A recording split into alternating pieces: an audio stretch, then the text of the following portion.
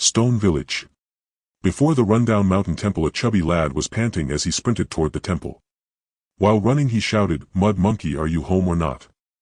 When he drew near the temple, a thin boy in coarse linen clothes appeared before it, warily eyeing the frantic chubby lad, puzzled as to what urgent matter had driven him to run so desperately. "I'm here, fatty." "What happened?" The chubby lad had no time to explain. He grabbed Mud Monkey's arm and dashed toward the village. "Let's talk on the way or we'll be too late." Running along, the chubby lad explained, "Mud Monkey, we've hit the jackpot. Immortals have descended upon Stone Village to recruit disciples. Children aged 8 to 15 can take the selection test. If chosen, they can enter an immortal sect and cultivate, eventually becoming lofty immortals." The boy froze, staring at the chubby lad in shock. "Fatty, are there really immortals in this world?" He could hardly believe it. He had heard legends of immortals, but they were just legends. Could it be that they had encountered fraudsters? The chubby lad replied firmly, "They are definitely immortals. I saw them flying down from the sky with my own eyes, breathing clouds and mist. What else could they be?" The chubby lad's expression was full of pride. He had seen immortals. Since Fatty said so, it must be true. Mud Monkey's eyes lit up. If chosen by the immortals, he might no longer be bullied and could have enough to eat. He immediately quickened his pace toward the village. The chubby lad struggled to keep up with Mud Monkey shouting behind, "Mud Monkey, wait for me." The two ran into the village one after the other. At the village entrance, the crowd was packed in layers. In the very front stood dozens of children eligible for the test, all gathered together. If chosen, not only would they enter an immortal sect to cultivate, but they would also receive 100 taels of silver. 3 extraordinary men and women in white robes stood coldly at the center of the village entrance. The white-haired village chief cautiously attended to them, hardly daring to breathe. He dared not offend the lofty immortals. He was merely a village chief. Even the king of Zhao State would treat immortals with utmost respect. The young man in the middle spoke to the old village chief. "Village chief of Stone Village, you have activated the Heavenly Grace token. According to the rules, the Tai Xian sect will conduct a free test for Stone Village. Children with spiritual roots will be accepted into the sect. But do not get your hopes up, old village chief. Spiritual roots are rare. If none appear, the karmic bond between Stone Village and the Tai Xian sect will end here." The Heavenly Grace token carried the karmic debt of the sect's elder. Unless settled, it would greatly impede cultivation. Once activated, no matter where the immortal sect would appear to fulfill the wish and end the karma. The old village chief naturally understood this. Decades ago he had rescued a wounded middle-aged man. After recovering in Stone Village, the man left a token and told him that one day, if the village needed immortal help, he could activate the token using a special method. Then he left like a drifting cloud.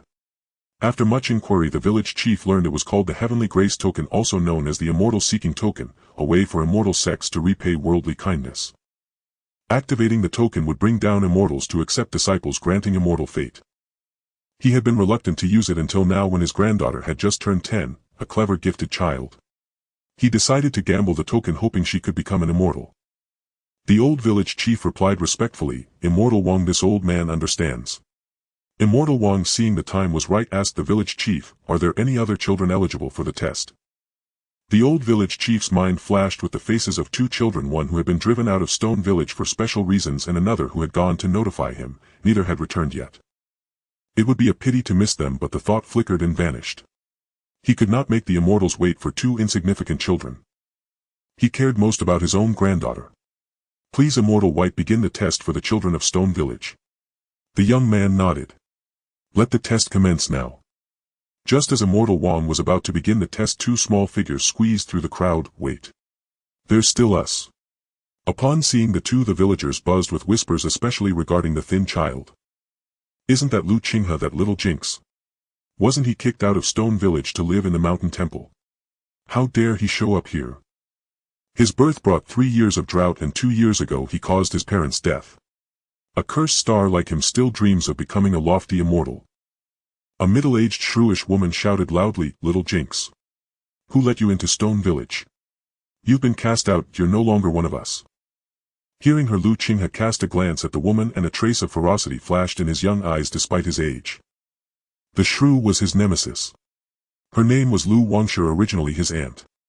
But a year ago, when his parents went into the mountains to gather herbs and were attacked by beasts never to return, she had turned against him. Not only did she refuse to care for him, but she also bullied him in his youth, seized his family property and left him with nowhere to go. He had no choice but to live in the dilapidated mountain temple outside the village. Lu Qinghe shouted at Lu Wangshi, "Old poison. To seize my parents' belongings and farmland, you not only slandered me as a jinx but also drove me out of Stone Village. Now in the presence of the immortals do you dare to stop the test for me?" Taunted and insulted, Lu Wangshi sprang up like a cat with its tail stepped on, roaring, "Little jinx! You're full of lies. I'll tear your mouth apart." Lu Qinghe knew he was no match for this venomous woman in a shouting match, and no one would stand up for him anyway, which was why he had been driven to live in that desolate mountain temple. But he knew he could not back down now. This was his only chance to survive. If he missed it, the venomous woman would surely retaliate against him. Living in the mountain temple meant not only constant insecurity and lack of supplies but also frequent beast attacks. He did not know how much longer he could last. Lu Qinghe's eyes darted, then he quickly knelt before the three immortals. "Please, immortal masters, be my judge. This woman has a venomous heart. After my parents met with misfortune, she seized my property and drove me out of Stone Village." Lu Qinghe recounted his ordeal to the three immortals. Hearing that Lu Qinghe dared to report her to the immortals, Lu Wangshi was beside herself with rage. "You little beast! You dare slander me before the immortals! You're asking for death!" She lunged forward to grab Lu Qinghe, determined to prevent any connection between him and the immortals. A flash of white light shot out and the shrew was sent flying, tumbling several times on the ground, mouth full of blood, utterly disheveled. But there was no anger in her eyes, only terror. This was the power of an immortal, her life hung by a thread. Immortal Master Bai cast not a single glance at Lu Wangshi. In their eyes mortals were but ants, and they felt no sympathy for Lu Qinghe's plight. They had witnessed scenes of famine and corpses too many times to count. Only those with spiritual roots would earn a second glance. Immortal Master Bai asked the village elder, "Are these two the children of your village?" The village elder nodded. "Yes, please test them, Immortal Master Bai." Without further ado, Bai patted a pouch at his waist and dozens of streaks of white light shot out, floating before the children. As the children's eyes adjusted, they saw that each sphere was a tiny pill exuding an intoxicating fragrance that filled the air. Lu Qinghe was utterly amazed. He had never seen such a sight before. The scent made him swallow involuntarily, for he had eaten nothing all day. Yet he dared not act rashly. He waited for the Immortal Master's command.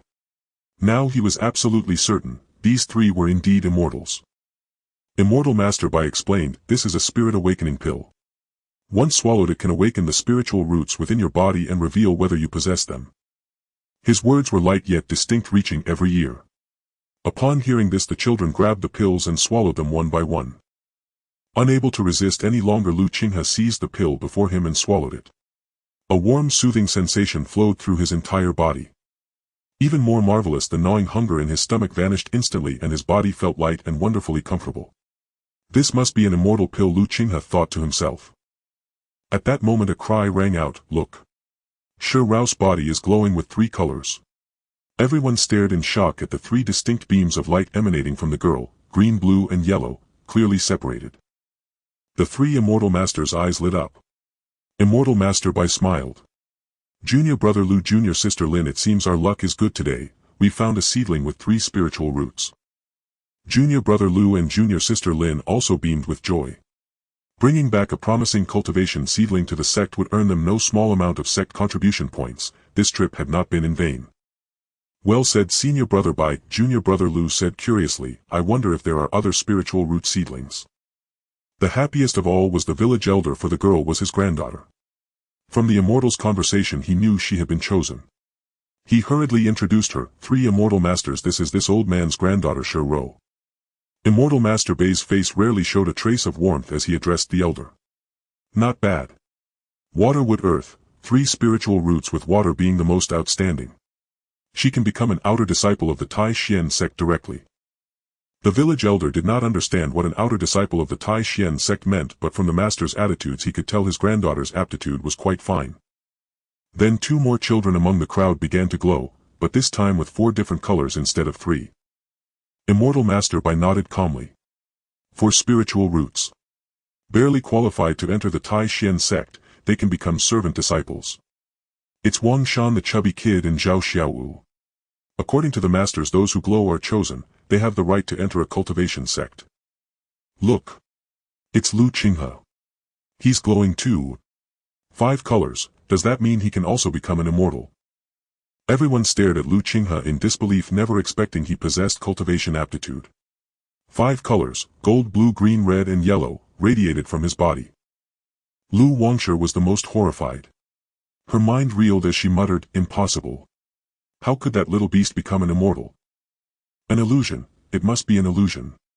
Those nearby quickly stepped away from her, creating a wide gap, drawing a clear line to avoid future retaliation should Qinghe truly become an immortal. She could only turn her gaze to her own child, hoping hers would also become an immortal and surpass Qinghe. But after a long moment her child emitted no light. Her eyes instantly dulled with defeat. The 3 immortal masters looked at Qinghe not with surprise but with furrowed brows.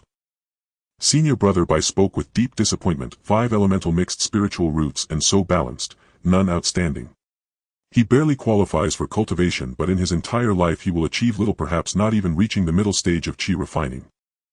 Qinghe had already awakened from the wondrous trance. He stood before the masters and heard their words. Though he didn't know what 5 elemental mixed roots or qi refining middle stage meant, he understood the masters looked down on him. He knew that if he were not chosen, having offended Lu Wangshi so grievously, he would surely meet a terrible fate. He fell to his knees and kowtowed desperately. Please, immortal masters, take me into your sect. Otherwise I will not survive this winter. Immortal Master Bai frowned at the boy's display, then turned his gaze to the other 2. Junior brother Lu, junior sister Lin, what do you think? Junior sister Lin said flatly, senior brother Bai can decide. Bai then looked at junior brother Lu, who studied the kneeling boy with surprise. His gaunt frame, his tattered clothes and the earlier murmurs of the crowd told him the story clearly. Were the boy an ordinary mortal, he would not spare a second glance. But this child had spiritual roots, impure though they were, already crossing the divide between mortal and immortal. Junior brother Lu spoke to Qinghe, your spiritual roots are too poor. Entering the sect is not the beautiful dream you imagine.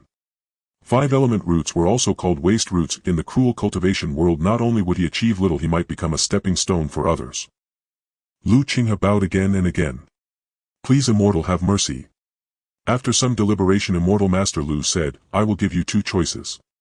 First, according to the sect's recruitment rules, you may receive 100 taels of silver, enough for a comfortable life. Second, enter the sect and pursue an ephemeral chance, but more likely waste your life and perish on the path. Without any hesitation, Qinghe replied, please, immortal, allow me to enter the sect. 100 taels of silver, tempting, but Qinghe understood clearly that with his abilities he could never protect such wealth. Immortal Master Lu nodded, then turned to senior brother Bai. Though this boy has 5 element roots, he possesses a firm heart for cultivation. Moreover, this Jin and order concerns the karma of ancestor Master Ouyang. Should the ancestor one day take offense, we would be hard-pressed to explain. I believe we can take this 5 element root back to the sect as a servant disciple. Then no matter what accidents occur, ancestor Master Ouyang cannot blame us. The female immortal master heard these words and found them reasonable. Senior brother Bai, I agree with junior brother Lu. Upon hearing this, senior brother Bai also understood the gravity of the matter. If they mishandled it and incurred the ancestors' wrath, their fate would be grim. He decided on the spot, then we shall bring him back to the sect. Hearing Bai's decision, Qinghe was overcome with gratitude. Thank you, immortal. Immortal Master Lu said flatly, no need to thank me. Whether this is a blessing or a curse remains unknown. Do not blame me in the future. With that he fell silent. It was unclear whether he had spoken for Qinghe out of pity or out of fear of being blamed by ancestor Master Ouyang. After waiting for a long time, no one else awakened their spiritual root. White Master said to the old village chief, this test has revealed 4 individuals with spiritual roots in Stone Village who may enter the immortal sect for cultivation. The old village chief quickly bowed in gratitude. I trouble the 3 masters. White Master waved his hand and 400 taels of silver appeared in the hands of the 4 individuals. He instructed them, I give you the time it takes to finish a cup of tea to bid your families farewell. We still need to go to the next village to recruit more. Shi Ro Wangshan and Zhao Xiaowu immediately found their families and handed the silver to them. Only Qinghe stood alone in place. Seeing the silver in Lu Qing's hands, Aunt Wang Lu's greed stirred. She approached, her face full of avarice, staring at the silver. You little brat, I am your aunt. Hand over the silver and I will keep it safe for you. Qinghe quickly hid the silver, eyeing the shrew with caution. Aunt Wang Lu, enraged by his actions, shouted, "You little brat, are you rebelling?" Seeing that Aunt Wang Lu was about to resort to violence, Lu Qinghe hurriedly cried out, "Wicked woman, would you dare to rob me in front of the masters?" Lu Qing's words froze Aunt Wang Lu's expression. She turned her gaze to the three masters who were watching her with sardonic smiles. For some reason a chill ran down her spine. With a sheepish and reluctant look she retreated. The lesson from earlier was still fresh in her mind. After a moment's thought, Lu Qinghe walked over to the old village chief and handed him the silver. "Grandpa village chief, thank you for your care this past year. This is King's gratitude to you." Had it not been for the old village chief, he would never have had such an opportunity. Since he could not take the silver with him, it was better to use it to repay the village chief's kindness. The old village chief looked at Lu Qinghe with a complex expression, never expecting that Lu Qinghe would truly be chosen for the Immortal Sect. The old village chief shook his head in refusal. "No need. I haven't done much. Keep it, you'll find it useful even within the Immortal Sect." Lu Qinghe insisted, "Grandpa village chief, without you I wouldn't have this chance. Besides, I can't carry so much silver with me." Seeing Lu Qing's firm resolve, the old village chief hesitated for a moment before accepting the silver. "Very well, I'll keep it for you. Come back for it whenever you need it." Then he instructed Ro, "Little Ruler, once you're in the Immortal Sect, be sure to take good care of Qinghe." Ro looked at Lu Qinghe with curiosity and nodded. "Grandfather, I will." Lu Qinghe revealed a childlike smile. "Thank you, Grandpa village chief." Lu Qinghe wondered if he would ever return to this place. He had originally wanted to pay respects at his parents' graves, but time was short. He would have to wait until he achieved success in cultivation to honor them and comfort their spirits in heaven. When the time was up, White Master announced, "Time's up. We must leave now." He patted the cloth pouch at his waist and a palm-sized boat appeared in his hand. White Master chanted incantations and cast a spell. The palm-sized boat grew with the wind, quickly expanding into a sailboat several meters long. Without a word to the four, White Master waved his hand and the four children with spiritual roots were instantly aboard the sailboat. Amid the crowd's exclamations, the sailboat soared into the sky and disappeared beyond the horizon. Once the sailboat vanished, the old village chief turned his gaze to Aunt Wang Lu. "Aunt Wang Lu, return King's belongings. I will keep them for him temporarily." Aunt Wang Lu was reluctant. The old village chief reminded her, "That child has now entered the Immortal Sect and is not someone mortals can afford to offend. I hope you understand." Aunt Wang Lu shuddered. Despite her unwillingness, she could no longer keep Lu Qing's possessions for herself. "Village chief, I understand." In her heart she cursed, hoping Lu Qinghe would die out there and never return to Stone Village. The three masters did not immediately return to the sect with the four children. Instead, they visited several villages, picking up more children along the way. Half a day later, the number of children aboard the boat had reached 13. Ro, Wangshan and Zhao Xiaowu had recovered from the sorrow of parting with their families, their faces full of curiosity as they looked around. The flying boat in the sky only deepened their longing to enter the Immortal Sect and become immortals. Lu Qinghe, dressed in ragged and dirty clothes, drew strange looks from the others. Only Wang Shan sat unceremoniously beside him, glaring at the children who cast disdainful glances their way. White Master addressed the 13 children. "The Immortal Sect you are about to enter is the Tai Xian Sect, one of the three great immortal sects of the Zhao Kingdom. I am Bai Tianyu, an outer disciple of Tai Xian Sect. And these are my junior brothers Lu Qingshan and junior sister Lin Yun. They are also outer disciples of Tai Xian Sect. You may address us as senior brothers and senior sister." All of them respectfully called out, "Senior brother Bai, senior brother Lu, senior sister Lin." One child asked curiously, "Senior brother Bai, are you true immortals? Is this vessel we're riding an immortal artifact?" Everyone pricked up their ears, eager to learn more about Tai Xian Sect. Seeing their expectant expressions, senior brother Bai sighed helplessly, "We are not immortals. I am merely a cultivator and only at the 6th level of the Qi refining stage, the first realm of cultivation. After decades of cultivation, even the second realm foundation establishment seems as distant and unattainable as the heavens. Cultivation is harder than ascending to the heavens. Once you enter Tai Xian Sect you will understand. Among you only Sun Hao has the potential to achieve foundation establishment." Sun Hao, the child who had just asked the question, possessed a dual spiritual root highly valued by Bai Tianyu and the other two. Sun Hao was brimming with pride. Though he had not yet entered the Immortal Sect, he already understood that he was different from the others and his future achievements would far surpass theirs. Everyone cast envious glances at Sun Hao, allowing him to bask in the attention. As for this flying boat, it is a high-grade flying artifact worth tens of thousands of spirit stones. We can only borrow it from the sect when carrying out sect missions. After an unknown amount of time, the flying boat stopped in a desolate wilderness. Senior Brother Bai announced, "We have arrived." Everyone was puzzled. This was nothing like what they had imagined. Shouldn't an immortal sect be filled with jade towers and magnificent buildings? Why was it such a barren place? Without explaining their confusion, Senior Brother Bai took a token from the cloth pouch at his waist, and the token began to emit light. The flying boat plunged into the light, and in an instant the scene before everyone changed. Before them stood towering peaks, each adorned with magnificent structures. Two figures appeared in the void, standing on flying swords. Bai Tianyu and the others quickly stepped forward to greet them. "Greetings, Senior Brothers.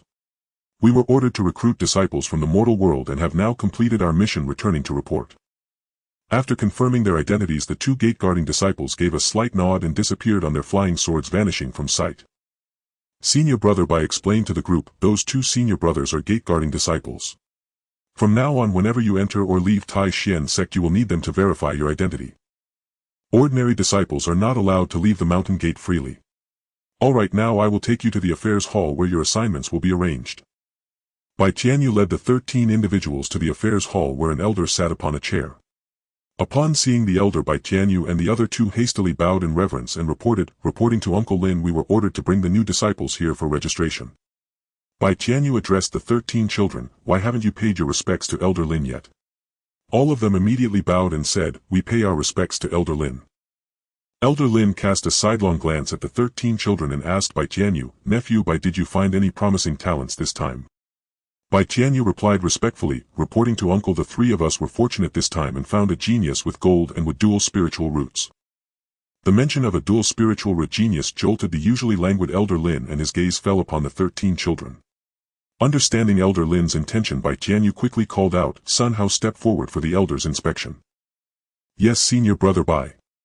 Sun Hao stepped forward. Elder Lin produced a jade stone and handed it to Sun Hao, saying, "Touch the testing stone." The awakening spirit pill was a pill to awaken spiritual roots, while the testing stone was a tool to assess them after activation. Following Elder Lin's instructions, Sun Hao placed his hand upon it, and the testing stone immediately emitted golden and green radiance. Confirming Sun Hao's spiritual roots, Elder Lin revealed a satisfied smile and praised, "Not bad, gold and with dual spiritual roots. Though not a heavenly spirit root, it is still commendable. He will be taken to the outer sect, where some senior brothers will surely accept him as a disciple." Though they had anticipated that a dual spiritual root disciple would be directly taken as an apprentice by an elder of the sect, Elder Lin's words still filled Bai Tianyu and the other two with envy. Becoming a direct disciple under a foundation establishment elder meant a status far superior to theirs as mere outer sect disciples. In the resource-scarce world of immortal cultivation, having a strong background made it easier to obtain more cultivation resources, and the speed of cultivation would surpass that of others. Moreover, a dual spiritual root cultivator progressed at an astonishing pace. Unless unforeseen circumstances arose, the chance of reaching foundation establishment exceeded 90%. They could only hope that Sun Hao would remember their kindness in days to come. Elder Lin's gaze swept past Sun Hao and settled on the others. "Now I will test each of you for your spiritual roots to determine your placements." The elder handed the spirit stone to the next child, who touched it and emitted 3 colors of light. "Triple spiritual roots, you may directly become an outer sect disciple and cultivate there." Then came Rewrote.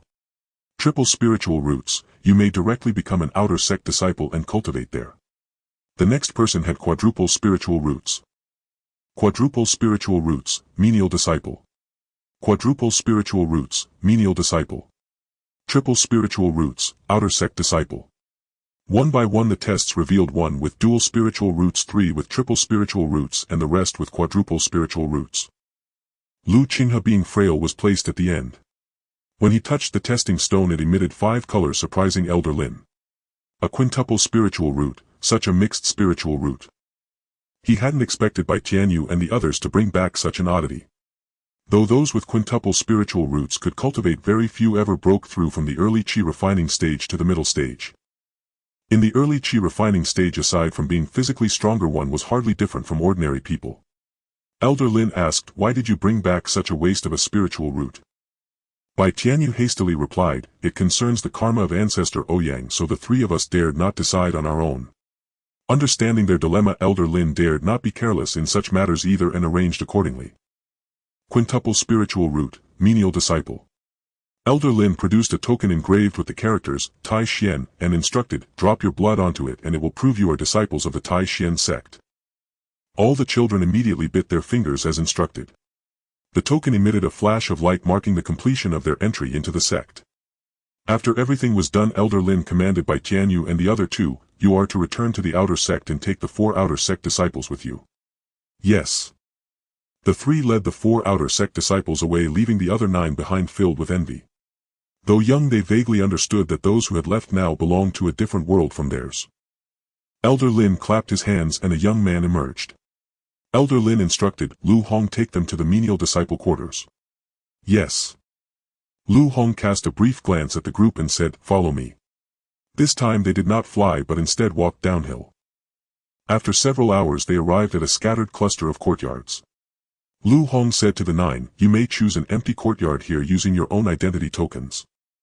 In the coming days you can cultivate here in peace until you successfully draw in Qi and reach the first level of Qi refining. Then you will be assigned to various peaks to complete sect tasks. All of them respectfully replied, yes, senior brother. Remember to rise early tomorrow, I will teach you to read and write and explain the path of cultivation. After giving his instructions, Lu Hong drifted away. Once he was gone, the others began selecting their courtyards. Wang Shan, watching Zhao Xiaowu leave without a word of farewell, curled his lip and muttered, snob. Though they were from the same village, Zhao Xiaowu had never been on good terms with them and especially looked down on Lu Qinghe for his quintuple spiritual root. Wang Shan asked Lu Qinghe, Mud Monkey, which courtyard will you choose? I'll pick one next to yours.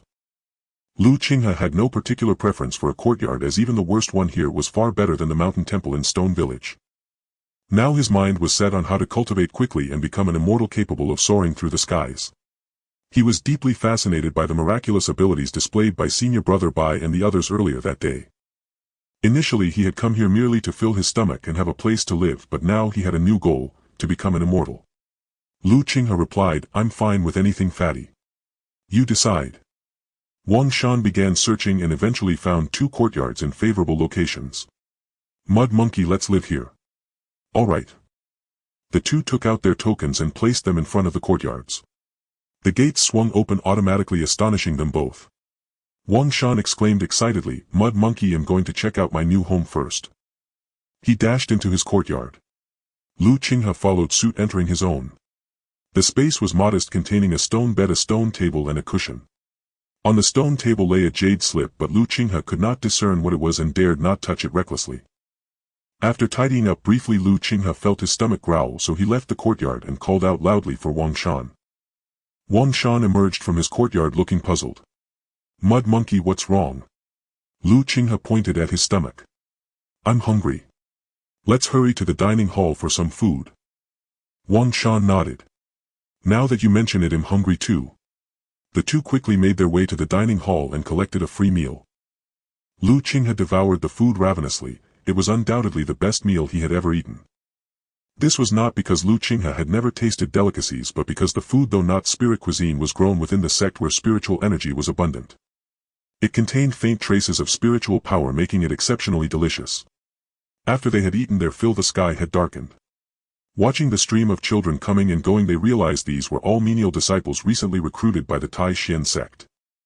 Lu Qinghe returned to his courtyard and fell into a deep slumber, not stirring until Wang Shan's anxious voice roused him the next day. He quickly rose to his feet. As he stepped out of the courtyard, Wang Shan grabbed his arm and pulled him forward. You sure can sleep. Senior Brother Lu Hong is about to teach us the cultivation method. If we miss it, we'll regret it forever. Lu Qinghe suddenly recalled that Senior Brother Lu Hong had promised yesterday to teach them literacy and explain the path of cultivation. A flicker of embarrassment crossed Lu Qinghe's face. It had simply been so long since he had rested properly that his mind had relaxed too much, nearly causing him to oversleep and forget such an important matter. By the time the 2 arrived at the lecture hall, dozens of children were already seated waiting. Wang Shan and Lu Qinghe found spots and settled in. More children filed in one after another, filling the hall to capacity. Before long, Lu Hong appeared clad in white robes and took his seat on the cushion at the front. Lu Hong began, the Tai Xian sect was founded 3,000 years ago. It now boasts thousands of disciples, 32 foundation establishment cultivators and 3 golden core elders who stand guard over the sect. It is one of the 3 great immortal sects of the Zhao kingdom. Every word and deed of its members can decide the fate of countless commoners. As menial disciples of the Tai Xian sect, you are granted the first 3 layers of the Qi condensation technique. These are recorded on the jade slips placed on the stone tables in your courtyards. Now I shall explain the first stage of cultivation, the Qi condensation stage. Everyone immediately focused their attention, afraid to miss a single word, for this was the key to whether they could become immortals. The Qi condensation stage involves drawing Qi into the body, opening the acupoints and tempering both the physical body and the soul. A cultivator must possess a spiritual root. Only those with a spiritual root can attune to the spiritual energy of heaven and earth. Without one, cultivation is impossible. Similarly, the better the spiritual root, the faster one cultivates. For instance, a single spiritual root grants a high affinity for spiritual energy, making it easy to complete Qi induction. Such a root is called a heavenly spiritual root. Next is the dual spiritual root. Because it consists of 2 roots, the affinity for spiritual energy is halved and cultivation efficiency is only half that of a heavenly spiritual root. Then comes the triple spiritual root. The cultivation efficiency of 3 roots is half that of 2 roots. The quadruple spiritual root halves it again, and the quintuple spiritual root follows the same principle. Qinghe was inwardly stunned. By this logic, the cultivation speed of a quintuple spiritual root was half that of a quadruple root, 1/4 of a triple root, 1/8 of a dual root, and a full 16 times slower than a heavenly spiritual root. The faces of everyone present darkened. They had not imagined the gap between themselves and those with superior spiritual roots could be so vast. Most of those seated here possessed quadruple spiritual roots, with a few like Qinghe having quintuple spiritual roots. Noticing their grim expressions, Lu Hong guessed their thoughts. There is no need to lose heart. The speed of cultivation depends on many factors. The spiritual root is only one aspect. Cultivation emphasizes wealth, companions, methods, and location. For instance, spirit stones and pills can accelerate your progress. Once you complete Qi induction, you can take on sect tasks to obtain cultivation resources and speed up your advancement. Alright, now I will teach you how to complete the Qi induction process. Lu Hong began explaining the techniques for drawing Qi into the body, and everyone listened with rapt attention. Over the next 6 months, Lu Hong appeared punctually every day to teach them literacy and impart the methods of cultivation. Before they knew it, 8 months had passed. Qinghe sat cross-legged on his cushion. The jade slip on the stone table recorded the first 3 layers of the cultivation technique, the cloud-clearing Qi method. To obtain the subsequent layers of the technique, one had to reach the 3rd layer of Qi condensation and become an outer disciple. In 8 months, Qinghe had thoroughly studied the first 3 layers of the cultivation method, memorizing every single character until he could recite them backward. He had mastered the cultivation method within a month of joining the sect and began practicing Qi induction. Yet after 8 months he still had not succeeded. He was merely 1 step away.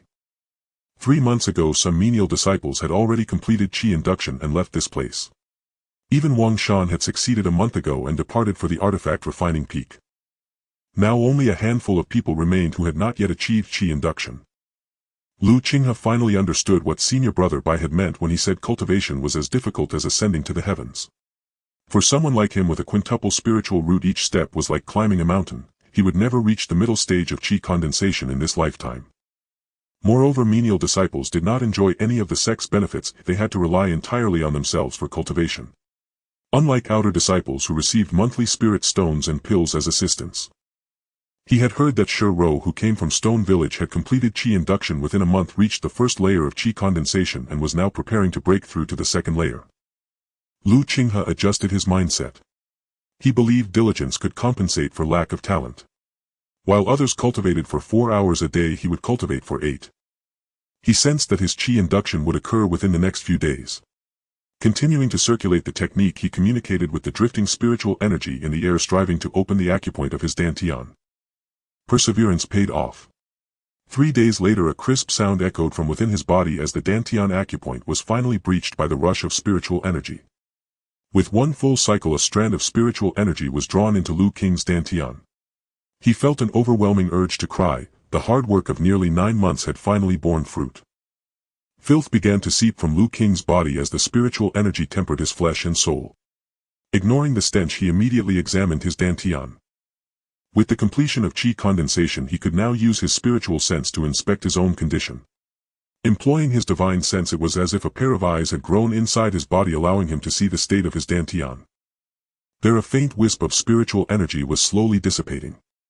Qinghe knew this was normal. The first layer of qi condensation only allowed the induction of qi, not its condensation. To store spiritual energy within the dantian, one had to reach the second layer of qi condensation. Just as he was about to withdraw his spiritual sense, he noticed a faint glowing speck in his dantian. He probed it with his divine sense, but before he could react, a dizzying sensation overwhelmed him. When Qinghe came to, he found himself in a strange, unfamiliar space. It was a square plot of black soil roughly an acre in size, with nothing else in sight except the dark earth. Panic-stricken, he cried out, "Where is this place? Is anyone here?" But only the echo of his own voice answered him. Qinghe frantically searched around, only to realize he was trapped in a mysterious space with no exit. Would he be imprisoned here for the rest of his life? Despair washed over him. He had never imagined that just after successfully completing qi induction he would encounter such a horrifying situation. Was he doomed to die trapped in this mysterious space? Calm down. Calm down. Qinghe forced himself to steady his nerves. Having experienced the warmth and coldness of the human world, his mind was far more resilient than that of his peers. He retraced his steps. He had succeeded in qi induction, used his spiritual sense to examine his dantian, spotted a faint speck of light, and then inexplicably appeared here. Yes, it must have something to do with that light spot in my dantian. Qinghe immediately sat down on the ground and used his spiritual sense to inspect his dantian once more. Soon he located the faint glimmer in the empty space. The moment his divine sense touched it, he opened his eyes and found himself back in his own room, seated cross-legged on his cushion. Qinghe looked around in bewilderment, wondering if what had just happened was merely an illusion. Yet considering the vividness of the experience, he found it impossible to dismiss. His expression shifting between uncertainty and resolve, Qinghe once again examined his dantian with his spiritual sense. Upon rediscovering the faint point of light, his form reappeared within that mysterious space. Standing on the black soil, Qinghe confirmed that it was no hallucination. His dantian harbored a secret realm. However, after some contemplation, he could not discern its purpose. Through repeated experiments, Qinghe discovered he could bring external objects into this enigmatic space. This was an unexpected boon, reminding him of a treasure essential to cultivators, the storage pouch akin to the cloth bag he had once seen on Senior Brother Bai. Though seemingly insignificant, such a pouch contained a hidden dimension capable of storing myriad items, a luxury far beyond the reach of a mere qi-refining first-layer servant-disciple like himself. Moreover, typical storage pouches measured only a cubic meter, whereas his space rivaled 1,000 of them.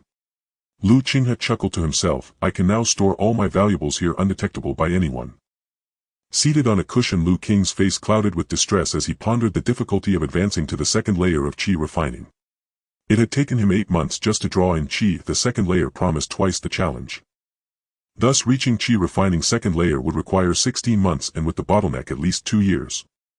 The path to the third layer would double again, demanding 5 years. Under normal circumstances he would need 7 years or more to attain qi refining third layer. Most daunting was the leap from the third to the fourth layer, a transformation from early to mid qi refining exponentially more arduous. No wonder spiritual roots dictate one's path and treatment, he mused. Even a 4-root cultivator might reach late qi refining, while a 5-root is limited to mid qi refining. Of course, cultivation was not solely about refining ambient spiritual energy. There were methods to accelerate progress, such as elixirs and spirit stones. For servant disciples, the sole avenue to obtain spirit stones and pills was completing sect missions. This was the value of servant disciples: mining, logging, farming, managing estates for outer disciples, or handling affairs, all rewarded with compensation. A servant disciple could also become an outer disciple upon reaching qi refining fourth layer and passing the assessment. Similarly, an outer disciple reaching qi refining 7th layer could become an inner disciple. Enough deliberation, I'll first report to the affairs hall and claim my reward. After tidying up, Qinghe stepped out of his small courtyard, once bustling but now desolate. A few who had yet to succeed in qi induction remained indoors, racing against time to break through. The next batch of disciples would not arrive for another decade, as the Tai Xian sect recruited only once every 10 years. Qinghe jogged along. Though qi refining first layer did not permit spellcasting, he felt as light as a swallow, a first-rate martial artist by mortal standards. Arriving swiftly at the affairs hall, he recalled his last visit upon entering the sect, when a foundation establishment elder presided. Now a middle-aged man in white robes, the emblem of an outer disciple, stood in charge, while servant disciples like him wore plain gray. Qinghe promptly bowed in greetings senior brother.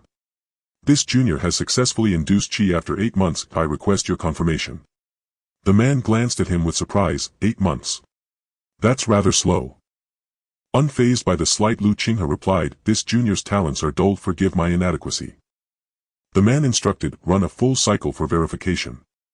Qinghe immediately circulated his minor cycle confirming his achievement. The man nodded, you have completed Qi induction. From now on you are an official servant disciple of the Tai Xian sect.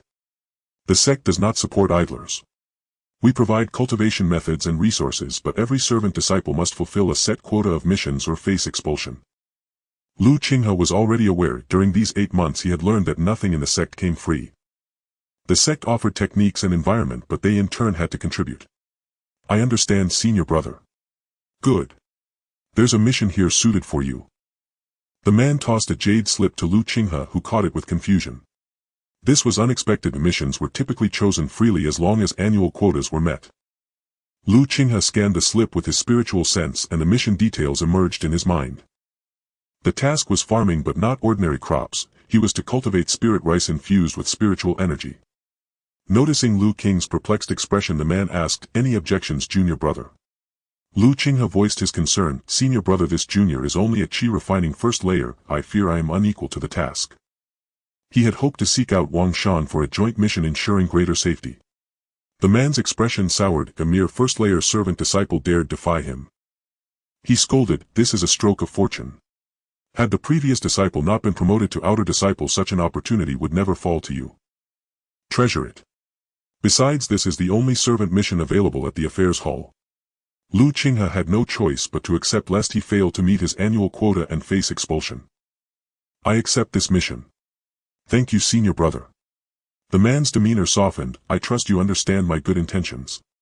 Go and report promptly if the jade slip contains detailed instructions.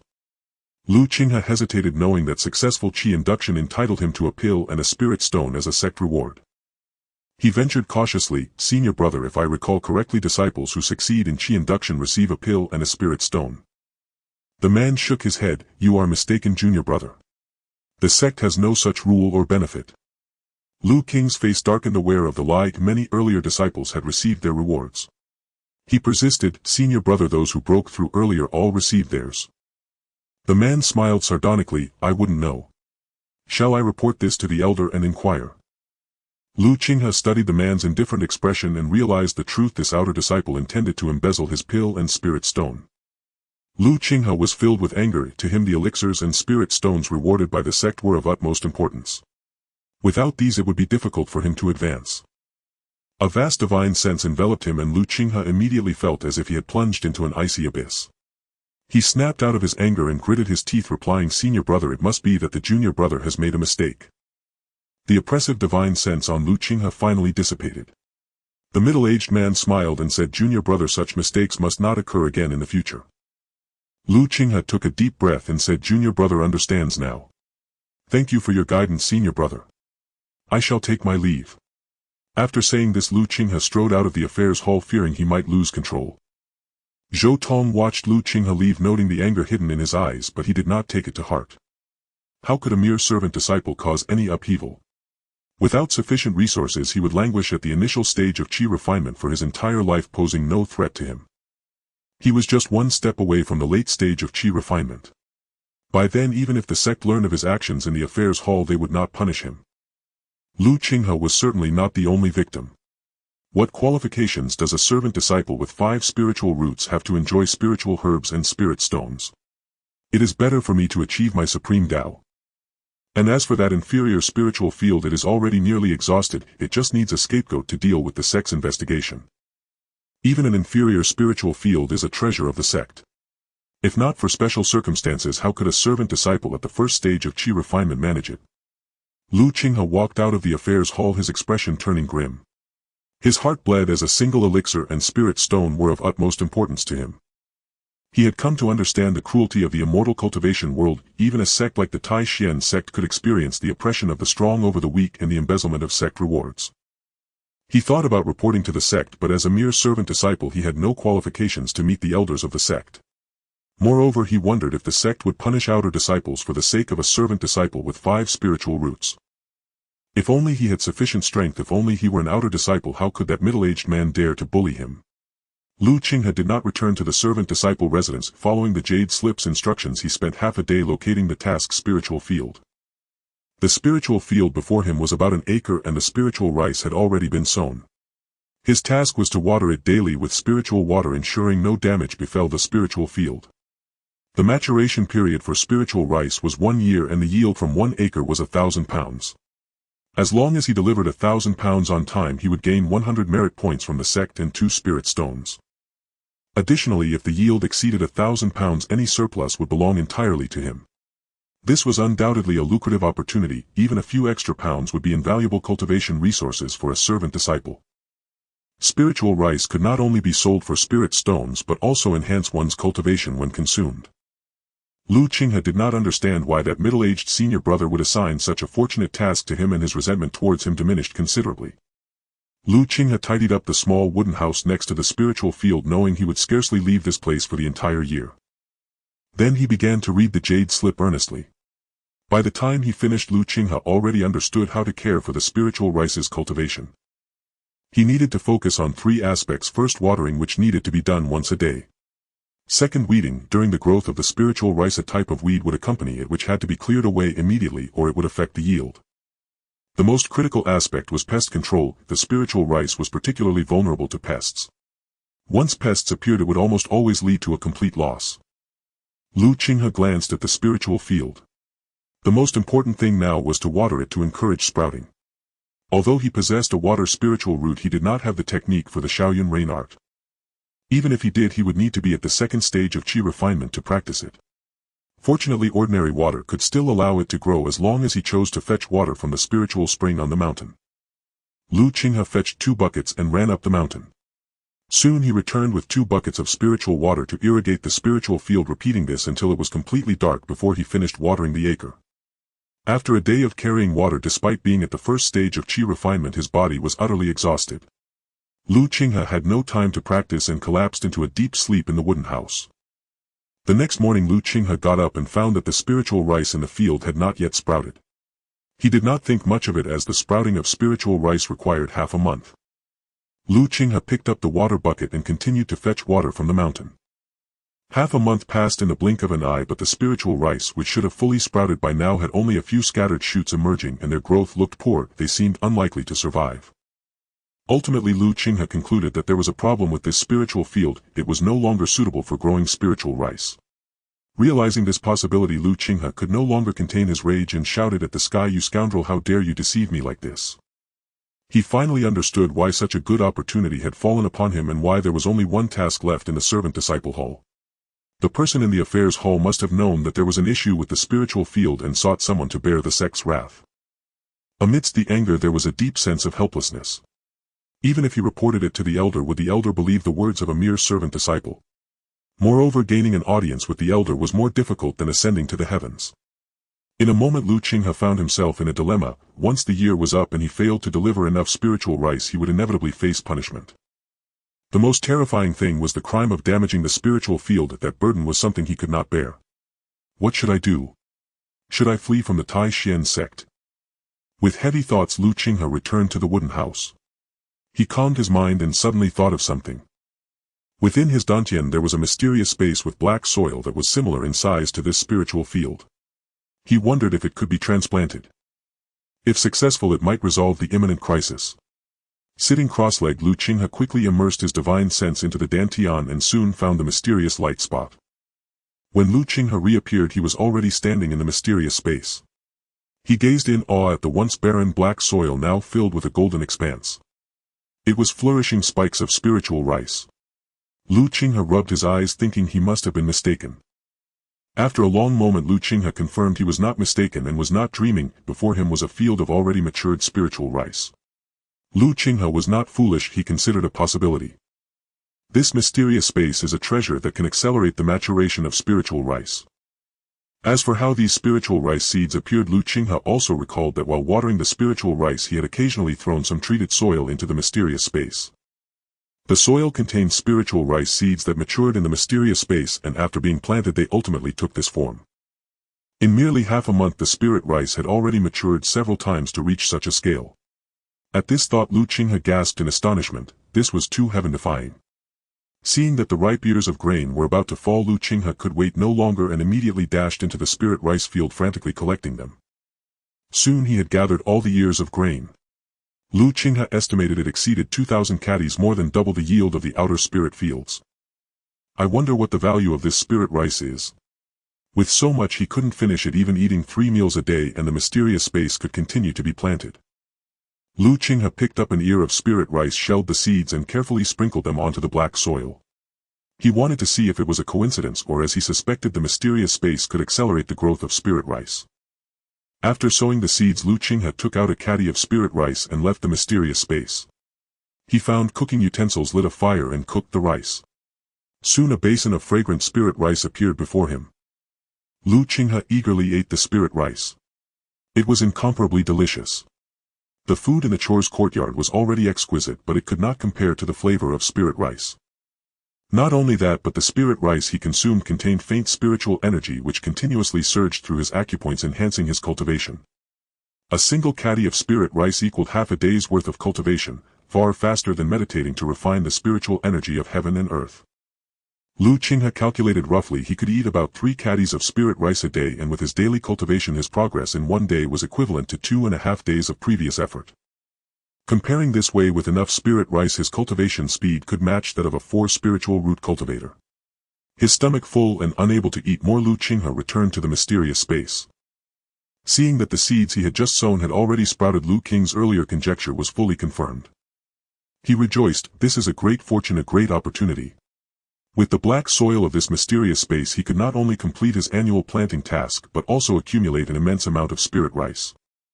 Not only could he eat it daily, but he could also find channels to sell it, exchanging for spirit stones and miraculous pills. However, Qinghe quickly calmed down. Having experienced the seizure of his family property and the confiscation of rewards from the affairs hall, he knew a harsh truth: without absolute strength one must not flaunt wealth.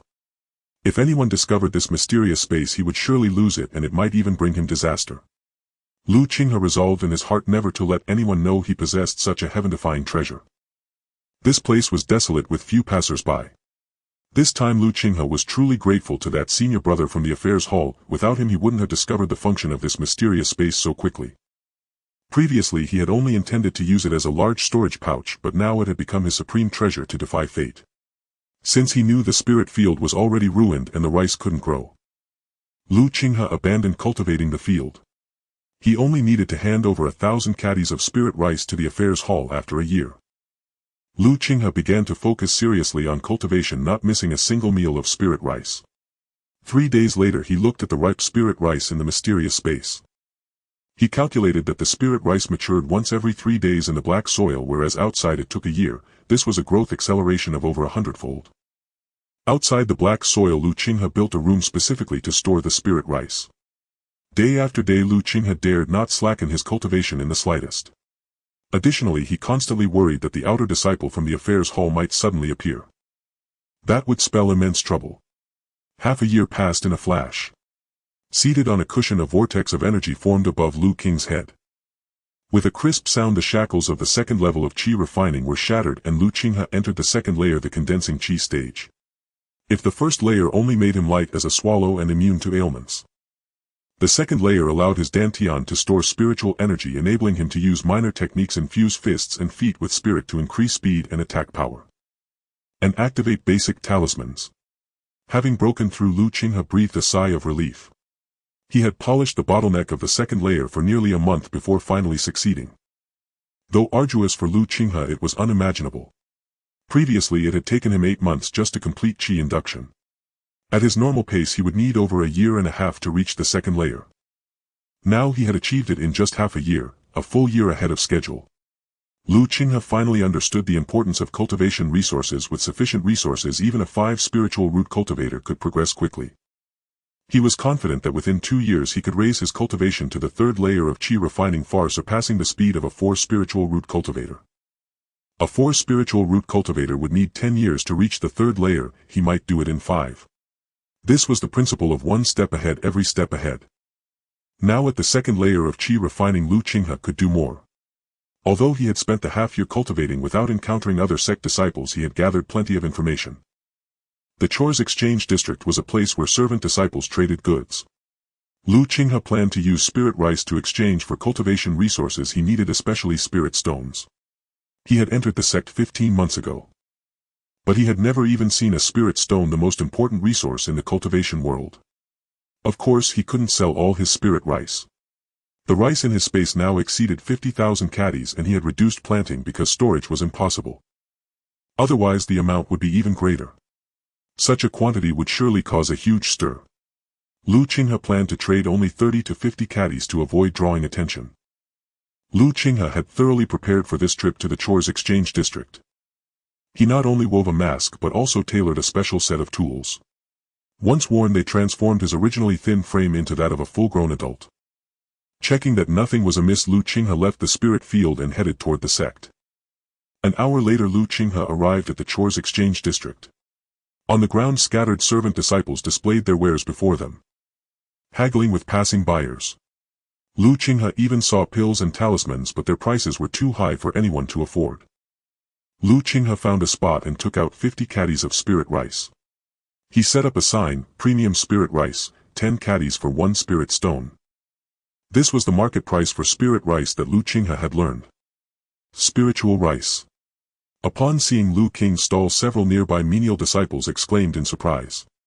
Spiritual rice was nothing special among outer disciples, but for menial disciples it was a rare treasure. Several menial disciples gathered around, staring at the exposed spiritual rice. It really is spiritual rice. Legend has it that spiritual rice can speed up cultivation.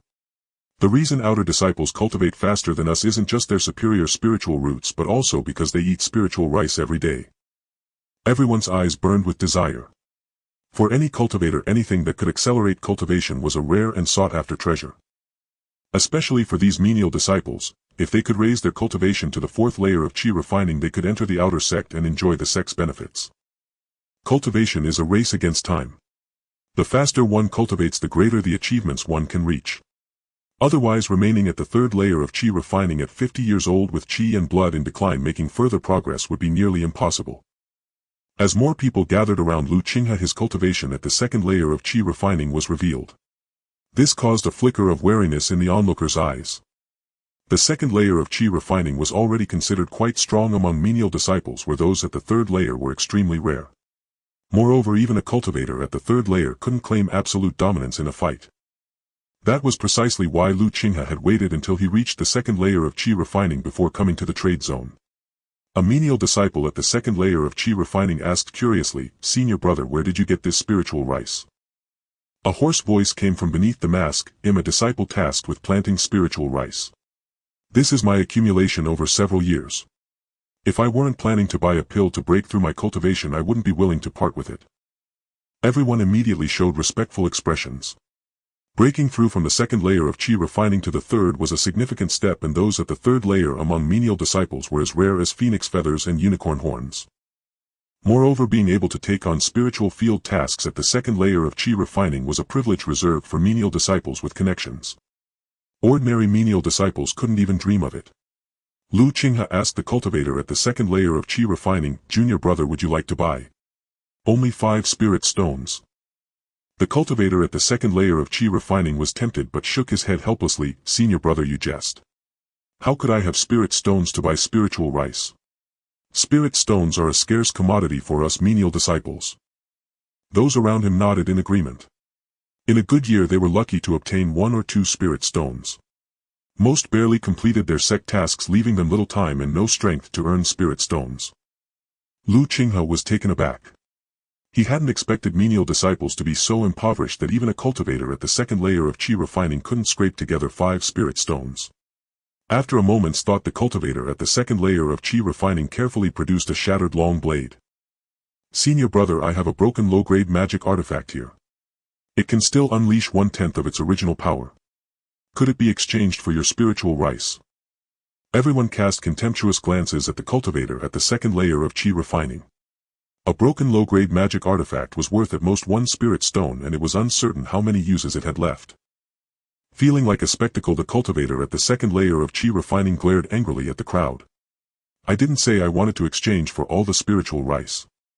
15 caddies will do. If not, 12 caddies is fine. Lu Qinghe's gaze fell on the shattered long blade. It was his first time seeing a magic artifact. A cultivator's strength was measured by cultivation-based techniques, and magic artifacts, all were indispensable. However, Lu Qinghe had no intention of trading. Though he didn't know the exact value of the broken artifact, it seemed an unequal exchange for 12 caddies of spiritual rice. More importantly, at the second layer of Qi refining he couldn't even activate a magic artifact, let alone a broken one. Lu Qinghe declined politely, "Junior brother, I apologize, but a magic artifact is of no use to me." The menial disciple at the second layer of Qi refining was unwilling to give up. If he could obtain spiritual rice, even just a few caddies, it would save him months of arduous cultivation. He said, "Senior brother, just 10 caddies of spiritual rice will do." Lu Qinghe refused. "I only need spirit stones and pills." Other things were of little use to him, far less beneficial than consuming the spiritual rice itself. Hearing Lu Qinghe's words, the menial disciple at the second layer of Qi refining was utterly dejected, and others who had wanted to trade also wore expressions of regret. In the menial trade zone, bartering was common to exchange surplus, but everything was merely scraps of the cultivation world. If they had spirit stones or pills, they would have used them to strengthen themselves long ago, not brought them for trade. Seeing everyone's expressions, Lu Qinghe frowned. Could it be that spiritual rice couldn't be sold in the menial district? Just as Lu Qinghe was pondering, a gruff voice rang out, "It'll take 50 caddies of spiritual rice."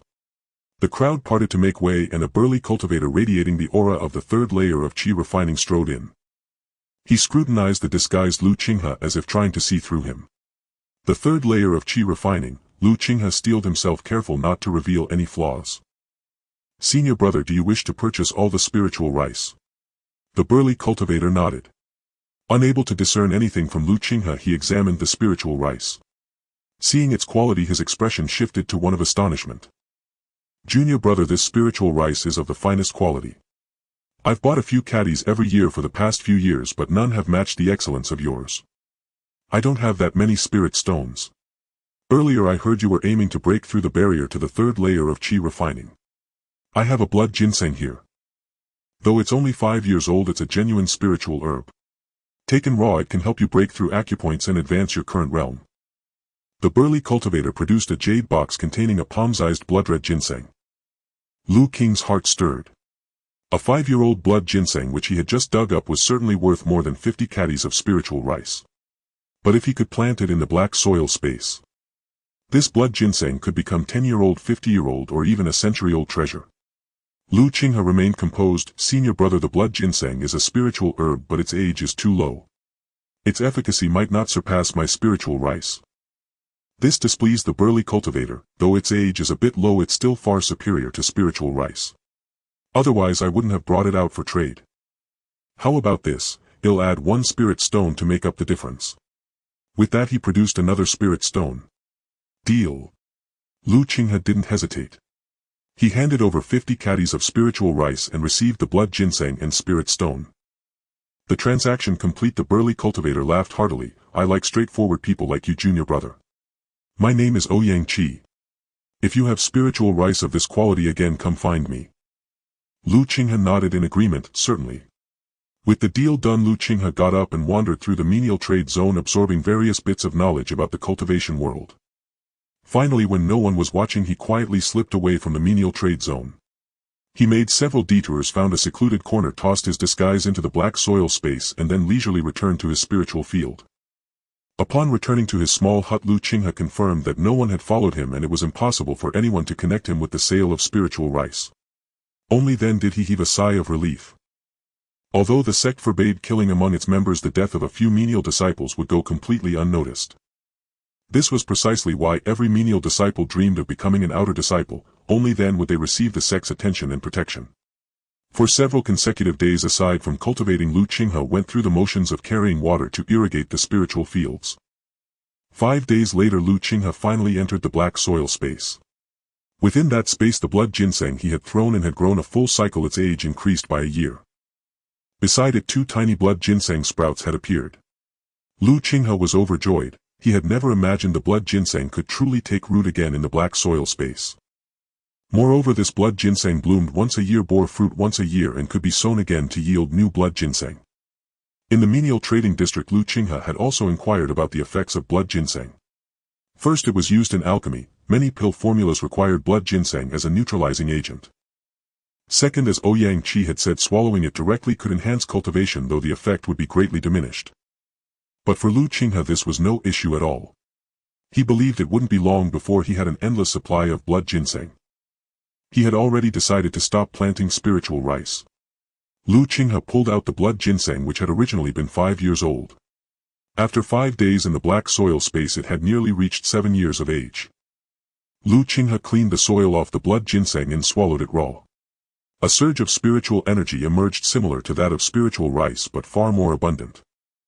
After half an hour, Qinghe had fully refined the medicinal power of the blood ginseng. He realized one thing: he had been cheated.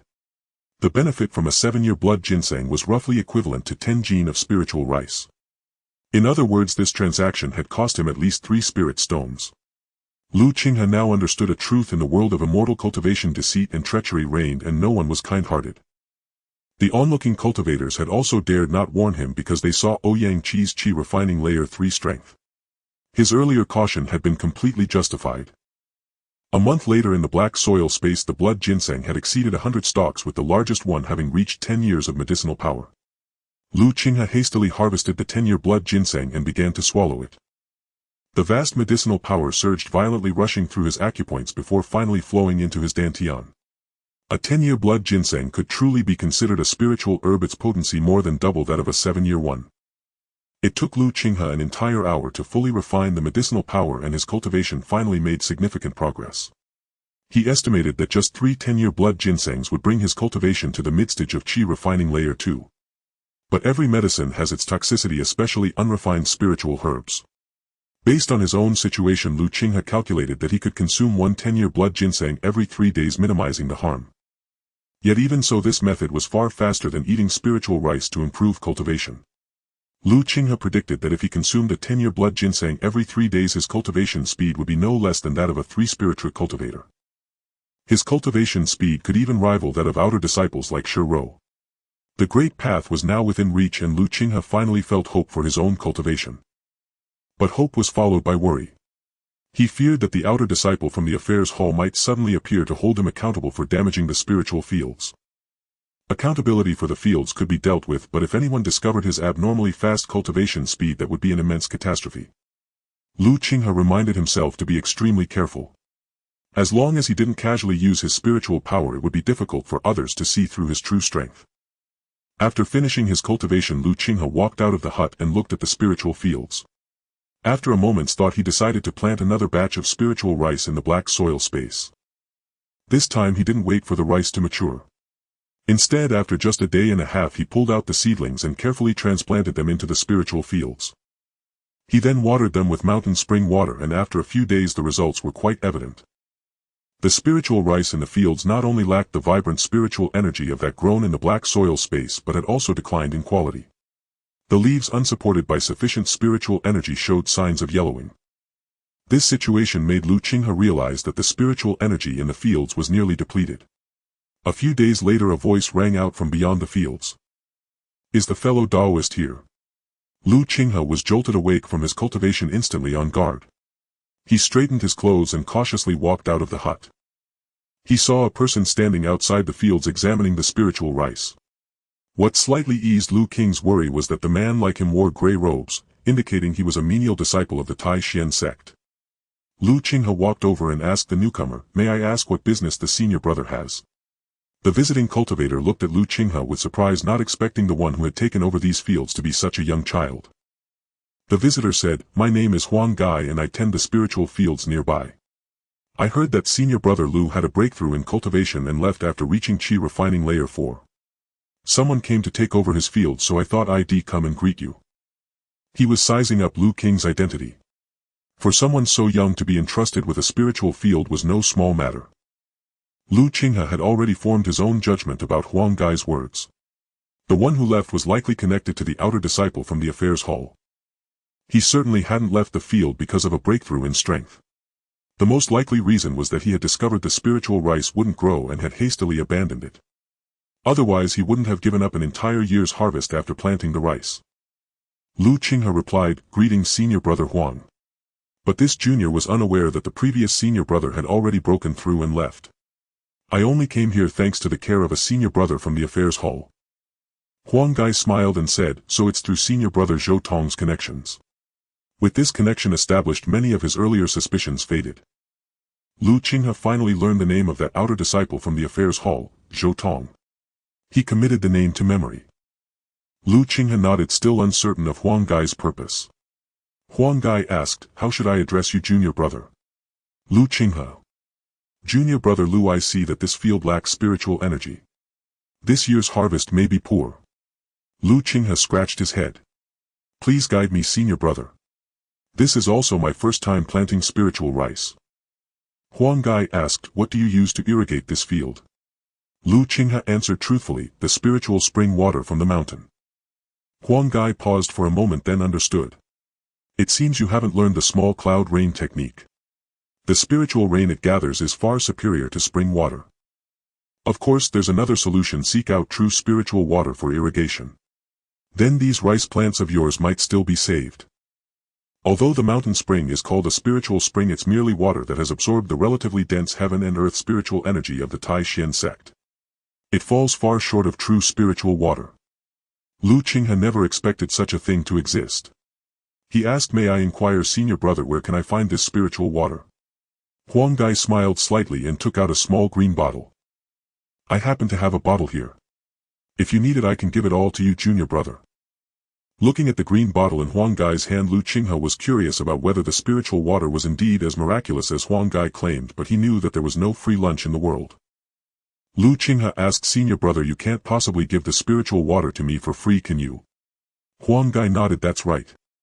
This spiritual water is extremely precious and you need to pay a spirit stone for it." Upon hearing that it required one spirit stone, Qinghe gave up. He happened to have one spirit stone, but there was no need to purchase something whose effectiveness was still uncertain. Moreover, this spiritual field's spiritual energy had already been depleted. Even if the spiritual water was truly effective, it would merely be a stopgap measure requiring a vast amount of spirit stones to purchase. Qinghe showed a regretful expression. "I really need such spiritual water, but I cannot produce a spirit stone.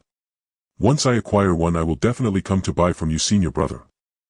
Huang Gai frowned. He did not expect Qinghe to be unable to produce even a single spirit stone. However, seeing that Qinghe did not appear to be lying and had a face full of regret, it seemed this deal was not meant to be. He also relied on such methods to obtain spirit stones for purchasing cultivation resources. Confirming that Qinghe had no spirit stones, Huang Gai did not linger. "I have troubled you, junior brother. My spiritual field is 5 kilometers away. If you need anything, you can come find me there." Qinghe assured him, "Once I have spirit stones, I will definitely come to find you, senior brother." Huang Gai nodded, turned and left, not knowing if he was off to find the owner of another spiritual field. Watching Huang Gai's departing figure, Qinghe sighed in relief. He was not a person sent by the affairs hall. However, Qinghe decided to be a bit more cautious during his cultivation, as there were other 5 spiritual fields not far from him. Now Qinghe only hoped that no other troubles would arise before he submitted the spiritual rice. Once he handed over the spiritual field, he would immediately distance himself from the affairs hall. Even if Zhou Tong had remarkable abilities, it would be difficult for him to locate Qinghe among thousands of miscellaneous disciples. Qinghe had also considered leaving the Qinghe sect to obtain cultivation resources from the outside. However, there were 2 ways to leave the sect. One was the 10-year period, where every disciple has an opportunity to return home once every 10 years. The second way was to become an outer disciple, which would allow one to leave the sect after reporting to it. At the same time, Qinghe also had a thought in his mind, that was to obtain a cultivation technique. A cultivator without a technique cannot unleash their true power. At the Qinghe sect, miscellaneous disciples could obtain techniques either by exchanging merit points at the technique hall or by using spirit stones to purchase them. In the second month, Qinghe appeared in the miscellaneous disciple exchange area again with a different appearance. This time he bravely took out 100 pounds of spiritual rice, otherwise it would be very difficult to exchange for cultivation techniques. The 100 pounds of spiritual rice immediately caused a stir among the miscellaneous disciples. According to market value, that was equivalent to 10 spirit stones, a sum unimaginable for a miscellaneous disciple. Qinghe wrote down the items he needed to exchange for 2 types of cultivation techniques. A second layer Qi refinement cultivator came out and greeted Lu Qinghe. Greetings, senior brother. Without needing to reveal his strength, a cultivator capable of taking out 100 pounds of spiritual rice must be at least a third layer Qi refinement cultivator. Lu Qinghe nodded and asked the second layer cultivator, do you have techniques you want to exchange for spiritual rice? The second layer Qi refinement cultivator countered, what kind of attribute technique does senior brother need? Techniques also have attributes, only cultivators with corresponding spiritual roots can cultivate them. Lu Qinghe replied, any techniques of the 5 elements will do. He had 5 spiritual roots, so he could cultivate any techniques belonging to the 5 elements or those without attributes. Lu Qinghe's words delighted the second layer cultivator, who hurriedly took out a jade slip. I happen to have a technique for the fireball spell. Would it be possible to exchange it for 50 pounds of spiritual rice? Lu Qinghe did not hesitate. Sure. But I need to check the authenticity of the technique first. The cultivator handed the jade slip to Lu Qinghe. Senior brother, please. Lu Qinghe scanned the jade slip with his divine sense and confirmed that it was a cultivation technique for the basic fireball spell. He put away the jade slip and handed over 50 pounds of spiritual rice to the cultivator. The cultivator immediately expressed his gratitude to Lu Qinghe, cupping his hands. Thank you, senior brother. With the support of the spiritual rice and his innate talent as a 4 spiritual roots cultivator, he was confident he could reach the 3rd layer of Qi refinement within 2 years and become a figure at the pinnacle of the miscellaneous disciples. Most importantly, reaching the 3rd layer of Qi refinement would allow him to take on tasks from outer disciples, giving him hope to challenge the 4th layer of Qi refinement. He picked up the spiritual rice and, cautiously glancing at the surrounding crowd, turned and vanished into the sea of people. Compared to spirit stones, techniques are easier to obtain, especially for 2nd layer Qi refinement cultivators who have been in the sect for over 10 years. Their merit points can at least be exchanged for 1 technique. Just as one person disappeared, another cultivator stepped forward. Senior brother, I have a technique of the earth attribute and would like to exchange it for 50 pounds of spiritual rice. Lu Qinghe extended his hand. Let me take a look. The cultivator respectfully handed over the jade slip and Lu Qinghe glanced at it, confirming it was indeed a genuine cultivation technique. He handed over the remaining 50 pounds of spiritual rice to the cultivator. We can trade. The person was overjoyed and hurriedly thanked him. Thank you, senior brother. Having acquired the techniques, Lu Qinghe did not linger and hurriedly left. After making a few circles, he finally returned to the small house of the spiritual field. Techniques are also classified by levels: Qinghe, Xian and Huang, with heavenly being the strongest and Huang the weakest. Each level is further divided into upper, middle and lower grades. The fireball spell is a lower grade Huang technique favored by low-level cultivators. It is a ranged attack technique avoiding close combat with enemies and possesses considerable offensive power. The other technique, also a lower grade Huang technique, is the earth wall spell, which when cast creates an earth wall to block enemy attacks. It is a defensive technique. Lu Qinghe decided to cultivate the fireball spell first. He held the jade slip and repeatedly pondered over it. After a day, Lu Qinghe confirmed that he had mastered the method to cultivate the fireball spell. He began to channel his spiritual energy according to the fireball spell's release method. Fireball spell. However, cultivating a technique is not that simple. Even the most basic technique is the same. On his first attempt to cast the spell, Lu Qinghe failed. He did not lose heart, otherwise he would not have persisted for 8 months in bringing Qi into his body without giving up. Lu Qinghe adjusted and corrected himself time and again, and after half a month's cultivation he finally condensed a small fireball in the palm of his hand. Looking at the fireball in his palm, Lu Qinghe could no longer contain his joy. Ha ha ha, I did it. I have finally mastered the technique. At last I can consider myself a true cultivator. Before Lu Qinghe could finish his words, the small fireball extinguished. His spiritual energy could only support the casting of the fireball spell twice at most. Despite his spiritual energy being utterly depleted, Lu Qinghe was exhausted yet unable to suppress the joy in his heart. Mastering the art of sorcery made him feel like a deity to mortals. He had finally acquired means beyond those of ordinary men. He took out a 10-year-old blood ginseng, consumed it and began meditating to restore his spiritual energy. Half a day later his once exhausted Qi had fully recovered. Lu Qinghe knew that to properly execute the fireball technique he must unblock the conception and governing vessels to reach the 3rd layer of Qi refining. At that stage his spiritual energy would form a major heavenly cycle, not only doubling his Qi but also increasing its circulation speed several-fold. Next he had to strive diligently to reach the 3rd layer of Qi refining. However, even with daily consumption of spirit rice and a 10-year-old blood ginseng every 3 days, Lu Qinghe was still far from that goal. Lu Qinghe's cultivation method was undoubtedly extravagant: 3 caddies of spirit rice per day, 90 caddies per month, worth 9 spirit stones. A single 10-year-old blood ginseng was worth 2 spirit stones, and 10 per month amounted to 20 spirit stones. Using 29 spirit stones worth of resources monthly was a sum that would take miscellaneous disciples years of hard work to accumulate. Such a lavish cultivation style was unimaginable even for outer disciples.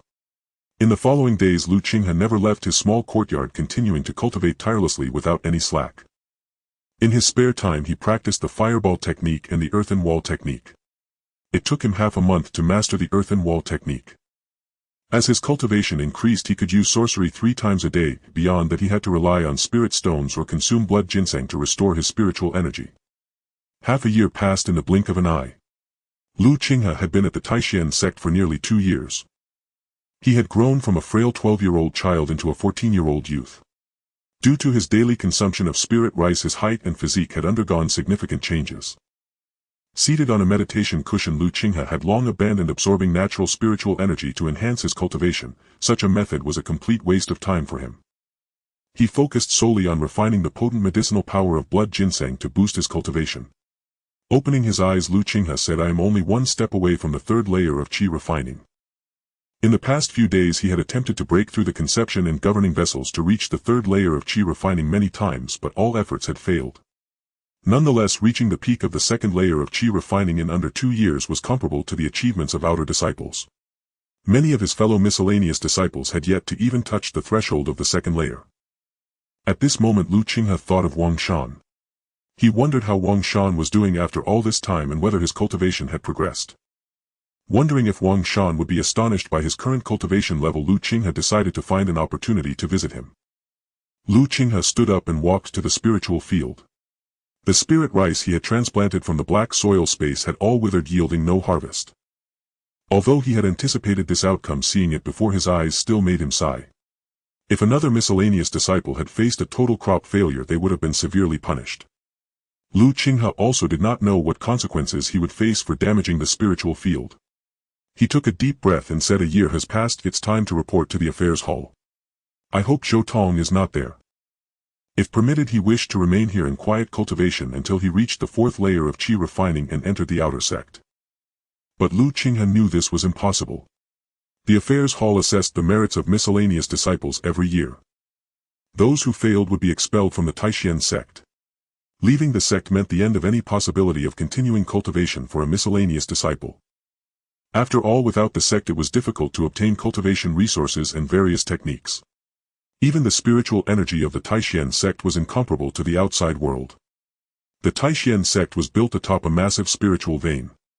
Here even those with 4 or 5 spiritual roots could potentially reach the middle or even late stages of qi refining.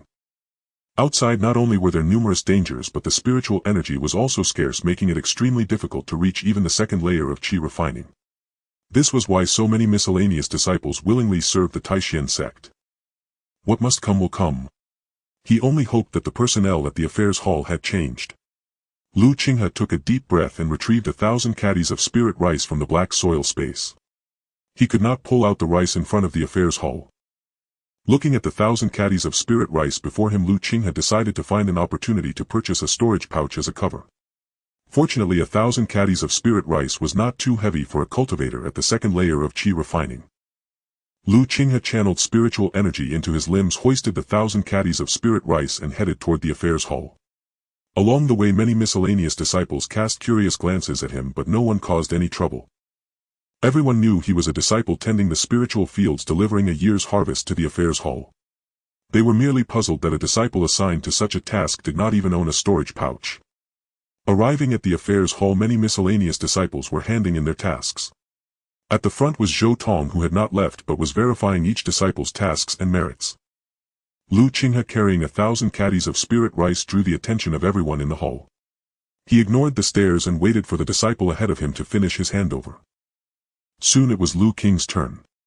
He handed the spirit rice to Zhou Tong and said, "Senior brother, this is my harvest for the year, 1,000 caddies of spirit rice. Please verify it." Zhou Tong of course noticed the unusual sight of Qinghe. He found him vaguely familiar but could not immediately place him.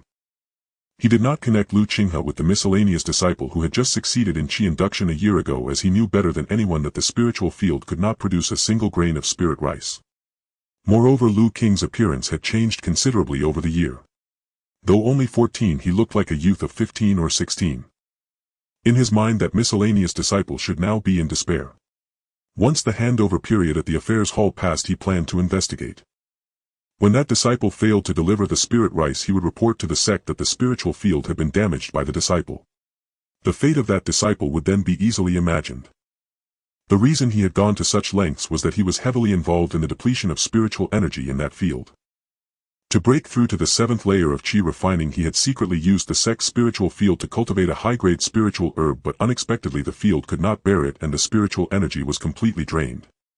Zhou Tong weighed the rice and said to Lu Qinghe, 1005 caddies. Not bad, not bad. Junior brother, your harvest this year is quite good. Hand me your token. Lu Qinghe passed his identity token to Zhou Tong. Zhou Tong glanced at Lu Qinghe's information and his eyes widened in shock as he stared at Lu Qinghe. You are Lu Qinghe, the one who took over the 56th inferior spiritual field? Lu Qinghe replied respectfully, yes. Zhou Tong squinted, still uncertain. Are you the one from a year ago, the menial disciple at the 1st layer of Qi refining who took a task from me? Lu Qinghe nodded. Yes, a year ago senior brother gave me the opportunity that brought me such fortune. Here I thank you, senior brother. His words carried a hint of sincerity. Had it not been for Zhou Tong, he would never have discovered the wonders of the black soil space which had propelled his strength forward by leaps and bounds. Zhou Tong asked curiously, how did you manage to grow 1,000 caddies of spirit rice? Lu Qinghe, puzzled by the question, scratched his head and replied, I simply followed the jade slip you gave me, watering daily and preventing pests. Lu Qinghe briefly described the watering and management of the spirit rice, revealing nothing unusual. This is exactly how I cultivated it. I've brought all the spirit rice here. Please examine it, senior brother. I dare not embezzle a single grain. I've turned it all over to the sect. This was also why he had an extra 5 caddies. It left no room for criticism. Zhou Tong didn't believe Lu Qinghe. He stared intently at him. Is it really that simple? Lu Qinghe replied, it is. Does senior brother see any issue? Zhou Tong fell into thought, wondering if his earlier judgment had been wrong. Perhaps the spirit field hadn't been damaged and could still yield rice. Or maybe there was something peculiar about this lad before him. It wasn't unreasonable to think so, though Lu Qinghe showed no obvious spiritual power. His aura was unmistakably that of the 2nd layer of Qi refining, not the 1st. Advancing 1 layer in a year was utterly impossible for a menial disciple with 5 spiritual roots. Whatever the case, Zhou Tong planned to investigate after settling the matter. He said impassively, no issue. Here are 100 merit points, but there are no spirit stone rewards this year. Lu Qinghe had anticipated this. The other disciples who had just handed over their harvests had also received only merit points with no spirit stones. Though everyone suspected Zhou Tong of pocketing the stones, none dared to question him. As an outer disciple at the 6th layer of Qi refining, he was not someone they could afford to offend. Moreover, since he managed the affairs hall, future tasks depended on him. Crossing Zhou Tong would surely invite retribution. Lu Qinghe remained composed. He dared not offend Zhou Tong either, but he silently noted the debt. He believed that with the black soil space his cultivation speed would eventually surpass that of outer disciples like Zhou Tong. When his strength was sufficient, he would reclaim everything with interest. Lu Qinghe took back his token and cupped his hands. Thank you, senior brother.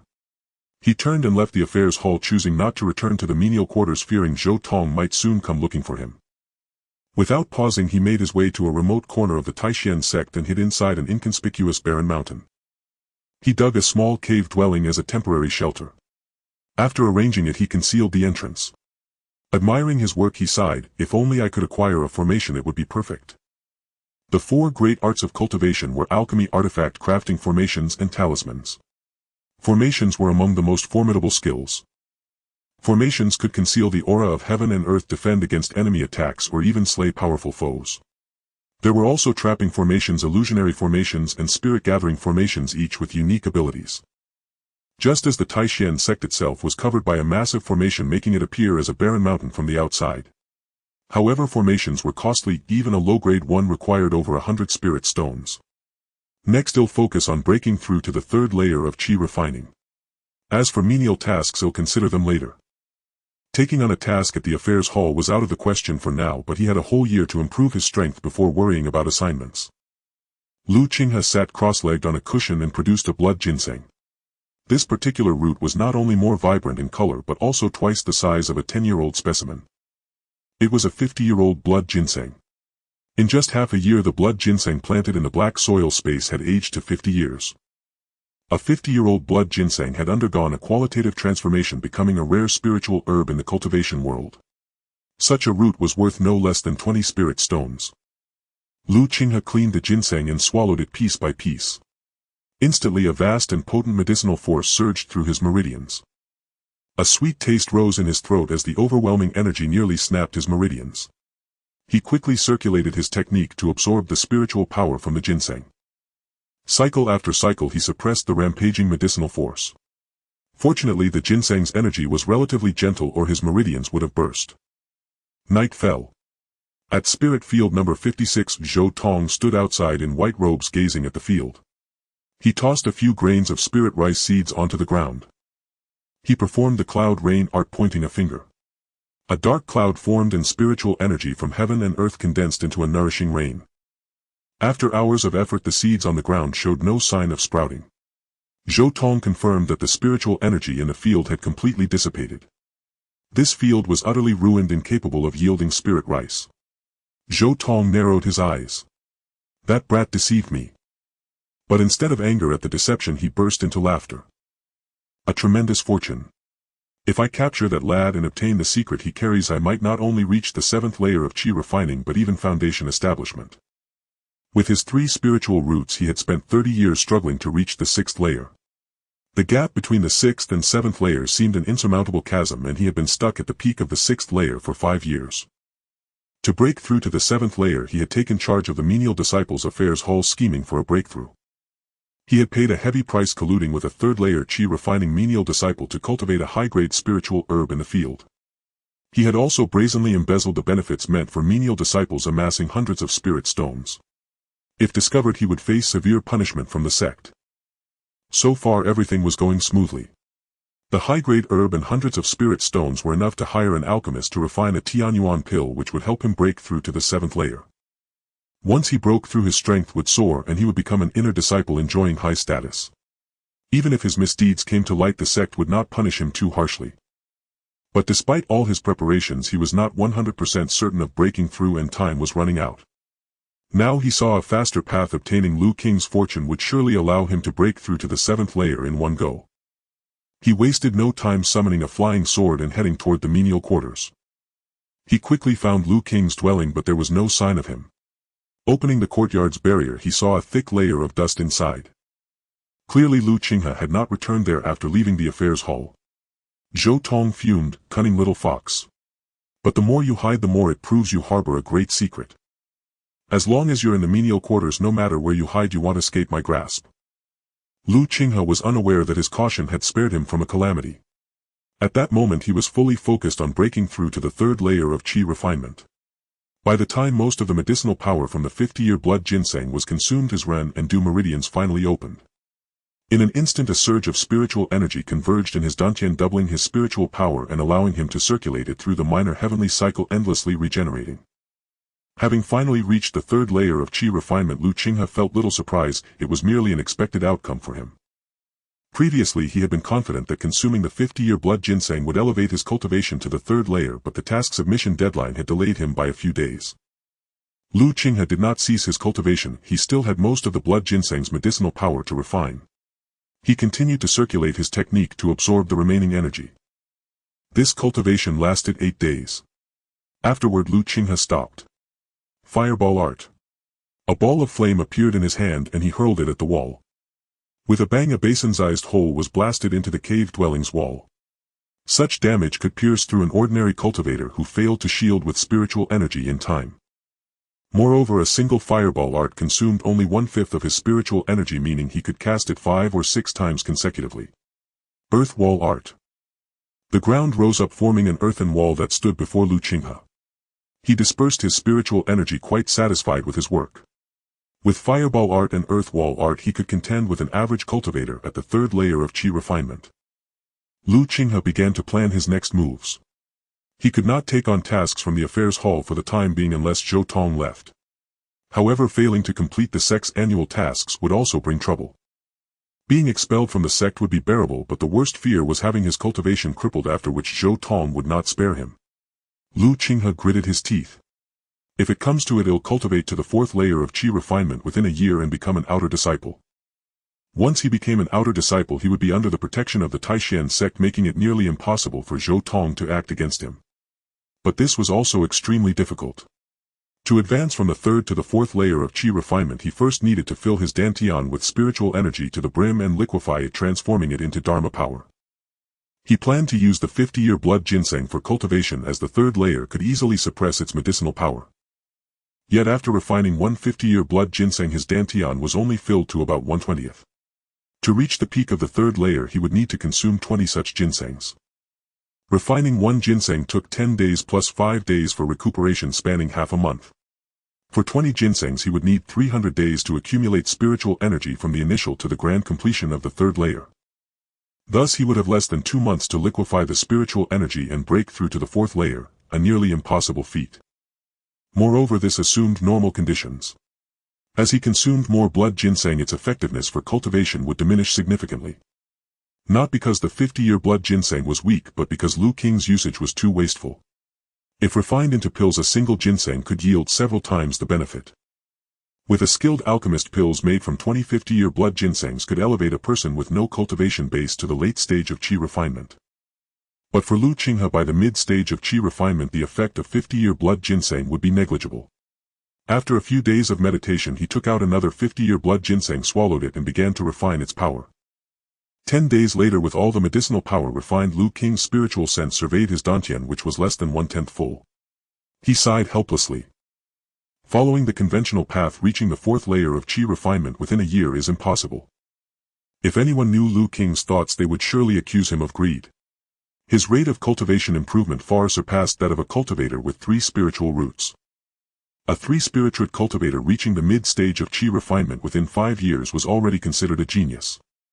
I've heard that a single spirit-gathering pill can equal months of cultivation, requiring no lengthy refinement, and its effect far exceeds blood ginseng. Pills, Lu Qinghe had seen them in the servant exchange area, but only 100 grass pills, effective only for cultivators at the 1st or 2nd layer of Qi refinement, and even less potent than 10-year blood ginseng. Thus he had not sought them out before. However, the spirit-gathering pill was a true yellow-grade low-rank elixir, a treasure for boosting the strength of all Qi refinement cultivators. But such pills would not appear among servant disciples. Even if a fortunate servant obtained a few, they would hide them and quietly refine them to increase their cultivation. If only I could enter the outer disciple exchange area. Yet it was nearly impossible for a servant disciple to become an outer disciple. Ultimately, Lu Qinghe decided to try his luck in the servant exchange area. He went there wearing only a mask, without much disguise. At the 3rd layer of Qi refinement, few in the servant area would dare provoke him. Lu Qinghe took out 100 caddies of spirit rice and a jade box containing 10-year blood ginseng, then set up a sign offering to exchange them for spirit stones or spirit-gathering pills. This immediately drew a crowd of passing servants, all stunned by the 100 caddies of spirit rice and the 10-year blood ginseng. Which senior brother is this able to bring out 100 caddies of spirit rice and that blood ginseng? Must be 10 years old. 100 caddies of spirit rice is worth 10 spirit stones, and a 10-year blood ginseng is worth 2 spirit stones. 100 caddies of spirit rice plus 1 blood ginseng could push a cultivator at the 2nd layer of Qi refinement to the 3rd layer. But which servant disciple can afford so many spirit stones, let alone pills?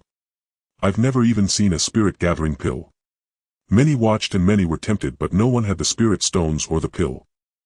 A cultivator at the 2nd layer of Qi refinement asked senior brother, could I exchange other items for a portion of the spirit rice? Lu Qinghe refused. Apologies junior brother, I only need spirit stones and pills. The 2nd layer cultivator looked disappointed but dared not say more, seeing Lu Qinghe's 3rd layer aura. Such was the cultivation world where strength reigned supreme.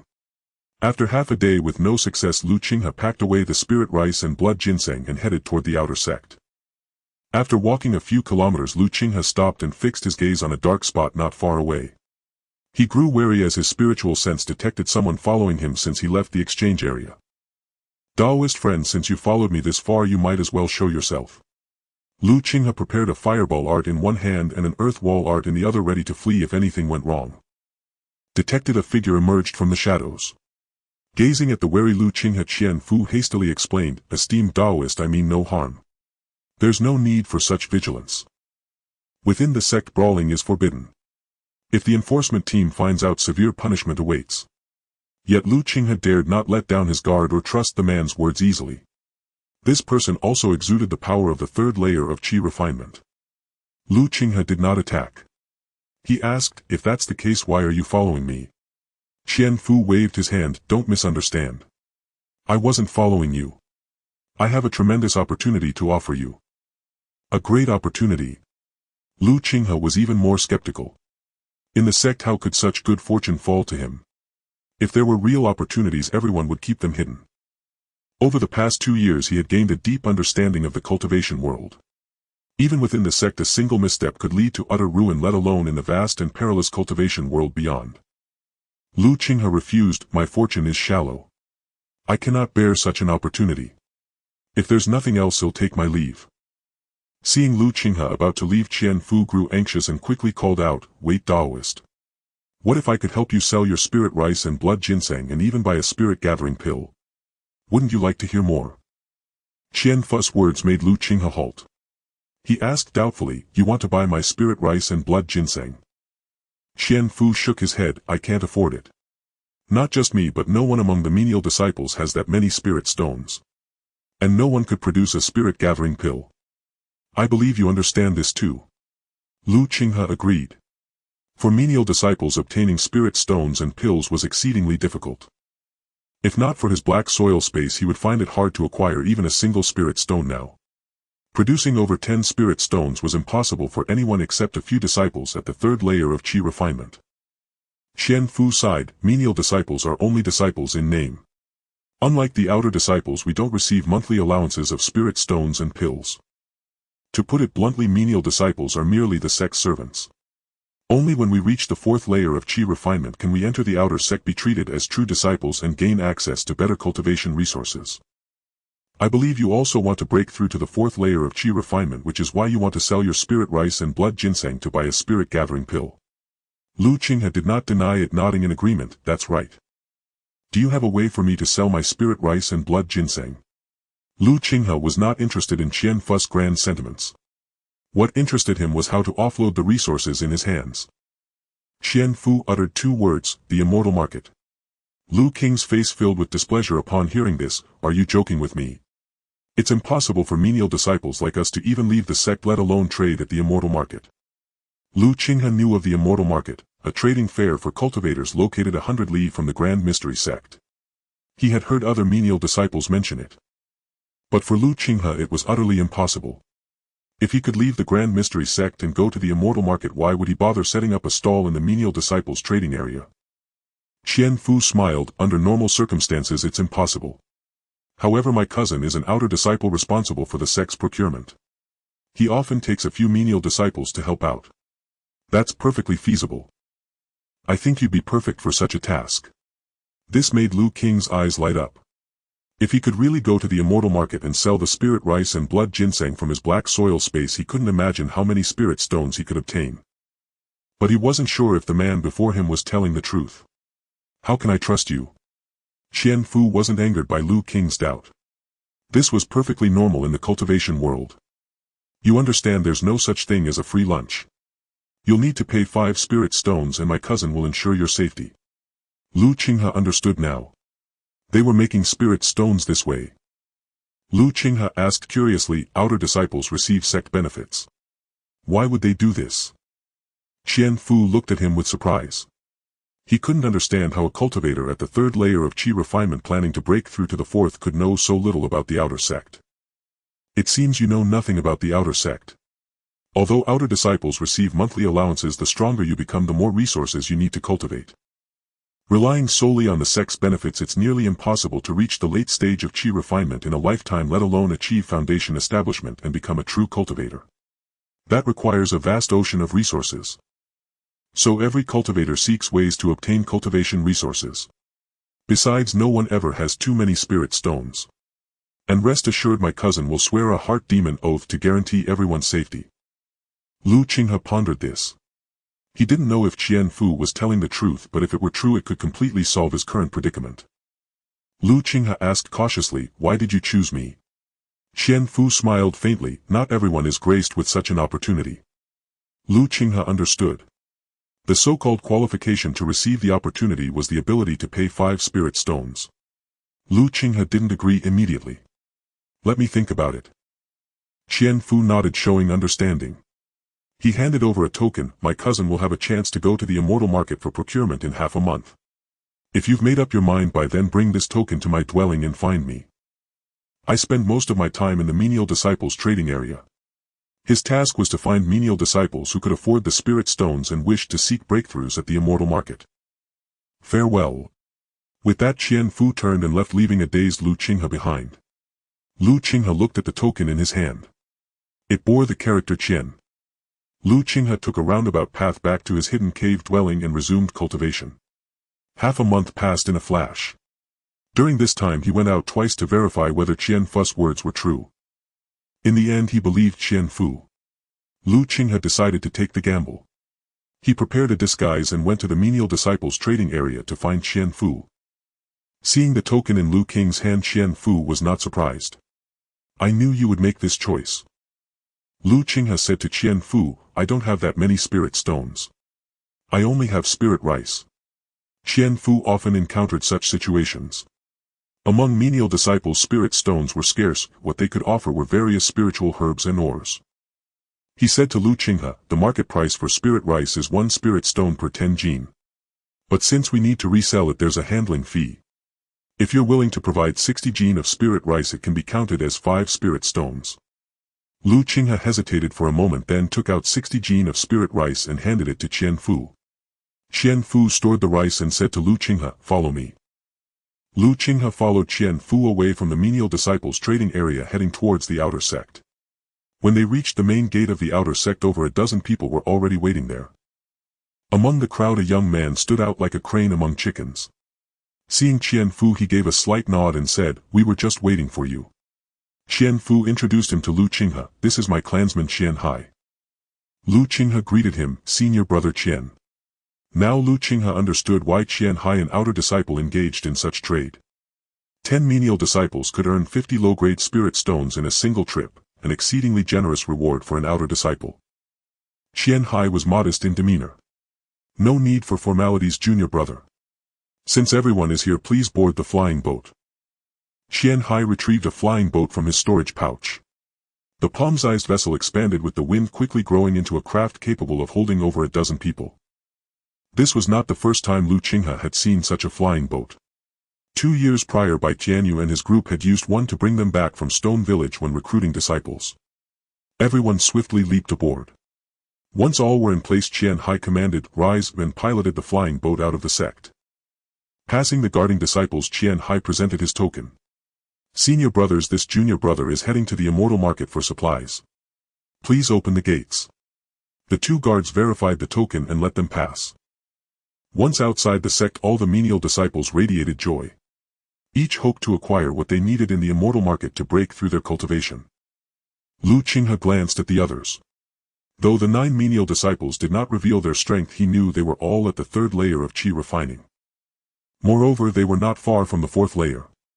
Among them were youths, middle-aged men, and even an elder past 60. Some blessed with talent and fortune had reached the 3rd layer in just a few years. Others lacking both remained at that stage even in their twilight years. A few like Lu Qinghe had disguised themselves, while others showed their true faces without concern. Acquaintances exchanged hushed whispers. Qianhe did not interfere or question this. As Qian Fu had said, his only duty was to deliver them to the immortal market and bring them back safely. After all, this was a long-term venture. Tarnishing his reputation would make it far more difficult to earn spirit stones from these Menial disciples in the future. 2 hours later, the flying boat pierced through a layer of clouds, revealing the silhouette of an immortal city below. Qianhe descended and showed his identity token from the Tai Xian sect to the immortal market guards. They immediately let him pass without collecting an entry fee. So it's a fellow Taoist from Tai Xian sect. Please enter. As one of the 3 great immortal sects of the Zhao kingdom, the Tai Xian sect commanded awe wherever it went, and the immortal market dared not offend it lightly. Qianhe led the group into the market. Once inside, he instructed them, we will stay here for 3 hours. I will not ask what you do during that time. But remember, you must gather here within 3 hours. Do not violate the market's order. The Immortal market has its enforcement team as well as foundation establishment cultivators. If trouble arises, this senior brother cannot bear the consequences. I hope you will act wisely. The 10 replied respectfully, rest assured senior brother. We understand. Qinghe waved his hand. Go about your business. Yes. The 10 scattered in different directions and Qinghe vanished into the bustling crowd. When Qinghe reappeared, he had changed his attire. He entered a spirit rice shop. The owner, seeing a customer, brightened. Fellow Taoist, what do you need? With only 3 hours, Qinghe had no time to waste. He asked the owner, Sir, do you purchase spirit rice? The owner nodded. Yes, but the price depends on the quality. Qinghe produced 1,000 caddies of spirit rice. The owner was taken aback. So much. Without even weighing it, he could roughly estimate the quantity. Qinghe had prepared his explanation. My family has 3 acres of spirit fields passed down through generations. This year's harvest was good, so I plan to sell a portion to purchase cultivation resources. This was a reasonable story, deterring prying eyes. Even if someone harbored ill intentions, they would not dare act within the market. The owner's expression grew eager. I never imagined you came from a farming lineage. Small cultivation families with spirit fields were key partners for his shop. 3 acres of spirit fields were considered quite prosperous for a minor clan. The owner opened the sack to inspect it, exclaiming in surprise, I've never seen spirit rice of such quality. This must have been cultivated on true spirit fields. Only genuine spirit fields could yield rice like this. Spirit fields were classified as inferior, low-grade, medium-grade and high-grade. The higher the grade, the denser the spiritual energy, allowing for more advanced spiritual plants. Spirit rice, a basic spiritual product, could be grown even on inferior fields. Few would waste true spirit fields on it. Though quality improved spirit rice was far less valuable than medicinal herbs. Qinghe smiled without speaking, then asked, what price would such rice fetch? The owner deliberated. We usually buy at 12 caddies per spirit stone, but your rice is exceptional. I'll offer a market price 10 caddies per spirit stone. What do you think? This exceeded Qinghe's expectations. He had assumed he would get the same rate as Qinghe, 12 caddies per stone. Deal. For 1,000 caddies, that meant 100 spirit stones. Qinghe agreed readily. The owner was delighted. Acquiring such high-quality rice would boost his shop's reputation. Fellow Taoist, exactly 1,000 caddies. Here are 100 spirit stones. If you ever have rice of this quality again, please consider my humble shop. Agreed. Qinghe took the spirit stones, bid farewell and left, leaving the owner lost in thought. The owner wondered which nearby cultivation family with spirit fields could produce so much rice of such quality. Qinghe changed his appearance several times and visited a few more rice shops to sell his stock. Though spirit rice was the lowest grade of spiritual produce, it was a staple for low-level cultivators and a necessity in the Immortal market. The price was roughly 10 caddies per spirit stone. Qinghe dared not sell too much. He offloaded 11,000 caddies, earning 1,000 spirit stones. Though the Azure Cloud Immortal market was vast with over 100,000 cultivators, including rogue cultivators and clan members, selling his entire stock might attract the attention of the market's higher-ups and bring trouble. Unbeknownst to Qinghe, the sudden appearance of over 10,000 caddies of premium spirit rice in the market still caused a stir, prompting some to investigate. His caution had once again spared him from many potential troubles. At this moment Qinghe appeared before a luxurious shop front, the Spirit Herb Pavilion, one of the more formidable powers within the Immortal market. After all, elixirs were a cultivation resource coveted by every cultivator, and they were one of Qinghe's objectives this time. Qinghe stepped into the Spirit Herb Pavilion. The moment Qinghe entered the Spirit Herb Pavilion, a maidservant approached and inquired, Fellow Taoist, what elixirs do you wish to purchase? Qinghe first asked, do you acquire medicinal herbs here? The maidservant was taken aback, not expecting that Qinghe had come to sell herbs. The maidservant nodded. We accept herbs of good quality. What herb does fellow Taoist wish to sell? Qinghe produced 2 jade boxes, each containing a 50-year-old blood ginseng. Seeing the blood ginseng, the maidservant's eyes lit up. A 50-year-old blood ginseng. It can be used in refining mid to high-grade elixirs. Qinghe asked, how many spirit stones would the Spirit Herb Pavilion offer for these? The maidservant pondered for a moment. The pavilion is just about to refine a batch of yellow dragon pills which require blood ginseng. For such 50-year-old specimens we can offer 30 spirit stones each. Qinghe was startled. He had thought a 50-year-old blood ginseng would be worth no more than 20 spirit stones, never expecting such a high price of 30. Seeing Qinghe's silence, the maidservant said, "Fellow Taoist, this is the highest price the Spirit Herb Pavilion can offer, and it is definitely the best price in the entire Qinghe Immortal market. Elsewhere you might only get 25 spirit stones." Deal. Qinghe sold the 2 blood ginsengs to the Spirit Herb Pavilion for 60 spirit stones, but he did not take the stones. Instead he asked the maidservant, "How much is a bottle of spirit gathering pills here?" The maidservant replied with a smile, 10 spirit stones per bottle. The price was slightly higher than outside, but the quality of the pavilion's elixirs was superior. "Exchange all my spirit stones for spirit gathering pills." "Very well." The maidservant went to the counter and brought back 6 bottles of spirit gathering pills, handing them to Qinghe. He opened a bottle and a rich fragrance wafted out, confirming the pills were genuine. "Thank you." The maidservant flashed a charming smile. "If fellow Taoist ever has more blood ginseng of this age or wishes to purchase elixirs, I hope you will come to the Spirit Herb Pavilion. We will surely satisfy you." "Certainly. Farewell." Qinghe hurriedly left with the elixirs. After he departed, the maidservant put away the jade boxes of blood ginseng. "I hope this 50-year-old blood ginseng will increase the elder's success in alchemy." Qinghe did not continue selling. Instead he entered several other shops to purchase the items he needed. First he spent 100 spirit stones on 10 bottles of spirit gathering pills. Combined with the previous 6, he now had 16 bottles, enough for his cultivation for some time. It might even be possible for him to directly advance to the 4th layer of Qi refining.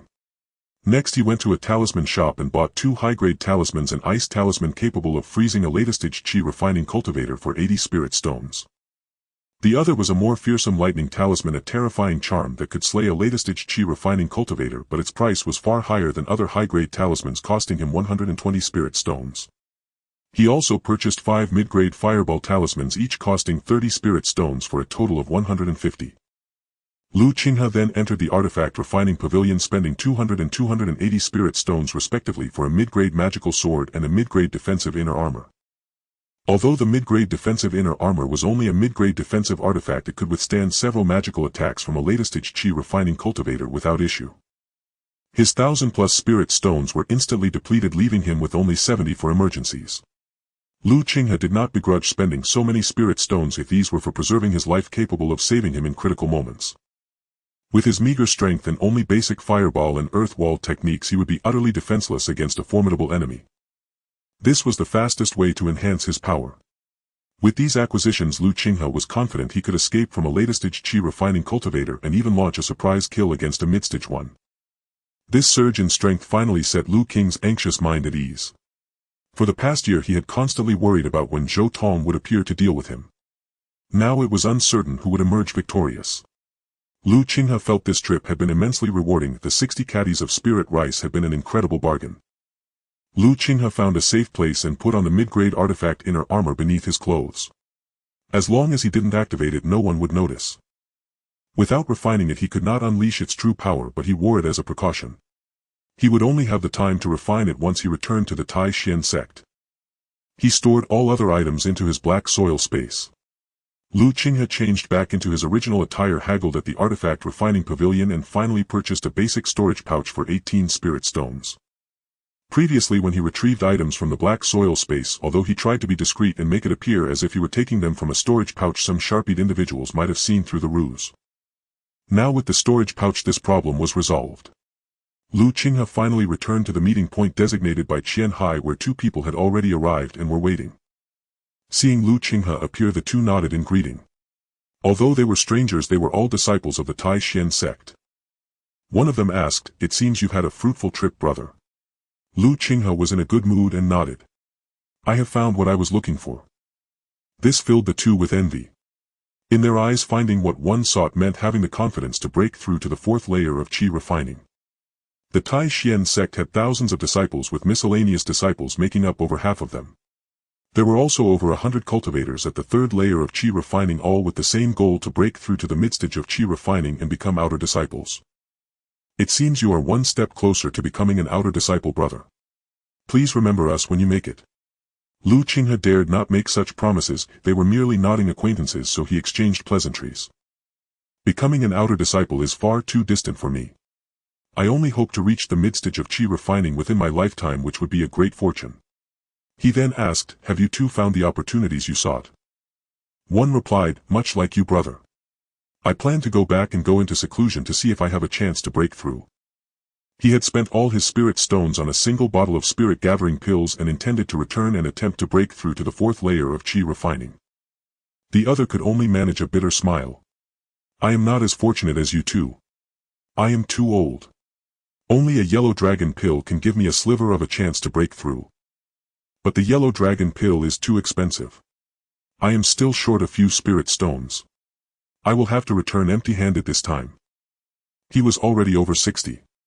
Spirit gathering pills were no longer effective for him, he needed the more advanced yellow dragon pill, a mid-grade elixir. A bottle of yellow dragon pills cost over 100 spirit stones and a single pill cost 20. Unable to afford it, he returned in disappointment, having been the first to come back. Qinghe and the other showed sympathy. Having failed to purchase the elixir this time, it would take years to accumulate enough spirit stones to return to Qinghe Immortal Market. The previous person said, Brother Dao, save up a bit more and one day you will surely be able to purchase the yellow dragon pill. He cupped his hands, I hope your kind words come true. I too wish for that day. In his heart he had already abandoned hope for the yellow dragon pill. Including travel expenses, he would need to save at least 10 spirit stones, which would take him years. By then even the yellow dragon pill might not help him break through. He would turn into a handful of yellow earth in 100 years, his life and Dao extinguished. Another brother Dao has returned. The three turned their gaze to see another person approaching. Seeing them, he cupped his hands, 3 brothers Dao, I didn't expect to return earlier than Li. After exchanging greetings, he found a spot and waited quietly. As the time drew near, people began to return one after another. Some were overjoyed, indicating they had obtained what they desired and might make even greater progress upon returning. Others were dejected, having wasted 5 spirit stones in vain. When the time came, Qinghe finally arrived, taking in everyone's emotions. He addressed the group, to the junior brothers who have obtained their fortune, I congratulate you here. It may not be long before we meet again in the outer sect. As for those who did not, do not be disheartened. I come to Qinghe Immortal Market for procurement every half year. When the time comes, you may contact Haifu if you have needs. Everyone expressed their thanks. Qinghe then led the group away from Qinghe Immortal Market, heading back to Tai Xian Sect. After advancing several dozen kilometers, the previously calm spiritual energy of heaven and earth began to show signs of instability. Several white clouds drifted closer to the flying vessel. Everyone noticed the anomaly and grew alert, they were in trouble.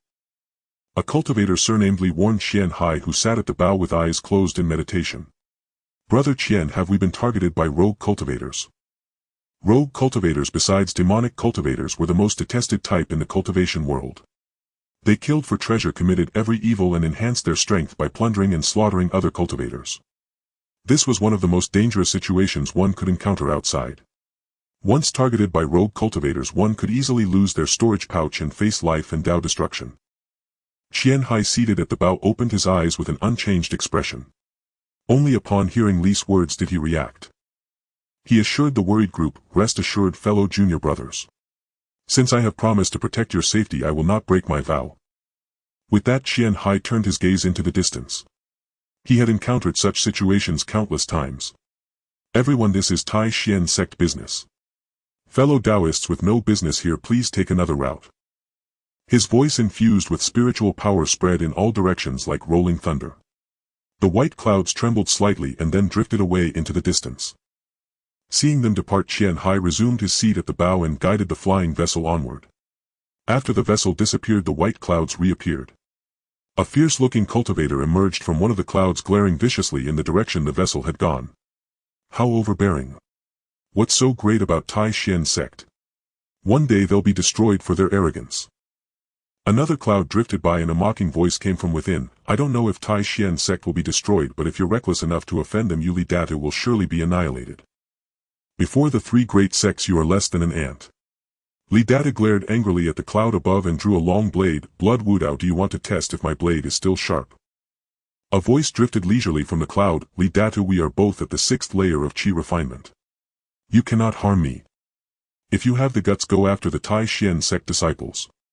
Perhaps the spoils will help you break through to the 7th layer. Then I might bow to you.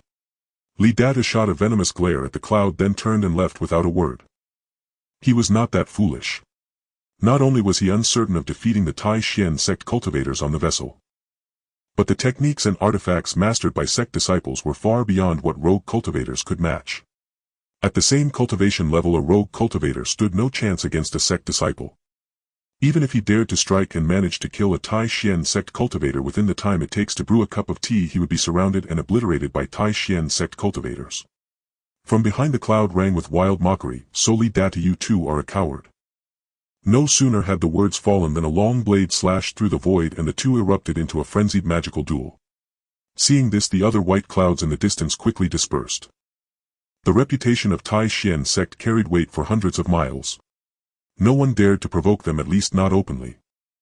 Thus Qinghe safely led the group back to Tai Xian sect without incident. Before parting, he addressed everyone once more. "Junior brothers, in half a year those who wish to go to Qinghe Immortal Market again should prepare 5 spirit stones. Everyone cup their hands, we will surely seek you out then, brother." Qinghe then walked toward the outer sect. As he disappeared from view, everyone wore expressions of envy. Becoming an outer sect disciple was the goal they all strived for. They believed that one day they would enter the outer sect, especially those who had purchased the elixir. For them that day was not far off. Qinghe shared the same thought, to enter the outer sect as soon as possible. Only by doing so could he obtain the cultivation techniques for the 4th layer of Qi refinement and beyond. Otherwise his cultivation would remain stuck at the 4th layer. Moreover, becoming an outer sect disciple meant less fear of persecution and oppression, as well as the opportunity to travel between the sect and the market in exchange for cultivation resources. After bidding each other farewell, everyone returned to the miscellaneous affairs courtyard. Qinghe also went back to his own room. It had been over a year since he last returned, and the entire courtyard was covered in a thick layer of dust. But Qinghe noticed unfamiliar footprints in the dust on the ground. After a moment's thought, he understood. Zhou Tong must have come looking for him. Only Zhou Tong could ignore the courtyard's restrictions and enter. Qinghe did not bother cleaning the small courtyard. Instead, he entered the cave dwelling and with a flicker vanished from the ground, entering the black soil space. Not long after, a figure appeared in the small courtyard. Zhou Tong swept his spiritual sense around but found no trace of Qinghe. Zhou Tong cursed, "What a cunning brat. He must have sensed something and fled in a hurry." He had placed a restriction on the courtyard's barrier so he would know the moment it was opened. He never expected to come up empty-handed. He couldn't understand how such a young boy could be so devious. "Today you'll see where you can run." Believing Qinghe couldn't have gone far, he quickly left the small courtyard and began tracking in the vicinity. Qinghe was unaware that Zhou Tong had gone to great lengths to tamper with the courtyard's restrictive array.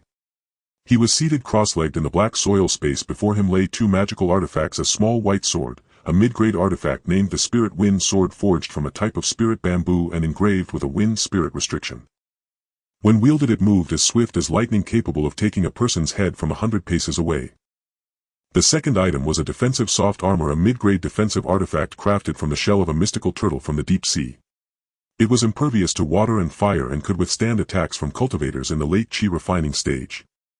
What Qinghe needed to do now was to refine these 2 artifacts so that he could fully unleash their power and wield them as if they were extensions of his own will. Qinghe picked up the Spirit Wind Sword, imprinted his spiritual mark upon it, and began the slow process of refining it with his spiritual energy. It took him an entire month to fully refine both the Spirit Wind Sword and the profound turtle armor. Qinghe manipulated the Spirit Wind Sword, making it dance through the air. He could now drive the sword to attack. Withdrawing the sword, a smug smile spread across his face. For outer sect disciples, a mid-grade artifact was a treasure rarely encountered and hard to come by. Most outer disciples could only wield low-grade artifacts. Higher-grade artifacts were simply impossible for a cultivator in the mid-Qi refining stage to possess. Even those in the late Qi refining stage found them difficult to obtain. A mid-grade artifact was worth between 180 and 350 spirit stones, while a high-grade artifact was worth several times more. The cheapest high-grade artifact cost at least 800 spirit stones, and a good one could be over 1,000. He now possessed 2 mid-grade artifacts, one offensive and one defensive. The mid-grade defensive armor could block attacks from mid-Qi refining cultivators, while the Spirit Wind Sword could shatter their spiritual energy shields. Lu Qinghe was confident that his current strength was no less than that of a mid-Qi refining cultivator. Such was the power of magical artifacts. Every cultivator yearned to possess a powerful artifact to accompany them. Yet artifacts were not omnipotent, they had their drawbacks. One was that at the third layer of Qi refining Lu Qinghe could not use them to fly. Another was that the spiritual energy of a third-layer cultivator was too meager. Once his spiritual energy was depleted, the artifacts would lose their function, leaving him a lamb to the slaughter.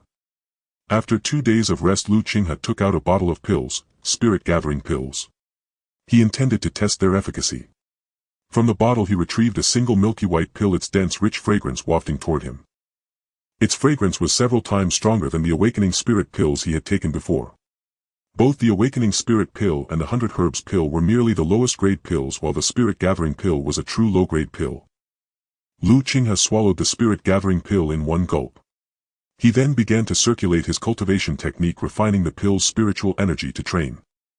2 hours later, Lu Qinghe had completely refined the spirit gathering pill. Although his cultivation had increased considerably, it was not as much as he had anticipated. Lu Qinghe calculated that the effect of one spirit-gathering pill was merely 1/5 that of consuming a 50-year-old blood ginseng. It would take 5 spirit-gathering pills, 1 full bottle, to match the effect of that 50-year-old ginseng. Yet this was not to say that the spirit-gathering pill was useless. For Lu Qinghe, its utility far surpassed that of the blood ginseng. The medicinal power of the spirit-gathering pill was more suitable for cultivation than that of the ginseng. He could refine 1 pill per day and thus a full bottle in 5 days. Compared to the half-month needed to refine the blood ginseng, this was 3 times faster. That meant if he had an endless supply of spirit-gathering pills, the time required to reach the 4th layer of Qi refining would be reduced by 2/3. Then there was the cost of 50-year-old blood ginseng was worth 25 spirit stones, while a bottle of spirit-gathering pills cost only 10.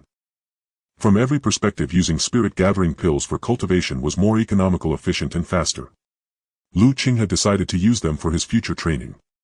He was confident he could bring his third-layer cultivation to perfection within 4 months. Lu Qinghe turned his attention to the black soil space. Dozens of blood ginsengs were planted in a patch, with the oldest one soon reaching a century of age and gaining spiritual essence. At that point its value would be several grades higher than that of a 50-year-old ginseng. A 10-year-old blood ginseng was considered a low-grade spiritual herb, a 50-year-old a mid-grade herb, and a century-old blood ginseng was a high-grade spiritual herb, exceedingly precious.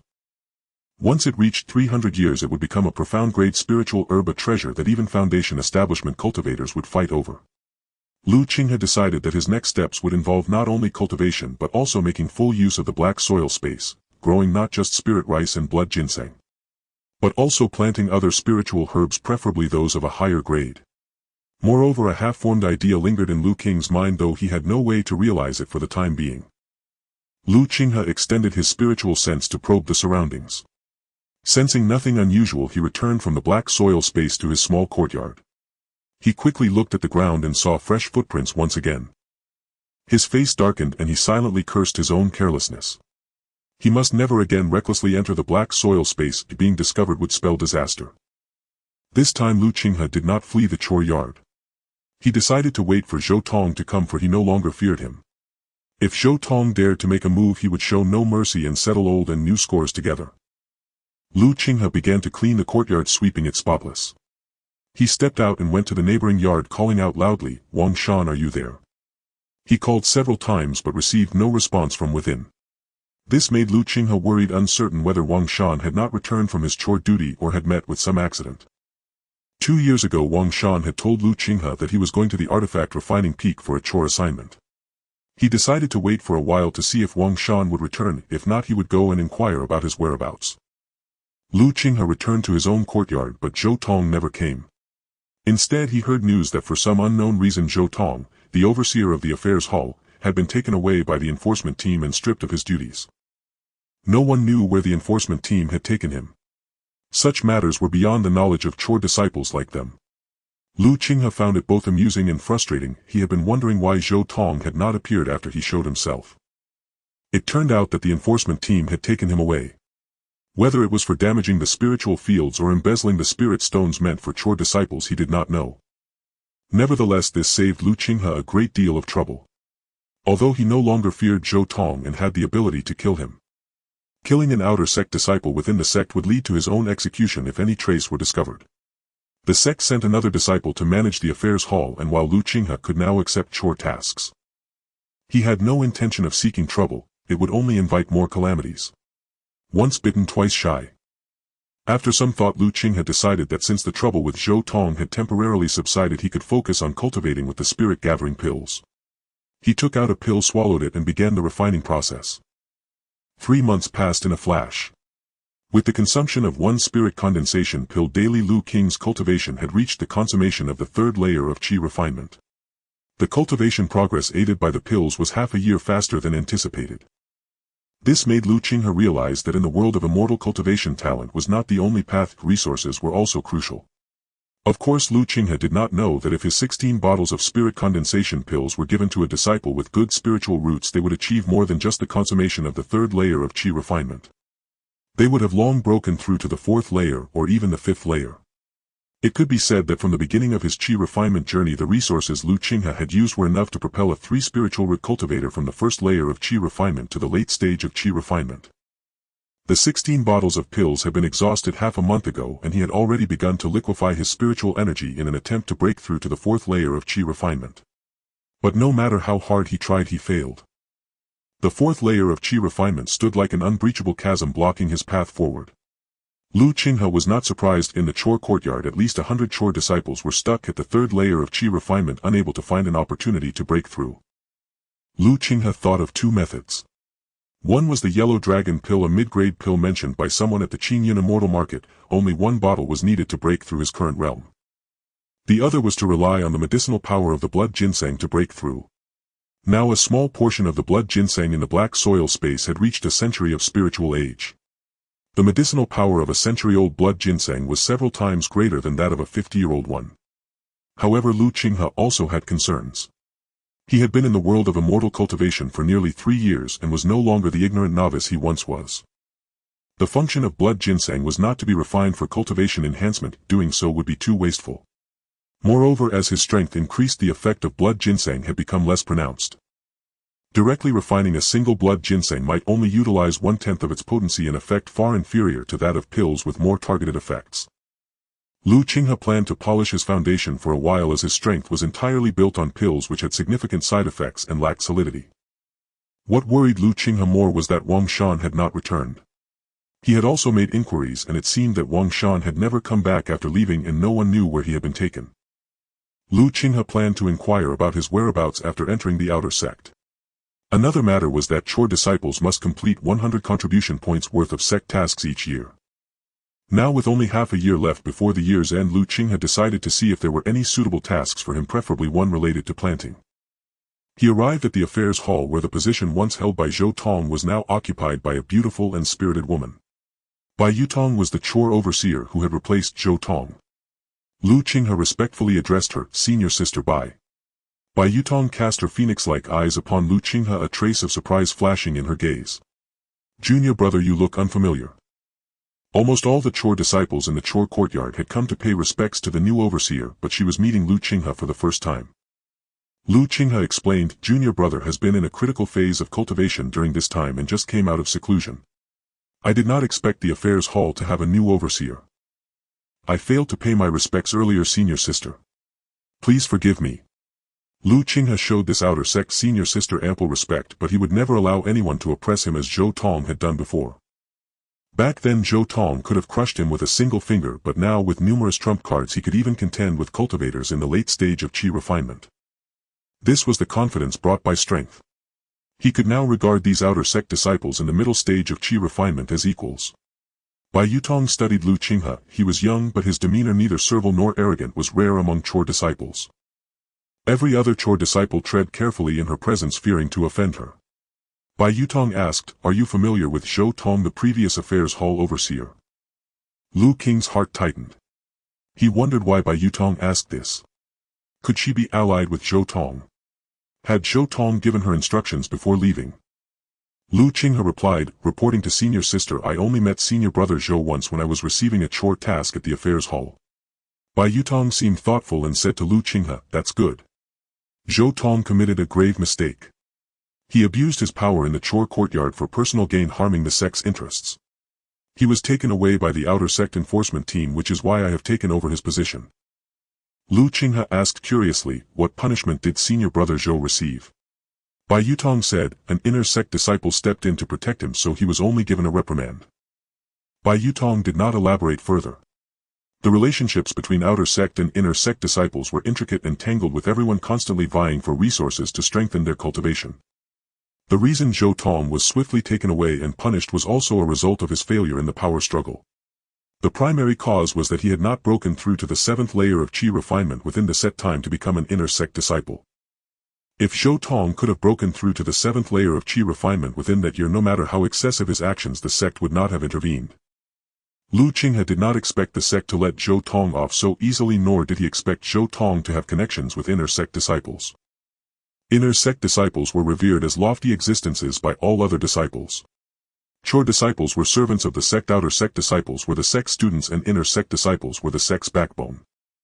Except for a few with exceptional spiritual roots who could directly become inner sect disciples, every other inner sect disciple had a cultivation base in the late stage of Qi refinement. They were the cultivators closest to the foundation establishment realm and the most likely to break through to it, representing the greatest hope of the sect. The strength of a sect did not rely on numbers but on its high-end power. In the state of Zhao, the foundation establishment realm already held a certain deterrent force. Lu Qinghe, of course, could not fathom the intricacies involved. He only hoped that Zhou Tong would not come looking for trouble again, or else he would show no mercy. Having tasted the cold and warmth of life since childhood, Lu Qinghe knew how to survive better. Just as he with 5 spiritual roots had managed to enter the Tai Xian sect, another child would not have been able to evoke the sympathy of the sect's disciples and ultimately enter the Immortal sect. Seeing Lu Qinghe lost in thought, Bai Yutong asked, "Junior brother, what business do you have at the affairs hall?" Lu Qinghe snapped out of it and quickly replied, "I am here to receive this year's chore task." Bai Yutong had already guessed his purpose. She said, "More than half the year has passed and most chore tasks have already been taken. I still have a few tasks of greater difficulty on hand. Except for a couple, none can be completed with sufficient merit by the end of the year." Lu Qinghe frowned. He asked Bai Yutong, "Senior sister, could you show me those tasks that can be completed with enough merit by the end of the year?" Bai Yutong waved her hand and 6 jade slips appeared in Lu Qinghe's hand. Lu Qinghe immediately began to examine them. The first jade slip detailed the mining of cold iron ore from the frigid lake, a precious mineral used by the artifact refining peak for crafting magical implements. Infusing a magical artifact with cold iron ore allowed it to harness a chilling power that greatly amplified its might. However, there was a significant risk of the cold energy invading one's body, which could at best damage the meridians and at worst cause one's cultivation to regress with no hope of further advancement. The second jade slip was for a medicine testing apprentice tasked with experimenting on pills for alchemists researching new formulas. The compensation was generous, offering not only merit points but also a spirit stone each month. Yet with greater rewards came greater peril. This task carried an immense risk of death. There were also tasks for tending to spirit beasts. Encountering a gentle-natured beast was fortunate, but a volatile one could lead to injury. Simpler tasks existed as well, such as assisting talisman masters in crafting talisman paper, which required a foundational skill in talisman making.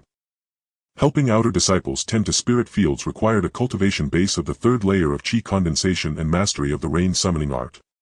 Lu Qinghe surveyed the options but found almost no task he could undertake. Seeing Lu Qinghe's predicament, Bai Yutong spoke up, "Junior brother, if you find no suitable task, I have one in mind." Lu Qinghe turned to her and said, "Please enlighten me, senior sister." Bai Yutong explained, "Suspected demonic activity has arisen within the borders of the state of Zhao, right within the territory of our Tai Xian sect.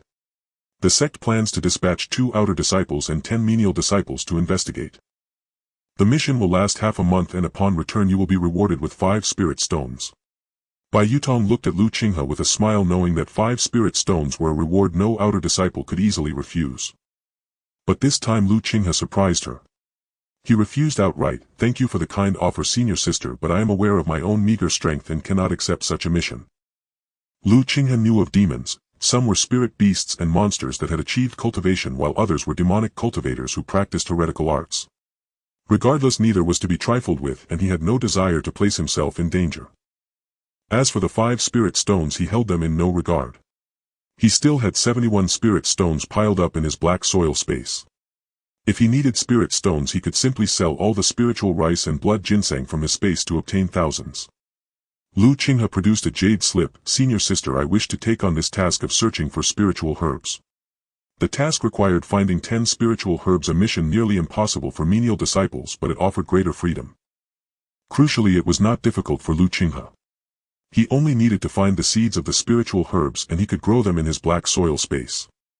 The decade-aged herbs there would easily meet the requirement. Bai Yutong stared at Qinghe in astonishment. He had not only refused her offer but had chosen an even more difficult task. Without further comment, Bai Yutong said to him, "Then this task is yours, junior brother.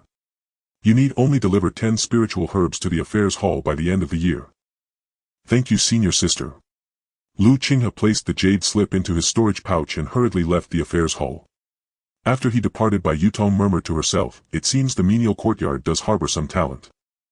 Though Qinghe had piqued her curiosity, he was merely a menial disciple and she did not dwell on it, returning instead to her own affairs. Qinghe did not return to his quarters but went directly to the menial trade area. He set up a sign that read, "Purchasing spiritual herb seeds at a high price. Also seeking wood attribute techniques, metal attribute techniques, and the lesser rain summoning art." This time Qinghe did not conceal his identity. He knew he could not hide forever within the sect. This attracted the attention of several cultivators, but far fewer than when he had openly sold spiritual rice. Qinghe waited the entire afternoon, yet no one approached him for a transaction. Qinghe rose and left, understanding that finding what he needed in this place was nearly impossible. Qinghe called out at Wang Shan's courtyard a few more times but received no response. He returned to his own yard, intending to go into seclusion and break through to the 4th layer of qi condensation. This seclusion lasted a full month. During this time he not only refined all the spiritual energy of the 3rd layer but also liquefied the spiritual energy in his dantian drop by drop. Finally he consumed a century-old blood ginseng, which allowed him to successfully break through to the 4th layer of qi condensation. Simultaneously Qinghe discovered that blood ginseng had become far less effective for further cultivation, possibly even inferior to spirit condensation pills. To continue cultivating quickly he needed either spirit condensation pills or even yellow dragon pills, or to find spiritual herbs that could directly enhance his cultivation and plant them. With a breakthrough to the 4th layer of qi condensation he could enter the outer sect. Becoming an outer disciple would allow him to realize many of his plans. Qinghe gathered his belongings and left the menial courtyard, heading to the affairs hall. Entry into the outer sect required approval from the stewards there. Bai Yutong, having no pressing duties, was cultivating in the main hall of the affairs hall. Qinghe greets senior sister. Hearing his voice, Bai Yutong opened her eyes and looked at him with some surprise. "Junior brother, have you come to complete your task?" She seemed to remember him. Qinghe replied, "Finding spiritual herbs is not so simple. I was fortunate enough to break through to the 4th layer of qi condensation by chance. I humbly ask senior sister to recommend me for entry into the outer sect." Qinghe's words stunned Bai Yutong. She looked him up and down, her expression turning serious. "Junior brother, are you jesting?" Though she did not know his exact age, she could tell he was quite young. At such an age, reaching the 1st or 2nd layer of qi condensation would be remarkable. How could he possibly be at the 4th layer? "Please judge for yourself, senior sister." Qinghe displayed the mana of the 4th layer of qi condensation, leaving Bai Yutong genuinely shocked. She confirmed that he had indeed reached the 4th layer. Curious, she asked, "How did you achieve the 4th layer of qi condensation?" Qinghe recounted the story he had prepared. "I took on the task from the affairs hall to find spiritual herbs. By good fortune I discovered a blood ginseng. Unable to resist, I consumed the blood ginseng and managed to break through to the 4th layer of qi condensation." Bai Yutong probed his mana and indeed detected the potent medicinal aura of the blood ginseng. She could not help but sigh. "You are truly fortunate, junior brother. The spiritual herb you consumed was at least a century old. Consuming such blood ginseng directly is a terrible waste. If it were refined into a pill, the effect would be immeasurably greater. But junior brother, did you truly find the blood ginseng by accident?" Qinghe answered earnestly, "Absolutely true." Bai Yutong said enviously, "You are indeed lucky, junior brother." Yet in her heart she did not believe him. She was more inclined to think that Qinghe had obtained a century-old blood ginseng long ago and had chosen this moment to refine it. She did not pry further, for everyone had their own opportunities and secrets, and she was not one to seize others' fortunes by force. "I will take you to the outer sect to register." Bai Yutong rose and a long sword appeared beneath her feet. She grabbed Lu Qinghe and flew out of the affairs hall heading toward the outer sect. When they landed they stood before a grand hall. Bai Yutong respectfully called out to the great hall, "Outer disciple Bai Yutong greets Elder Wu." From within the hall came a deep voice, "Enter." Bai Yutong quietly instructed Lu Qinghe, "Inside is Uncle Wu at the third layer of Foundation establishment. Be respectful." Lu Qinghe sincerely thanked her, "Thank you for the reminder, senior sister." Entering the realm of cultivation, this was the first time Lu Qinghe had encountered such a gentle-natured cultivator. Previously, whether it was the outer disciples recruiting from Stone Village or figures like Zhou Tong, they were all aloof and condescending, refusing to even glance at lower-level cultivators. Especially he with his 5 spiritual roots was the most looked down upon. Bai Yutong smiled and said, "You're too kind, junior brother. Since you become an outer disciple, I as the attendant of the affairs hall will receive considerable rewards from the sect." The two entered. An elder in a red robe sat at the center of the hall, his profound aura pressing down on Lu Qinghe, making it hard to breathe. Lu Qinghe had seen a Foundation establishment true person before when he entered the Chores courtyard. Back then, during the sect's decennial recruitment, a Foundation establishment elder presided over the courtyard. But at that time the true person had not exerted any power, or perhaps Lu Qinghe, lacking cultivation, could not sense it. Now he felt the terror of a Foundation establishment true being. His immense mana was as deep and vast as the ocean. The red-robed elder glanced at Lu Qinghe with surprise, not out of interest but puzzled why Bai Yutong had brought a Chore disciple here. "Greetings, uncle." The red-robed elder asked, "Niece, by what brings you to the outer sect affairs hall? Have you broken through to the late Qi refining stage to enter the inner sect?" Bai Yutong replied, "Reporting to uncle, this disciple is still far from the late Qi refining stage. It will take at least 3 to 5 years to break through so easily. This disciple is stationed at the Chore's peak. Now a Chore disciple has cultivated to the 4th layer of Qi refining and is qualified to become an outer disciple. I have brought him here for you to register, uncle." The red-robed elder fixed his gaze on Lu Qinghe, who felt a piercing chill as if his entire being was laid bare. After a moment the elder said, "You seem quite young. To have reached the 4th layer of Qi refining on the Chore's peak is rather interesting. However, your cultivation relies entirely on medicinal power with a shallow foundation. It's unlikely you'll achieve much." He saw at a glance that Lu Qinghe's strength was entirely built on pills. He had been curious how such a young Chore disciple could reach the 4th layer of Qi refining. But now he had lost all interest. He concluded that Lu Qinghe would almost certainly never break through to the late Qi refining stage. Pills were good things but also deadly poison. They brought rapid progress early on, but at a certain realm further advancement became impossible. Lu Qinghe hadn't expected the Foundation establishment true person to see through him so thoroughly. In his heart he instantly developed a deep wariness of the true person. Lu Qinghe answered cautiously, "Reporting to elder, this disciple accidentally obtained a blood ginseng. After consuming it I smoothly broke through to the 4th layer of Qi refining." The red-robed elder nodded, "I saw that. A century-old blood ginseng, what a pity it was wasted on you. Give me your token." Lu Qinghe respectfully handed over his identity token. The elder waved his hand and the token flew into his grasp. The red-robed elder took out another token and cast several hand seals. Lu Qinghe's identity token merged with the elder's token. The elder produced a storage pouch and tossed it to Lu Qinghe along with the token. "You are now an outer disciple of the Tai Xian sect. In the pouch are your benefits as an outer disciple: a bottle of spirit-gathering pills and 5 spirit stones. From now on you may also receive a bottle of 100 herbs pills and 1 spirit stone each month. This identity token is no ordinary object, it is a low-grade magical artifact. I hope you cultivate diligently and do not disgrace the name of Tai Xian sect." Lu Qinghe hadn't expected the token to be a low-grade magical artifact. Lu Qinghe bowed in thanks, "Thank you, elder. Get out. Find yourself a cave dwelling in the outer sect. Don't disturb my cultivation unless you reach the late Qi refining stage." Lu Qinghe and Bai Yutong were driven out. Bai Yutong explained helplessly, "Elder Wu has that temperament, hot-tempered. But he is a top-grade alchemist, highly esteemed." Lu Qinghe hadn't realized the elder was an alchemist, a top-grade alchemist capable of refining top-grade pills. Though Elder Wu's attitude was harsh, he hadn't obstructed Lu Qinghe's entry into the outer sect, which was already quite good for him. Lu Qinghe said, "Just becoming an outer disciple smoothly is a great blessing for me." Bai Yutong, having completed her task, took her leave. "The details of the outer sect are in your storage pouch. I won't ramble. If you ever take an interest in talisman and formation arts, feel free to visit me at the Talisman and Formation Peak. Bai Yutong left on her flying sword. Lu Qinghe watched her departure with envy. Though he was at the 4th layer of Qi refining and could fly on objects, he had yet to learn the skill. More importantly, the flying sword in his possession was a mid-grade magical artifact. Using it for flight would inevitably invite unnecessary trouble. He could only walk away into the distance.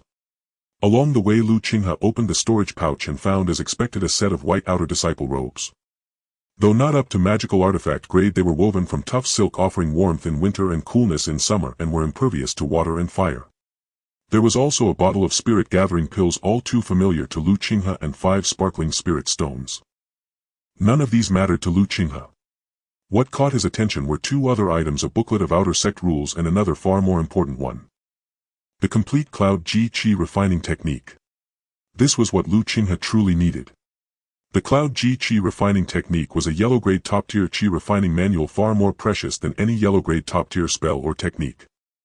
Compared to lower or mid-grade cultivation techniques, it offered faster cultivation speed and greater power.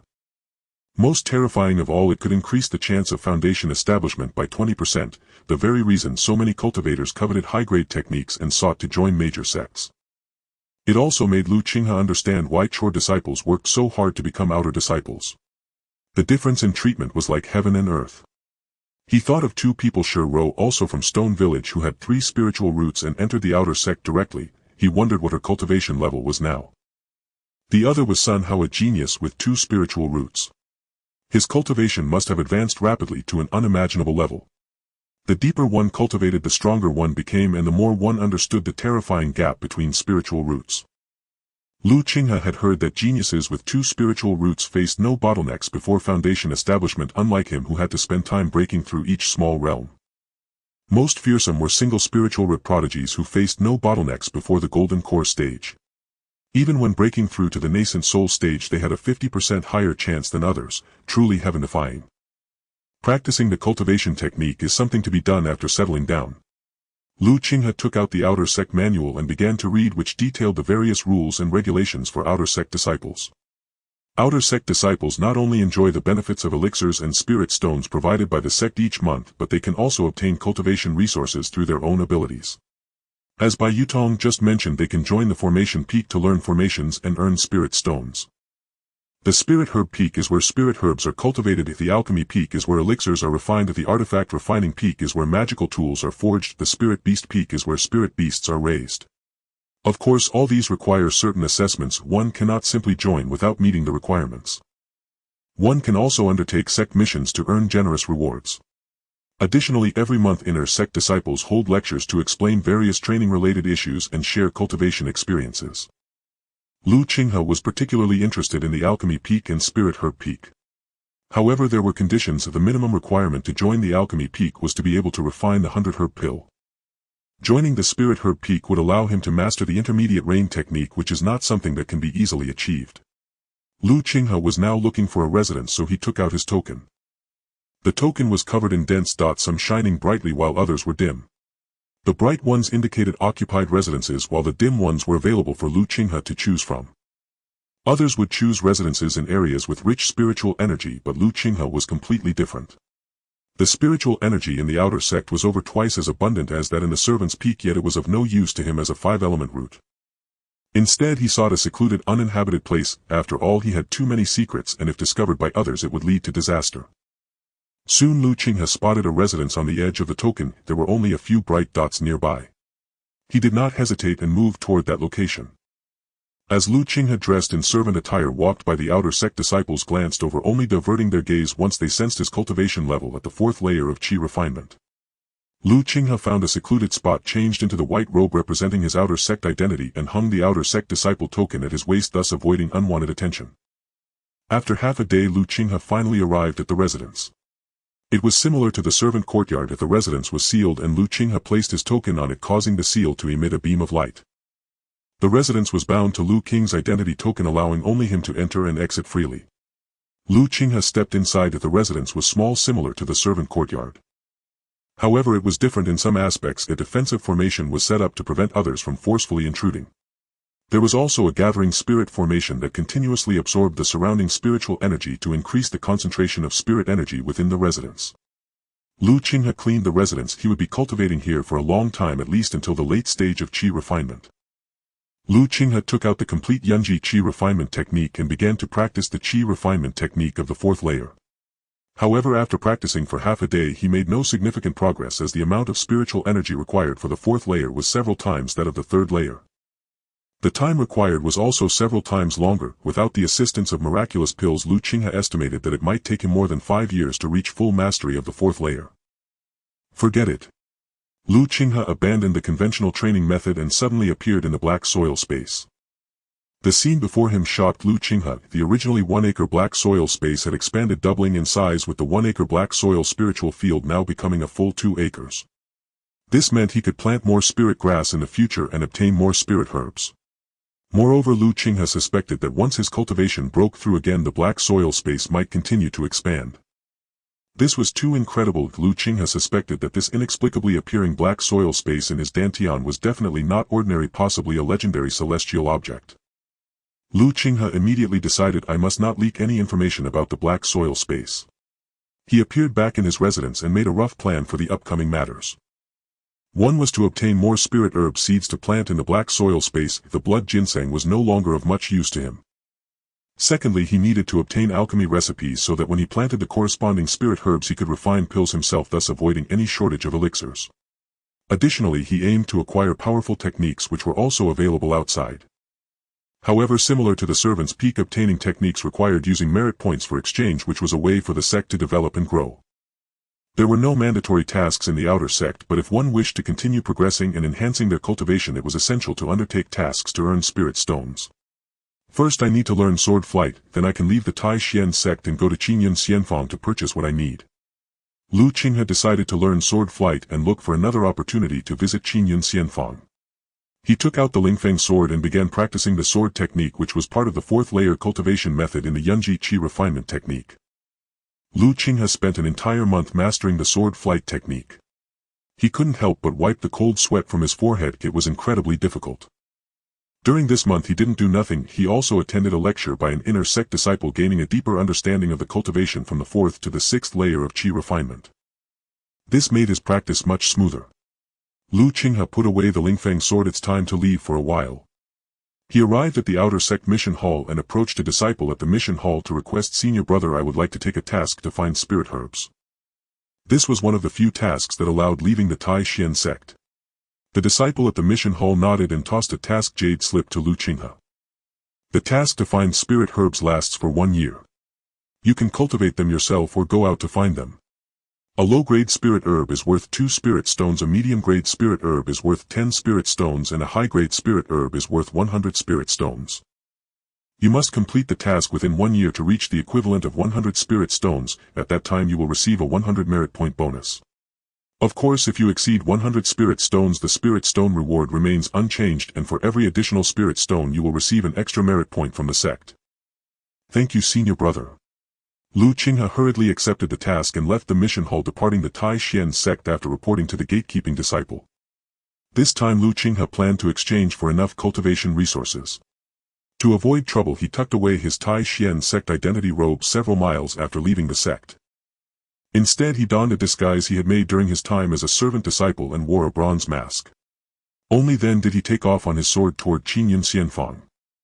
However, last time he came by flying boat, which was a true flying artifact with incredible speed.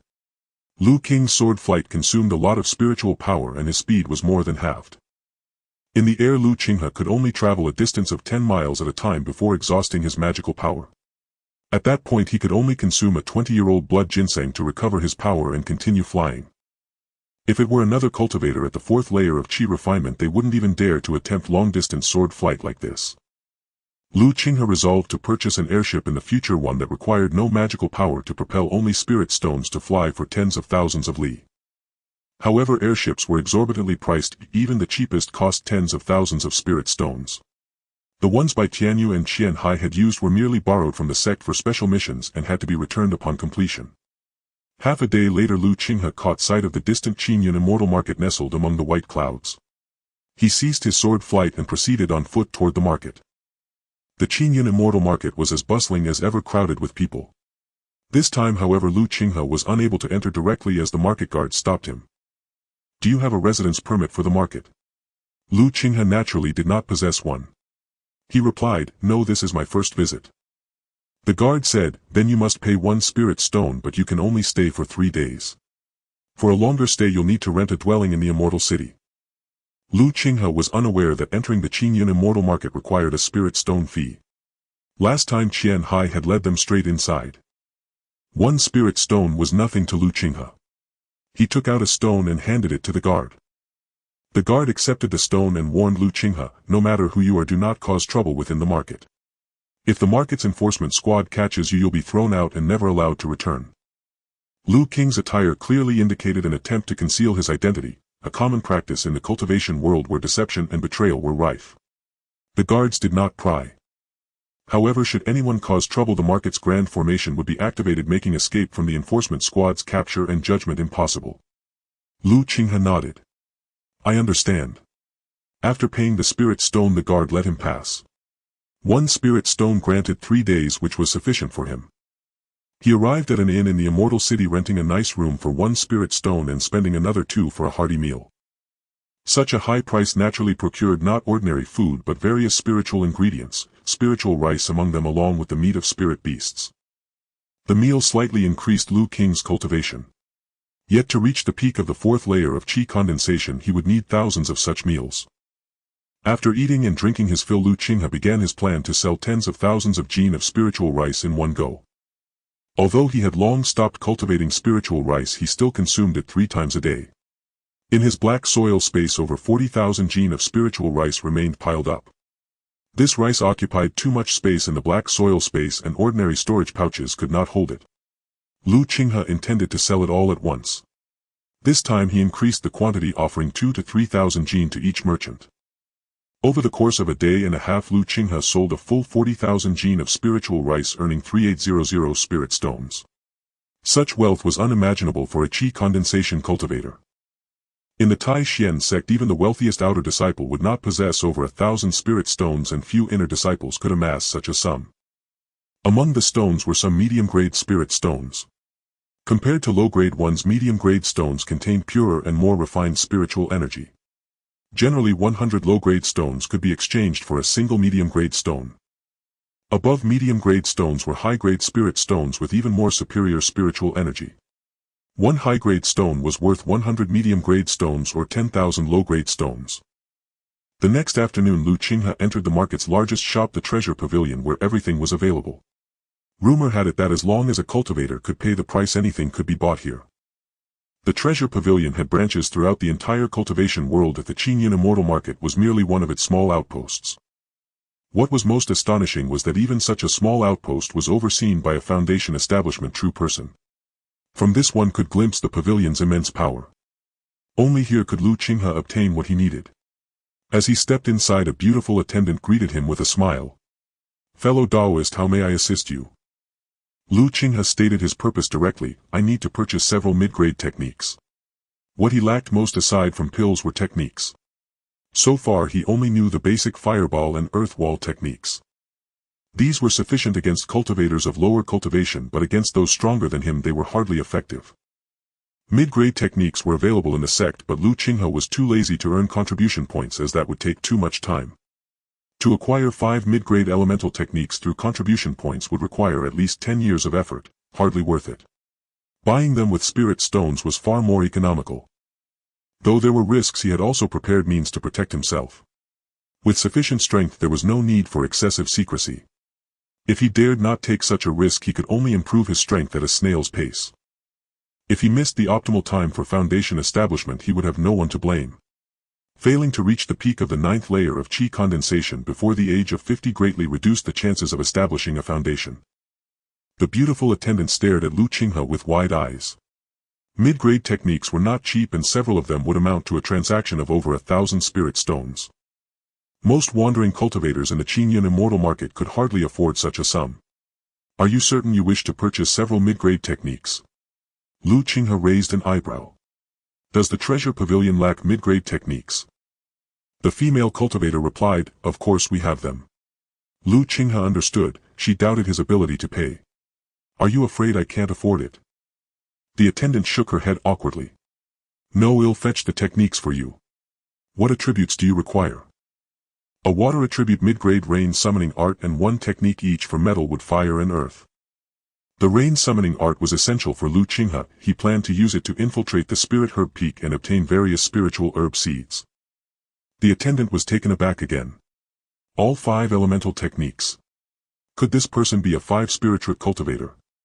The thought vanished as quickly as it came. A 5 spiritual cultivator would never purchase mid-grade techniques. He must be from a family buying techniques for them. She took a jade slip from the shelf and handed it to Lu Qinghe. This contains techniques of 4 elements. Please choose as you wish. Good. Lu Qinghe took the jade slip and examined it. He was astonished to find over 100 techniques listed. Such a collection was beyond imagination. The treasure pavilion indeed lived up to its name. Lu Qinghe carefully selected for nearly an hour before settling on the techniques that suited him.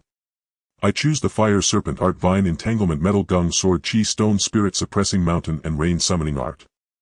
The beautiful maidservant promptly quoted the prices. The serpent fire art priced at 200 spirit stones. The wooden vine entanglement priced at 180 spirit stones. The stone spirit subdues the mountain priced at 180 spirit stones. The intermediate rain and cloud art priced at 240 spirit stones. The gung metal sword chi priced at 280 spirit stones. Fellow Taoist, you need to pay 1,280 spirit stones. Lu Qinghe was somewhat taken aback. He had not expected the prices of mid-grade techniques to be so exorbitantly high, given that basic techniques cost no more than 10 spirit stones. Of course, even the cheapest mid-grade techniques were at least 180 spirit stones, a price more than 10 times higher. Lu Qinghe said, this price is far too high. Could you offer a discount? Although he possessed over 3,800 spirit stones, purchasing these techniques would require a substantial portion of his wealth, which pained him greatly. The beautiful maidservant replied, fellow Taoist, this is already the most favorable price. I believe that within the entire Qinghe Immortal market, the techniques sold at the treasure pavilion are the most affordable and of the highest quality. Lu Qinghe did not believe her words, for every merchant claimed the same. Seeing his silence, the beautiful maidservant added, if you are genuinely interested in purchasing, given that the total exceeds 1,000, I can personally offer you a discount of 10 spirit stones. A discount of 10 spirit stones was still a discount. One should not underestimate 10 spirit stones. Within the Tai Xian sect, a menial disciple would need several years of hard work to accumulate such an amount. Lu Qinghe then inquired, do you have any techniques here that can conceal one's cultivation, preferably ones capable of deceiving a foundation establishment true person? At the early and mid stages of qi refining, it was difficult to discern another's cultivation level without exerting one's strength. But upon reaching the late stage of qi refining, one's spiritual sense would transform into divine sense, allowing one to probe the cultivation of others. Previously, his breakthrough to the 4th layer of qi refining had drawn the attention of Bai Yutong and an outer sect elder. Fortunately, he managed to gloss over it, and the two were unaware that he possessed 5 spiritual roots, believing he only had 4. If others were to discover that a cultivator with 5 spiritual roots could advance so rapidly, he would undoubtedly become a target of envy. The beautiful maidservant was curious as to why Lu Qinghe wished to acquire such a technique. After a moment's thought, she said, such techniques are exceedingly rare, especially one that can fool a foundation establishment true person. However, the treasure pavilion does have one in its collection. But it is a high-grade technique with a considerable price of 2,000 spirit stones. Once mastered, however, it would be difficult for even a foundation establishment true person to perceive your cultivation level unless they possess exceptional divine sense. 2,000 spirit stones. Even the well-off Lu Qinghe was taken aback. Fellow Taoist, your treasure pavilion is practically robbing people. Lu Qinghe felt that even robbery could not yield spirit stones as quickly, yet he was determined to acquire this technique. The beautiful female cultivator replied, fellow Taoist, this is a high-grade technique. High-grade techniques are inherently expensive. In the entire Qinghe Immortal market, only our treasure pavilion possesses such a technique. Other technique shops would be fortunate to offer a mid-grade technique. Lu Qinghe believed this to be true. High-grade techniques were not only rare in the Qinghe Immortal market but also extremely precious within the Tai Xian sect, inaccessible to ordinary disciples. After careful consideration, Lu Qinghe said, I can only pay 1,800 spirit stones. If you agree, I will make the purchase, including the 5 mid-grade techniques. The beautiful female cultivator shook her head. That would cause the treasure pavilion to incur a loss. 1,950 spirit stones, and I will give you a discount of 50 spirit stones. 1,900 spirit stones. Deal. You need to pay 2,180 spirit stones. Let me first examine the techniques to verify their authenticity. The beautiful female cultivator immediately handed 6 jade slips to Qinghe, most of which were sealed to prevent theft. Qinghe inspected them and, confirming the techniques were genuine, paid the 2,180 spirit stones. This astonished the beautiful female cultivator. She had not expected him to actually possess such a large number of spirit stones. Her smile widened. This was undoubtedly a major client. From this single transaction alone she could earn a commission of over 100 spirit stones. Does the fellow Taoist require any other treasures? The treasure pavilion has everything one could desire. Qinghe shook his head in refusal. The items in your treasure pavilion are far too expensive. I have already spent the accumulations of my entire clan over several years. Farewell. Qinghe tossed the jade slips into his storage pouch and turned to leave the treasure pavilion. The beautiful female cultivator watched him depart, her smile fading as she made her way to the second floor of the pavilion. Arriving at a luxurious room, she reported from outside the door, "Pavilion Master, a small cultivator at the 4th layer of Qi Refining just conducted a transaction worth over 2,000 spirit stones. He purchased one mid-grade technique for each of the 5 elements, as well as that special technique, the 1,000 Faces illusory spirit art." Qinghe was unaware that this beautiful maidservant possessed a cultivation at the late stage of Qi Refining. Had he known, he might have been astonished. A crisp voice of surprise came from within. "A cultivator at the 4th layer of Qi Refining capable of producing so many spirit stones. That is indeed rare." The beautiful maidservant asked, "Pavilion Master, should we keep an eye on him?" A languid voice replied from inside, "Our treasure pavilion does not engage in such unsavory dealings. Once a customer leaves our premises, we have no further involvement. Our ability to conduct business across the entire cultivation world relies on integrity. However, if he comes to purchase items like this again, we may arrange a meeting. As long as he cultivates the 1,000 Faces illusory spirit art, we will not mistake his identity." "Yes, Pavilion Master, I understand." She respectfully withdrew. Qinghe of course knew nothing of what transpired in the treasure pavilion. Spending over 2,000 spirit stones on techniques had drained his resources significantly. His original plan to purchase a high-grade magical artifact was now abandoned. If he bought a high-grade magical artifact, he would be unable to acquire the other items he needed. In the end, Qinghe spent 500 spirit stones at several elixir shops to buy 50 bottles of spirit gathering pills and another 500 spirit stones for 5 bottles of yellow dragon pills. His spirit stones were once again nearly depleted, but these elixirs would suffice for his cultivation for a considerable period. Finally, he spent 80 spirit stones to purchase a 1,000-mile divine movement talisman. He had initially considered buying an elixir recipe, but the exorbitant price dissuaded him, and he was uncertain whether he possessed any talent for alchemy. Leaving the Qinghe Immortal market, Qinghe did not fly on his sword. Instead, he activated the 1,000-mile divine movement talisman, transforming into a blur of light that vanished into the vast boundless mountains. Several figures appeared outside the market, staring at the spot where Qinghe had disappeared. One of them cursed, "Damn it. A 1,000-mile divine movement talisman. This fellow is far too cautious." Unwilling to let such a fat prey escape, one who had sold countless spirit rice and spent thousands of spirit stones at the treasure pavilion, he was consumed by greed. Another asked, "Boss, should we give chase?" The boss gritted his teeth. Chase. Leading his men in pursuit, he knew it was likely futile but could not bear to give up. Within the market, the enforcement captain reported to a middle-aged man, "Market Master, the person who sold over 10,000 caddies of premium spirit rice has left."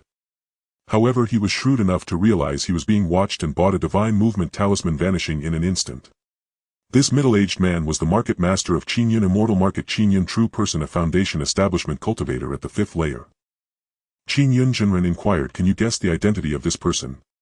The sudden appearance of such high-quality spiritual rice in the Qinghe Immortal Market immediately disrupted the local spiritual rice market. Although spiritual rice is not the finest spiritual substance, it is the best cultivation resource accessible to low-level cultivators and the most commonly used spiritual item. This batch of spiritual rice approached the quality of low-grade spiritual herbs, sparking a frenzy of purchases. The enforcement captain replied, "Only the superior spiritual fields of the 3 sects could produce rice of this quality. I suspect it might be the offspring of a foundation establishment cultivator from one of those sects." Moreover, the rice is identical to the previous batch, suggesting it came from the same source. Qinghe Jinren frowned and finally said, since it involves the three sects, let it be. There is no need to pursue the matter further. Understood. A superior swift travel talisman could cover 1,000 li in a day and several li overnight. Even latest-stage Qi refining cultivators would struggle to catch up, but using it cost 80 spirit stones at a time, a considerable expense. Qinghe made several detours to ensure no one could track him. Clad in the outer disciple robe of the Tai Xian sect, he flew toward the sect on his sword. Being near the Tai Xian sect, no one dared to cause him trouble. Qinghe sheathed his Lingfeng sword and returned to the sect without incident. Back in his cave dwelling, Qinghe entered seclusion to cultivate, beginning with the intermediate cloud rain art. However, after several days of study, he found himself utterly lost. The intermediate technique was more than 10 times harder than the basic one. He even suspected that the art given by the Jubao Pavilion was a fake, impossible to practice. Finally calming himself, Qinghe decided to wait for the inner disciple lectures to seek advice on technique, cultivation and experience. Thus Qinghe alternated between practicing and studying techniques, never missing the monthly inner disciple lectures. Half a year passed in a flash and he finally mastered the intermediate cloud rain art. He also attempted to cultivate the superior technique Thousand Faces illusory spirit art, achieving minor success. This art allowed him to simulate the spiritual energy fluctuations of any realm below his own. As long as he did not engage in combat, few could discern his true cultivation level. For instance, despite being at the 5th layer of Qi refining, he could disguise himself as a 4th, 3rd, 2nd or even 1st layer Qi refining cultivator, or even an ordinary mortal. In half a year I broke through to the 5th layer of Qi refining. How does that compare to disciples with 2 spiritual roots? In the cultivation world, advancing 1 layer in the mid-stage of Qi refining within 6 months was rare. But the cost was staggering. In the early stage he refined 1 Ning Qi pill every 3 days. By the mid-stage he could refine 1 per day, consuming 6 bottles a month. Over half a year he used 36 bottles of Ning Qi pills to increase his cultivation by 1 layer, costing 360 spirit stones. Moreover, a troubling issue arose: the more pills he consumed, the stronger his resistance grew, gradually diminishing their efficacy. Now each Ning Qi pill was only about 90% as effective for him, but Qinghe did not mind. He had no shortage of spirit stones, as his black soil space now contained 200-year-old blood ginseng. A 200-year-old blood ginseng was a supreme spiritual herb straddling the line between high-grade and zone-grade, worth at least 200 spirit stones. And he had over 100 such ginseng stored in his black soil space, a wealth that would astonish even foundation establishment cultivators, let alone Qi refining ones. Suddenly the alarm on Lu King's cave dwelling sounded. Frowning, he wondered who would dare attack his cave's formations. Qinghe activated the Thousand Faces illusory spirit art, masking his cultivation to appear as if he had just entered the 4th layer of Qi refining. This was no servant's yard with lax oversight. Attacking without cause in the outer sect would incur severe punishment. Stepping out of the cave, he saw a man standing before it. With a displeased expression, Qinghe asked, "Senior brother, why did you attack my cave dwelling?" If this man dared to harm him, Qinghe would not hesitate to retaliate. Though he had not mastered other intermediate techniques, the talismans in his storage pouch could easily kill a latest-stage Qi refining cultivator. The man was merely an outer disciple, at most at the 6th layer of Qi refining. Surprise flickered in his eyes. He had not expected anyone to actually choose this place. Noticing Lu King's irritation, he quickly said, "Don't misunderstand, junior brother. My name is LV Yunchuan and I live nearby. I came to greet you upon seeing this cave inhabited." Qinghe did not fully trust him, but replied, "Qinghe greets senior brother LV." Curious, LV Yunchuan asked, "Why did you choose such a remote spot? Few would pick a cave with such sparse spiritual energy." "I am weak in cultivation and prefer solitude, so I chose this place," Qinghe answered. Not particularly concerned about Lu King's reasons, LV Yunchuan had not come merely to greet him, he had his own agenda. Nodding, LV Yunchuan said, "Well, junior brother, a few fellow disciples and I have just taken on a beast-slaying mission. We are short-handed. Would you like to join us? The target is a 6th layer Qi refining beast and each of us could earn at least 3 spirit stones." Qinghe had not expected an invitation to hunt beasts. Every part of a beast was valuable. Its hide, bones and sinews could make magical tools, its blood could be used for talismans, and its inner core for alchemy.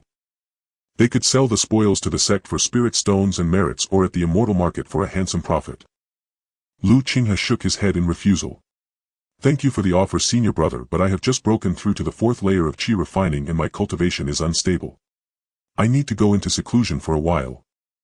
He displayed his unstable fourth-layer Qi refining aura. To avoid trouble, Lu Qinghe preferred to stay out of it. Seeing that Lu Qing's cultivation indeed seemed fresh and unstable, LV Yunchuan believed him. What a pity. But once your cultivation stabilizes, feel free to join us for future hunts. I live 10 kilometers southeast of here, easy to find.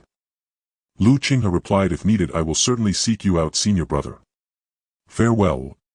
LV Yunchuan turned and left, perhaps to find other cultivators for the hunt. Lu Qinghe did not dwell on the matter. Now I can put my plan into action. With my mastery of the intermediate cloud rain art, joining the spirit herb peak should be no problem. Instead of returning to his cave, Lu Qinghe headed toward the spirit herb peak.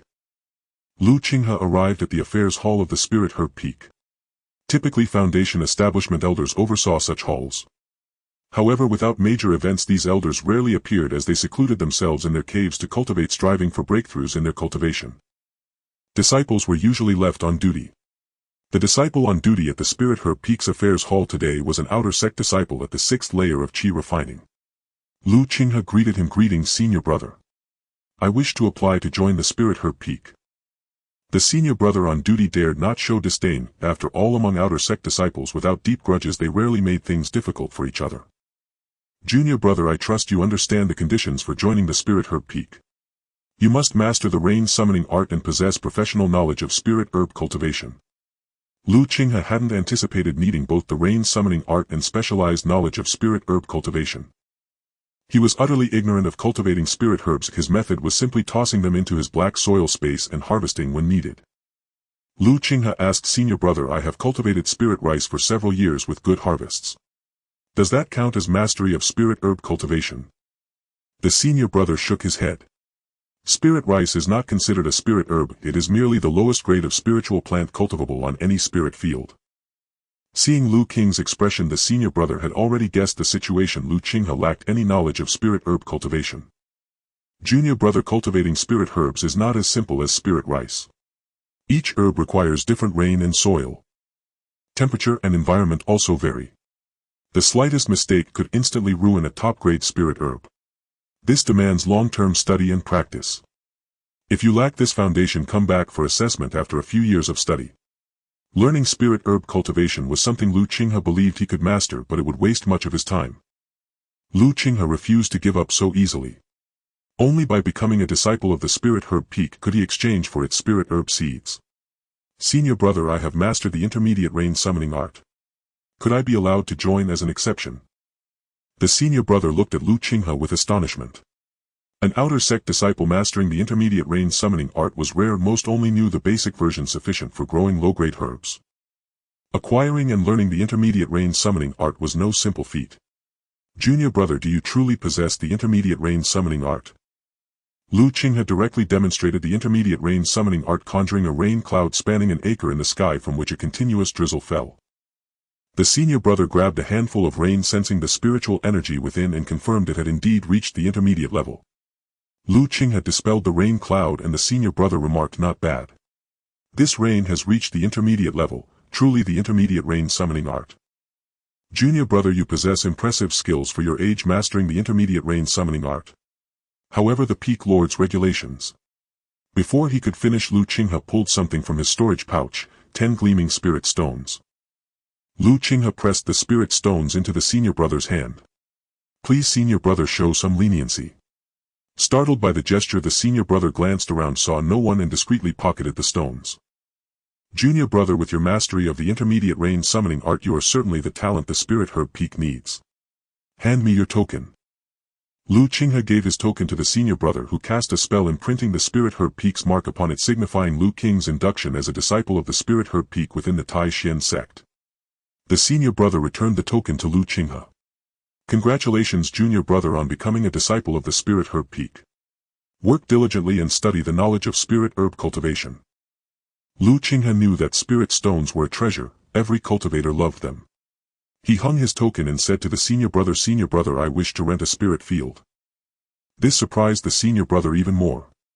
Renting a spirit field was something only wealthy outer sect disciples or inner sect disciples would do. The reason was simple: even the poorest low-grade spirit field required an annual rent of 50 spirit stones. The benefit was that as long as the field wasn't damaged, any herbs grown on it belonged to the renter. However, growing herbs worth more than 50 spirit stones annually on such fields was extremely difficult. Most outer sect disciples instead took tasks to help the sect cultivate spiritual plants for compensation. This was similar to how Qinghe had cultivated spirit rice in the miscellaneous affairs peak. Junior brother, are you joking? The spirit herb peak has tens of thousands of acres of spirit fields, but even the poorest low-grade fields cost 50 spirit stones per year. Qinghe directly produced 50 spirit stones from his storage pouch. Please, senior brother, rent me a spirit field. Seeing the stones, the senior brother knew Qinghe was serious. His attitude immediately improved. An outer sect disciple who could casually produce so many spirit stones was rare, especially one who also mastered the intermediate range summoning art. From all this it was clear Qinghe was no ordinary person. Could he be a personal disciple of some elder? But after thinking it over, no elder's disciple matched Qinghe's description. Moreover, if he were an elder's personal disciple, he wouldn't need to go through this trouble registering himself. Still, the senior brother was certain that Qinghe's background was extraordinary. Junior brother Lu, my name is Yao Lian. He had seen Qinghe's name during the token registration. Qinghe clasped his hands. Senior brother Yao. Yao Lian said to Qinghe, Junior brother Lu, as I mentioned earlier, 50 spirit stones only rent the poorest field, a single acre. Qinghe nodded understandingly. I know. I'm just practicing. Yao Lian marveled inwardly at how nice it was to have spirit stones, wasting so many just to practice. Unlike him on duty at the Spirit Herb Hall, he earned only 5 spirit stones a month, totaling 60 a year. Yao Lian took out a scroll and handed it to Qinghe. Junior brother, choose a spirit field for yourself from this mountain and river map. Qinghe stared at the scroll in shock. It was extraordinary, exuding a strange aura. Seeing Qinghe's gaze fixed on the scroll, Yao Lian chuckled. Junior brother, you seem to sense that this mountain and river map is special. It's not just for marking the sect's spirit fields, it's a precious spirit artifact. Qinghe's eyes narrowed. Among cultivators' weapons there were low-grade, medium-grade, high-grade and supreme-grade magical tools, and above them spirit artifacts. Spirit artifacts possessed sentience and unfathomable powers and could be refined into one's dantian for nurturing. Only Foundation Establishment true masters could unleash their full might.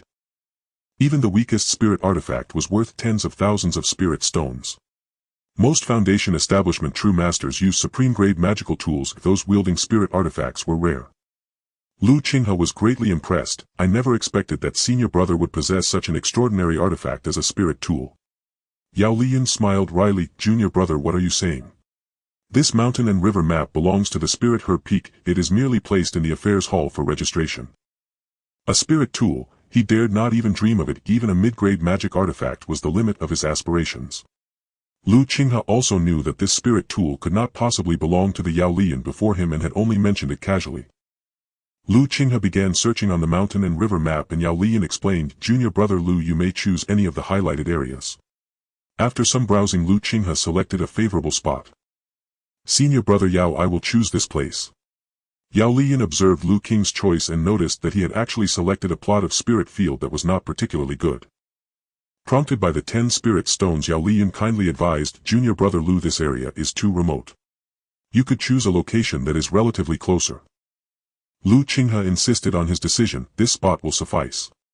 Please register it for me, senior brother. Seeing that Qinghe had made up his mind, Yao Lian said no more and marked the spirit field with Qinghe's token. Junior brother Lu, you only have 1 year for cultivation. When the term expires, you will need to come and renew with the next year's spirit stones. I understand. Please also give me a bag of spirit gathering grass seeds. Yao Lian took out a bag of spirit herb seeds, 5 spirit stones and 50 merit points. Qinghe handed over the 5 spirit stones to Yao Lian once more, then presented his token to have 50 merit points deducted, after which he took his leave from the affairs hall of the Spirit Herb Peak. Before leaving, Yao Lian also gifted Qinghe a guide on cultivating spirit gathering grass. Qinghe flew on his sword for half a day before arriving at the chosen spirit field. He had selected this location because there were few other spirit fields nearby, ensuring minimal contact with others. He glanced around. If this spirit field was indeed of low-grade quality, yet the spiritual energy within the soil was 4 to 5 times richer than that of inferior spirit fields. Moreover, it was equipped with a small defensive formation and a spirit gathering array to fend off beast attacks and maintain the field's spiritual energy. Qinghe did not immediately plant the grass seeds in the spirit field. He spent half a day constructing a small hut on the spirit field before entering the black soil space.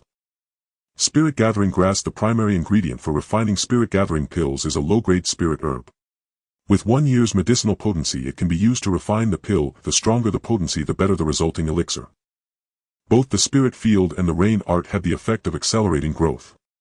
For instance, on low-grade spirit fields, spirit gathering grass matured in 1 year, on medium-grade fields it might ripen in 7 to 8 months, and on high-grade fields it could be ready in 4 months. However, few would use high-grade spirit fields to cultivate low-tier herbs. Qinghe harvested all the blood ginseng that had reached a century in age, deeming it sufficient for his needs. He left only a portion of blood ginseng that had reached 2 centuries to continue growing. A single bag of spirit-gathering grass seeds was just enough to plant 1 mu of spirit field, and Qinghe scattered them. He also cast the spirit rain art on the black soil space using an intermediate-level rain spell, but it seemed to have no effect on the space. After several attempts, Qinghe decided not to waste further time. He was unsure whether the spirit rain art was ineffective on the black soil space or if its level was simply too low.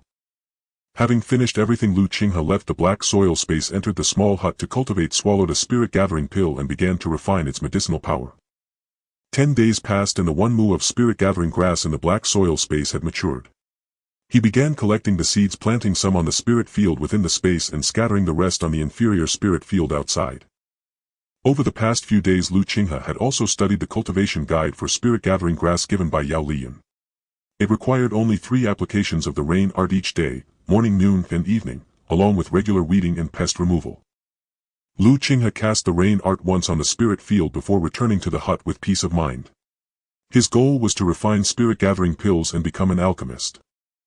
Although pills could be purchased from various immortal markets with enough spirit stones, doing so would require him to sell large quantities of spirit herbs and reveal substantial wealth. This would attract unwanted attention and put him in danger, and pills were not always readily available. The best solution was to become an alchemist, ensuring both safety and maximizing the potential of the black soil space. For others, the greatest scarcity was rare spirit herbs, but he had no such concern. Now that the main ingredient for the spirit-gathering pill, the spirit-gathering grass, was cultivated, he needed a pill formula and guidance from an alchemist. Within the Tai Xian sect, such resources were inaccessible unless he joined the alchemy peak. However, joining the alchemy peak was more difficult than entering other divisions if the first requirement was the ability to refine simple pills like the 100 herbs pill. Moreover, since he had already joined the spirit herb peak, Qinghe had no intention of switching to the alchemy peak. He planned to visit the Qinghe immortal market after some time. Qinghe settled into a monotonous routine of cultivating spirit-gathering grass and training. Another half-year passed. Qinghe refined 60 bottles of spirit-gathering pills and 1 bottle of yellow dragon pills. Relying on the formidable medicinal power of the yellow dragon pills, he managed to elevate his cultivation to the 6th layer of qi refinement. It was not an exaggeration to say that his entire cultivation had been propped up by pills. However, a troubling issue emerged: his foundation was extremely unstable and he could no longer use pills to enhance his strength for some time. He now had 2 options. One was to spend several years polishing his foundation until it was thoroughly stable, then continue using pills to break through. The other was to find a method to eliminate the side effects of the pills. Yet Qinghe harbored no regrets. Had he not consumed so many pills, he might still be on the servant peak struggling to break through to the 2nd layer of qi refinement. Or he might have been killed by someone like Zhou Tong on some flimsy pretext. In the world of cultivation, strength reigned supreme, everything else was illusory. No matter how great one's talent or foundation, encountering a cultivator a full realm higher meant certain death. All would be for naught. Moreover, without such a desperate resolve with his 5-element spiritual root, he would never have reached the 6th layer of qi refinement in a lifetime. Yet he had accomplished this process in less than 4 years, a cultivation speed that rivaled even those with 2-element spiritual roots. During these 6 months he had not once returned to his cave dwelling, only visiting the affairs hall to submit 10 spirit-gathering grass stalks, earning 20 spirit stones and 100 merit points. In his spare time from cultivation, Qinghe also mastered several mid-grade techniques. Having successfully learned the rain art, he went on to master the fire snake art. With his foundation in the fireball art, mastering the fire snake art came naturally. He also learned stone spirit subduing mountain, which allowed him to summon a 6th layer qi refinement stone man to fight alongside him, a significant asset. Next was wood vine entanglement, which he had already begun to grasp and would soon master. The most difficult to cultivate was gunmetal sword art, which required gunmetal as an auxiliary material. Without it, practice was impossible. Qinghe had never even seen gunmetal, let alone used it for cultivation. He only knew it was a precious material in artifact refinement. Stepping out of the wooden hut, his eyes fell upon the verdant spirit-gathering herbs thriving on the spirit field, which, though not of the finest quality, flourished remarkably under the enhancement of the intermediate rain technique, rivaling even those cultivated on superior low-grade fields. Yet they paled in comparison to the black soil space. If each spirit herb were graded, those from the black soil space would be the absolute pinnacle of perfection. It's time to visit the immortal market. Over a year has passed and no one should be paying attention to me anymore. Qinghe resolved to go to Qinghe Immortal Market to procure the items he needed. Zhao Kingdom was not solely home to Qinghe Immortal Market. Other markets existed elsewhere, but they lay hundreds or even thousands of li from Qinghe Sect. Such a distance was insurmountable without a flying vessel like an airboat. Qinghe suppressed his cultivation to the 4th layer of Qi refining using the Thousand Faces illusion art before heading to the outer affairs hall. Senior brother, I wish to take on a task involving spirit herbs. The attendant on duty recognized him. I remember you submitted 10 spirit gathering herbs 2 months ago. Are you here to accept another herb-seeking mission? Qinghe replied, I am a disciple of the spirit herb peak. Seeking out spirit herbs is my specialty. The attendant asked, puzzled, don't disciples of your peak prefer cultivating spirit herbs? Submitting a few plants annually or completing planting assignments should suffice. There's no need for dangerous expeditions where one might perish. Qinghe explained with a wry smile, though I am a spirit herb peak disciple, I am too impoverished. I must venture out to find herbs and earn enough spirit stones. Once I can rent a plot of spirit field and cultivate my own herbs, I won't have to toil so arduously. The attendant nodded in understanding. Rumor has it that spirit herb peak disciples are wealthier than even those of the pill refining peak, but it seems that's not always true. Very well, the task is yours. The mission was marked as assigned to Qinghe, granting him the opportunity to leave the sect temporarily. Just as Qinghe turned to leave, a chilling gaze made his back prickle. Startled, he wondered who in the outer sect bore him such enmity, as he had few acquaintances and had never offended anyone. Following the direction of the gaze, he saw the person he least wanted to encounter, Zhou Tong, the former attendant of the Chores Peak. Now avoidance was impossible. Zhou Tong approached with a feigned smile. Junior brother, I thought my eyes deceived me. In just 2 years you've become an outer disciple. 2 years ago Zhou Tong had embezzled the spirit stone welfare of the Chores Peak, and his sabotage of the spirit fields had also been exposed. He was apprehended by the outer sect enforcement team and brought back. Had it not been for the protection of an inner sect member, his fate would have been dire. Even so, he was punished with a 2-year stint guarding the cold pool, enduring great hardship. What pained him most was the delay in his breakthrough to the late Qi refining stage, costing him 2 precious years. He blamed Qinghe entirely. Had it not been for him, he would have broken through to the 7th layer of Qi refining and entered the inner sect 2 years ago. Having just returned from his punishment, he had planned to go into seclusion to break through to the 7th layer and then deal with this Chore disciple. But to his surprise, the Chore disciple had already become an outer disciple, igniting all the fury within him. Along with his rage came astonishment. How could Qinghe, a 5-spirituate Chore disciple, have broken through to the 4th layer of Qi refining and entered the outer sect in such a short time? He was the only one who knew that Qinghe had taken nearly 9 months to break through to the 1st layer of Qi refining and then 3 years to reach the 4th layer. Even for himself, a triple spirituate cultivator with generous outer sect benefits, such a feat was impossible. It had taken him 6 years to go from the 1st to the 4th layer. Knowing he could not avoid the confrontation, Qinghe composed himself and said to Zhou Tong, 2 years have passed, senior brother, and you remain as distinguished as ever. Zhou Tong smirked insincerely. These 2 years I have missed you dearly, junior brother. Now that we are both outer disciples, we must find time to become better acquainted. Qinghe must harbor a great secret. If he could obtain it, his cultivation would soar and even foundation establishment would be within reach. Certainly.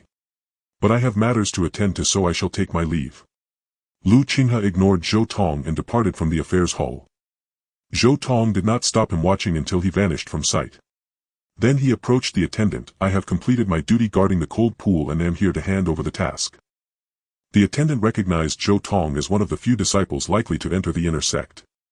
I will process it for you immediately, senior brother Zhou. Having witnessed the exchange, the attendant was curious about the connection between Qinghe and Zhou Tong. Zhou Tong asked, he is an acquaintance of mine. What task did he take so hastily? Zhou Tong decided not to reveal that Lu Qinghe had come from the Chore's peak lest others become curious about a Chore disciple becoming an outer disciple at such a young age. That would make it harder to seize Lu Qing's secret. The attendant replied, I didn't know you were acquainted with junior brother Lu. He is a disciple of the Spirit Herb Peak and has accepted an herb-seeking mission. Zhou Tong smiled. Within the sect he could not act, but every year a few disciples on missions met with untimely ends. I see. Now quickly finish my handover, need to report back. Right away, senior brother. The task was soon completed and the steward handed Zhou Tong his token. Senior brother Zhou, for your 2 years of guarding the cold pool you receive 400 merit points and 100 spirit stones. Zhou Tong paid the reward, no heat, tossing the spirit stones into his storage pouch before hurrying away. Lu Qinghe showed his mission token to the mountain guarding disciples who confirmed it and opened the gate for him. As before, after traveling several dozen li, Lu Qinghe changed out of his sect robes and disguised himself. But no sooner had he taken flight than he sensed 3 auras nearby. On alert, Lu Qinghe focused his gaze and saw 3 cultivators rushing toward him. 2 were in pursuit of one, a 4th layer Qi refining cultivator and a 5th layer Qi refining cultivator chasing another 4th layer cultivator. The fleeing cultivator, spotting Lu Qinghe, cried out as if seeing a lifeline, fellow Taoist, save me. Without waiting for a response he dashed straight toward Lu Qinghe. Fellow Taoist, help. I've encountered rogue cultivators. Save me and I will reward you handsomely. Lu Qinghe failed to evade and the pursuing cultivator had already arrived by his side. The man joyfully appealed to Lu Qinghe for help, saying, fellow Taoist, please lend me your aid. In his hand was a low-grade talisman sword shimmering with a faint cyan glow. As he drew near Lu Qinghe, a glint of cunning flashed in the cultivator's eyes.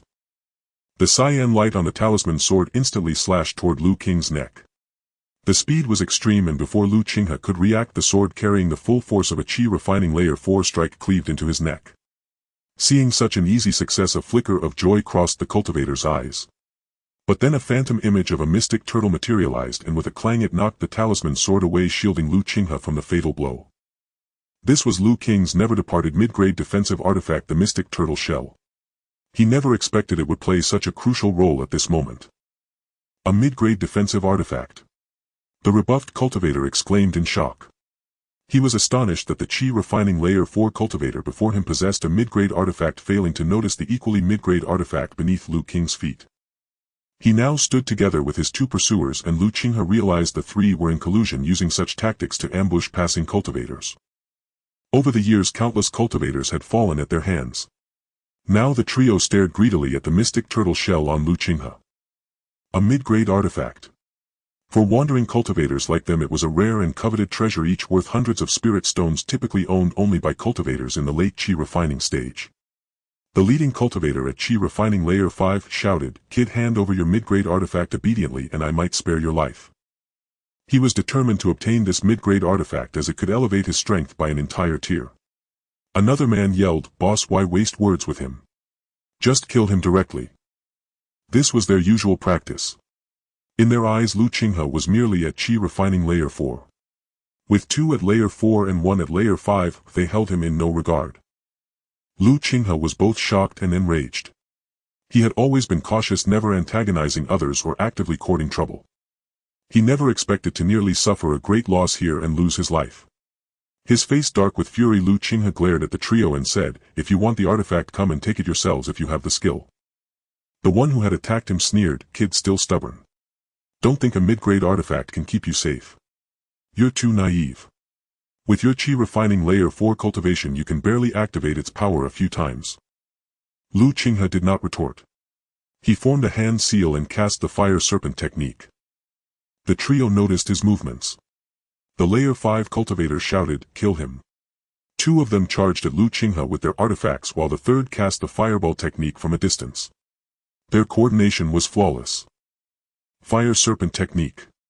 Lu Qinghe roared. A several-meter-long fire serpent materialized in his hand, radiating terrifying power, and under his command it lunged at the trio. Sensing the lethal threat, the trio's faces turned pale. The layer 5 cultivator yelled, "Run. This is an intermediate-grade technique."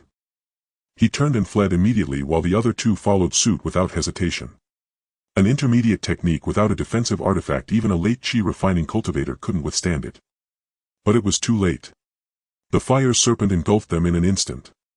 After 3 screams the serpent vanished, leaving only 3 charred corpses plummeting to the ground. As the bodies hit the ground, Qinghe approached them. Staring at the unblinking eyes of the deceased, his heart struggled to settle. Though he had long known that in the cultivation world if you don't kill others may kill you, this was his first time actually taking a life. Yet his resolve was firm. Had he not possessed the protective artifact, he might have been the one lying on the ground. They wanted to kill me. I was only trying to survive. Qinghe immediately cast aside those turbulent emotions. The trio was simply unlucky. They could never have imagined that a cultivator appearing at Qi refining layer 4 actually had a true cultivation of layer 6, surpassing their strongest at layer 5. Although Lu Qing's spiritual power was not exceptionally strong, slightly weaker than peers at his level, it sufficed against a layer 5 opponent. Moreover, these bandit cultivators were merely wandering practitioners with inferior cultivation environments and spiritual power purity compared to Qinghe. Coupled with Lu Qing's mastery of an intermediate-grade technique, he annihilated the trio with a single move. He collected their storage pouches and incinerated the bodies with a fireball technique. Watching the vanished remains, Qinghe admonished himself, from now on I must never trust others easily nor harbor any mercy. Had he detected the anomaly earlier and acted directly, the trio wouldn't have even gotten close. He also realized the importance of artifacts. Today the mystic turtle shell had saved his life. If he couldn't outmatch opponents of equal level in cultivation and techniques, he would crush them with powerful artifacts. Mid-grade artifacts were strong, but Qinghe believed only top-grade artifacts could ensure his absolute safety. After disposing of the evidence, Qinghe hurried toward Qinghe Immortal Market. Exercising caution, he encountered no trouble along the way and arrived safely. He paid the spirit stones to enter Qinghe Immortal Market and rented a room. He was now quite familiar with the market. Inside the room, Qinghe took out the 3 storage pouches. The first pouch belonged to the layer 5 cultivator. It contained a low-grade hook artifact, 17 spirit stones, 3 Qi gathering pills and 1 blood Qi pill. There was also a yellow-grade low-level Qi refining manual. The rest were worthless trinkets. The blood Qi pill, a low-grade elixir, was highly effective for healing injuries. Opening the second pouch revealed only 10 spirit stones and 3 bottles of 100 herbs pills, an elixir Qinghe also possessed. He could receive 1 bottle monthly from the outer sect, but he had stopped using it after a single try.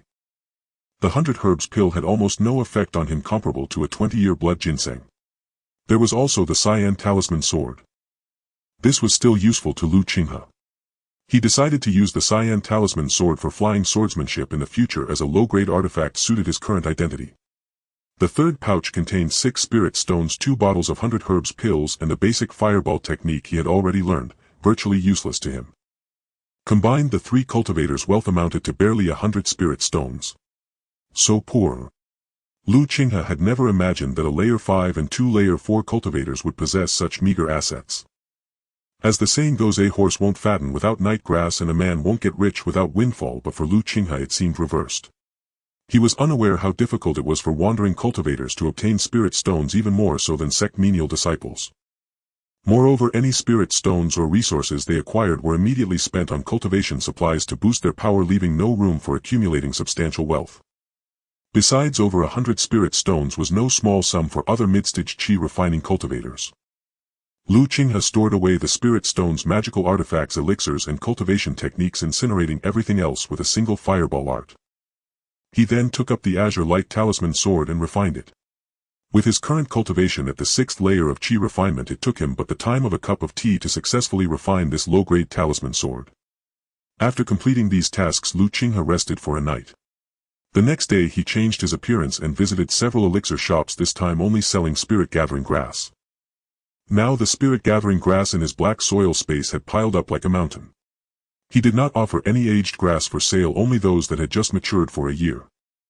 Compared to spirit rice, spirit-gathering grass was far more difficult to obtain. Apart from the 3 sects, only a few small sects with rare spirit plants and cultivation aristocratic families could cultivate it. Spirit fields, even those of low grade, were of immeasurable value, and cultivating even a low-grade spirit field was an extremely challenging endeavor. Thus spirit-gathering grass was a hot commodity. For Qi refinement cultivators, the spirit-gathering pill was the finest panacea. Indeed, the majority of elixir demand in the entire cultivation world was for spirit-gathering pills. Almost every stalk of spirit-gathering grass that Qinghe offered could be sold for 2 spirit stones, and unlike spirit rice, the price was not driven down. At best, one mu of spirit field could yield 100 stalks of spirit gathering grass, but a harvest of over 60 stalks was generally considered good. Therefore, at each elixir shop Lu Qinghe sold only between 20 to 50 stalks. Over several days Lu Qinghe visited nearly every elixir shop in the entire Qinghe Immortal market, selling 800 stalks of spirit gathering grass and earning 1600 spirit stones. Eventually he entered the treasure pavilion. A maidservant received him. Esteemed Daoist, welcome to the treasure pavilion. We have a complete array of cultivation resources. What cultivation resources do you require? Lu Qinghe stated his purpose. I wish to conduct a major transaction with your treasure pavilion. I hope you can find someone with the authority to decide. The maidservant frowned. Naturally she would not disturb the pavilion master for a mere cultivator. She had seen many cultivators like Lu Qinghe. A transaction of a few hundred spirit stones could be considered significant. In this barren land, being able to produce a few hundred spirit stones was already commendable. Nevertheless she did not show it and replied with a smile, Daoist, regardless of the transaction I have the authority to handle it. Lu Qinghe insisted on his request not out of a desire to appear important. Rather, during his last transaction in this hall he had been noticed by someone with ill intent and was targeted. Otherwise he would not have spent 80 spirit stones to purchase a high-grade divine movement talisman. This time the value of the items he wished to sell and buy was very high enough to tempt even a 9th-layer Qi refinement cultivator. He did not want to take the risk. Daoist, please find someone with the authority to decide or this transaction cannot proceed.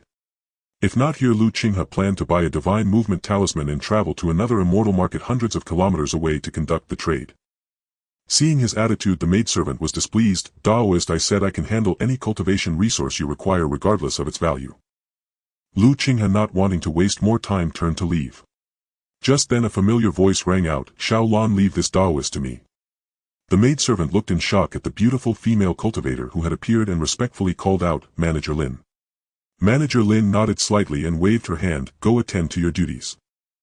The maidservant cast a curious glance at Lu Qinghe, wondering why the manager would personally attend to him. Did they know each other? Yes. Though puzzled, she turned and left. Manager Lin smiled at Lu Qinghe, Daoist, please accept my apologies for Xiao Lan's rudeness. Please follow me.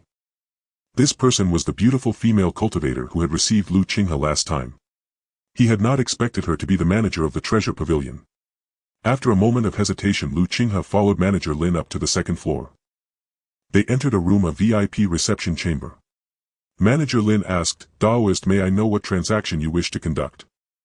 Lu Qinghe asked curiously, do you know me? Manager Lin shook her head, no, but every customer is a distinguished guest to us and we strive to meet their requests. Lu Qinghe did not believe this, yet he was puzzled by Manager Lin's attitude. He did not think she could recognize him from their single previous encounter. Seeing Lu Qinghe lost in thought, Manager Lin spoke, Daoist, perhaps we should discuss your transaction. With that, Lu Qinghe put aside his doubts. He trusted the treasure pavilion's reputation as it had branches throughout the cultivation world and would not harm him for a few spirit stones. Other places were different, which was why Lu Qinghe had not sold high-priced spiritual herbs elsewhere. He asked, does your treasure pavilion purchase spiritual herbs? Manager Lin nodded, yes we do. The treasure pavilion employs the finest alchemists in the Qinghe Immortal market.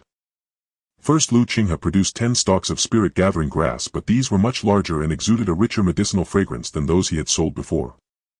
These were 10-year-old spirit gathering grass. He wanted to see how many spirit stones a 10-year-old stalk could fetch. Manager Lin picked up one to examine, a flicker of surprise crossing her face. It is 10-year-old spirit gathering grass. Quite precious, capable of producing good quality spirit gathering pills. For one 10-year-old stalk I can offer 20 spirit stones. For these 10, that is 200 spirit stones. What do you think, Daoist? It was slightly lower than Lu Qinghe had anticipated. He had hoped for 25 spirit stones each, not 20. Daoist, the price offered by the treasure pavilion is certainly the most generous. Lu Qinghe nodded, deal. He was not concerned about these 10 stalks, he had only brought them out to test the price.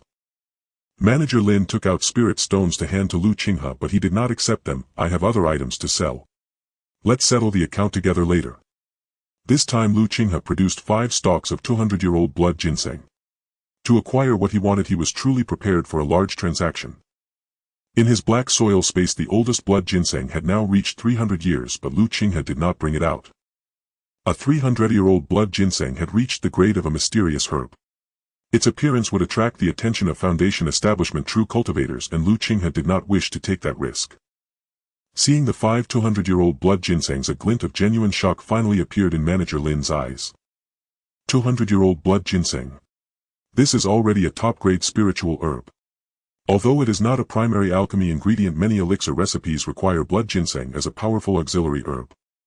Top-grade spiritual herbs were already considered treasures in the cultivation world, rarely seen. She had not expected Qinghe to produce such precious herbs, and 5 of them at that. Qinghe asked, how many spirit stones can one such herb fetch? Manager Lin considered for a moment. 350 spirit stones. The treasure pavilion can offer you a high price of 350 spirit stones. Sold. 5 stocks amounted to 1750 spirit stones. Adding his previous earnings, his spirit stones now exceeded 3500. Steward Lin carefully put away the 5 jade boxes. She did not pay Qinghe with spirit stones, knowing that he must intend to purchase something in exchange for such precious medicinal herbs. Steward Lin smiled at Qinghe. Does Daoist need spirit stones or other cultivation resources? I need a recipe for the spirit gathering pill. Steward Lin looked at Qinghe in surprise. Is Daoist an esteemed alchemist? Qinghe was evasive. I just want to give it a try. He himself did not know if he had any talent for alchemy. Steward Lin said, Dan, recipes are precious everywhere, cherished by every alchemist. Even a recipe as basic as the spirit gathering pill is extremely valuable. Then she changed the subject. However, the treasure pavilion does have a few copies. Does Daoist prefer a more expensive recipe or a cheaper one? Qinghe asked in confusion, what is the difference? Steward Lin was surprised that he did not even know this. Of course there is a difference. An expensive recipe yields a higher success rate and more pills per batch. More importantly, it can produce superior grade pills with better medicinal effects. An ordinary recipe can only produce inferior pills, while a good recipe also comes with detailed alchemical instructions. Qinghe had never imagined that pills had such intricacies. Since Steward Lin had put it that way, Qinghe naturally chose the best recipe. I want the superior recipe. Steward Lin clapped her hands and a maidservant entered. Bring me the best spirit gathering pill recipe, she ordered. Yes. The maidservant soon returned with a jade slip. Steward Lin handed it to Qinghe. You may verify its authenticity. Qinghe knew nothing about alchemy, so even if he checked he would find nothing. No need to check. I trust the treasure pavilion's reputation. How many spirit stones does this recipe cost? 1300 spirit stones, but I can offer you a discount, only 1200 spirit stones. Qinghe was startled. A basic recipe cost as much as a superior grade magical artifact. Seeing his expression, Steward Lin said, do you think it's too expensive? But Daoist should know the value of the spirit gathering pill. Once successfully refined, it will bring a steady stream of spirit stones. 1200 stones is but a pittance. Qinghe did not quite believe that. If alchemy were so easy, why would pills be so costly? Still, he decided to buy it. Alchemy was a skill he must master. Deal. I also need a high-quality alchemy furnace and a superior defensive artifact. A superior grade furnace cost Qinghe 1400 spirit stones, and a superior defensive artifact cost him 1100 spirit stones. In the end, Qinghe had to trade in a mystic turtle shell which he had used only once for 240 spirit stones to afford all 3 items. Qinghe had originally planned to buy a formation to set up around his cave, but now it seemed impossible. Having completed a transaction worth nearly 4,000 spirit stones, Steward Lin appeared quite pleased. Her commission alone amounted to over 100 spirit stones. She said to Qinghe, Daoist truly possesses astonishing wealth, ranking among the top in Green Cloud Immortal Market.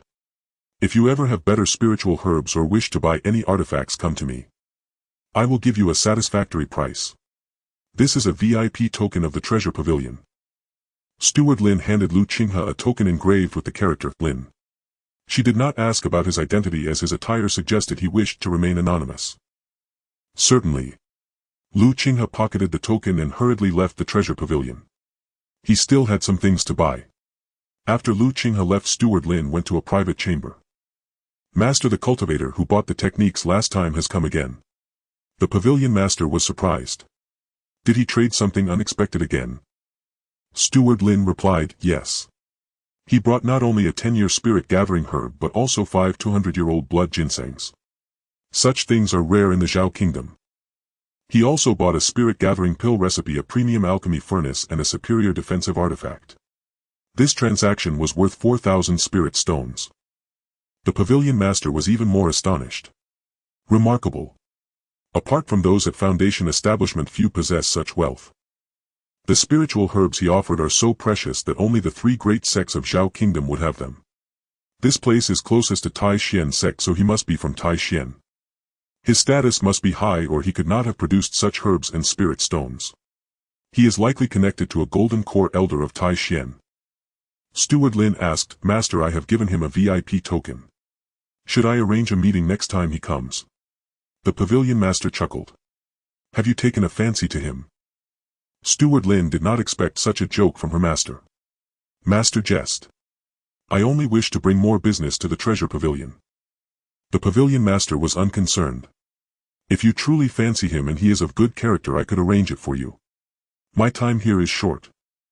The one who takes over may be my rival. Your situation will then be difficult. With Tai Xian's protection, no one can harm you.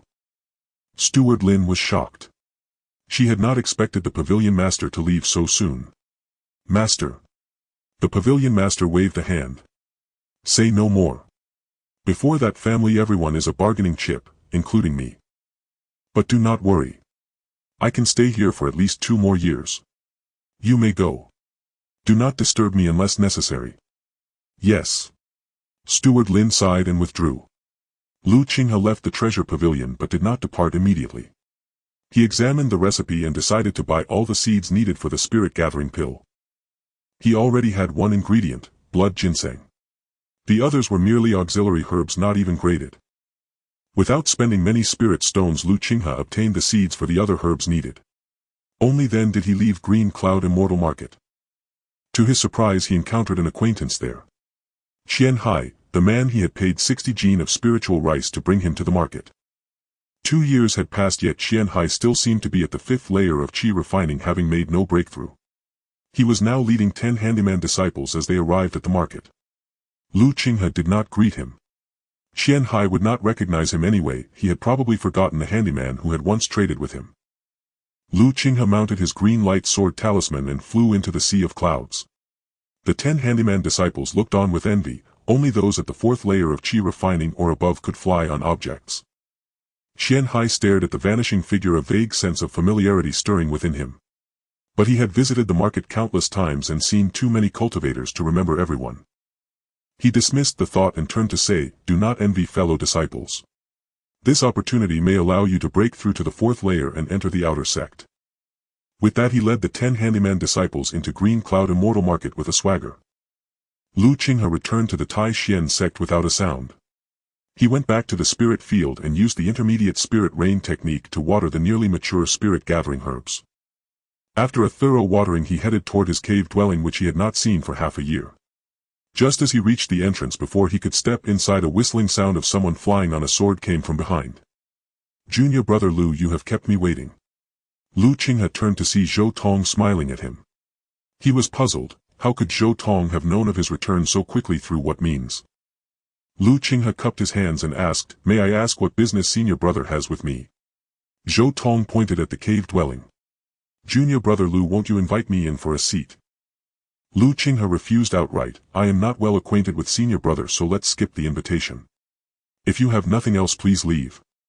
I need to go into seclusion for cultivation. Qinghe no longer feared Zhou Tong. Not only were they within the sect where Zhou Tong would not dare to openly attack him, but even if Zhou Tong did act, Qinghe was confident he could kill him directly. Seeing Lu Qing's attitude, Zhou Tong's expression darkened. He said to Qinghe, Junior brother Lu, let's not play games. Tell me how you managed to grow superior spirit rice on the ruined spirit fields. And explain how a 5-element spiritual root cultivator like you reached the 4th layer of Qi refining in just 3 years. I am willing to pay a high price for the method. Qinghe shook his head. I don't understand what senior brother is talking about. I have no idea how ruined spirit fields could produce spirit rice.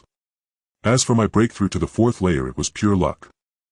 I found a century-old blood ginseng and ate it by mistake, which inexplicably pushed me to the 4th layer. Senior sister by Yutong from the Outer Sect and the Elder of the Outer Affairs Hall can testify to that.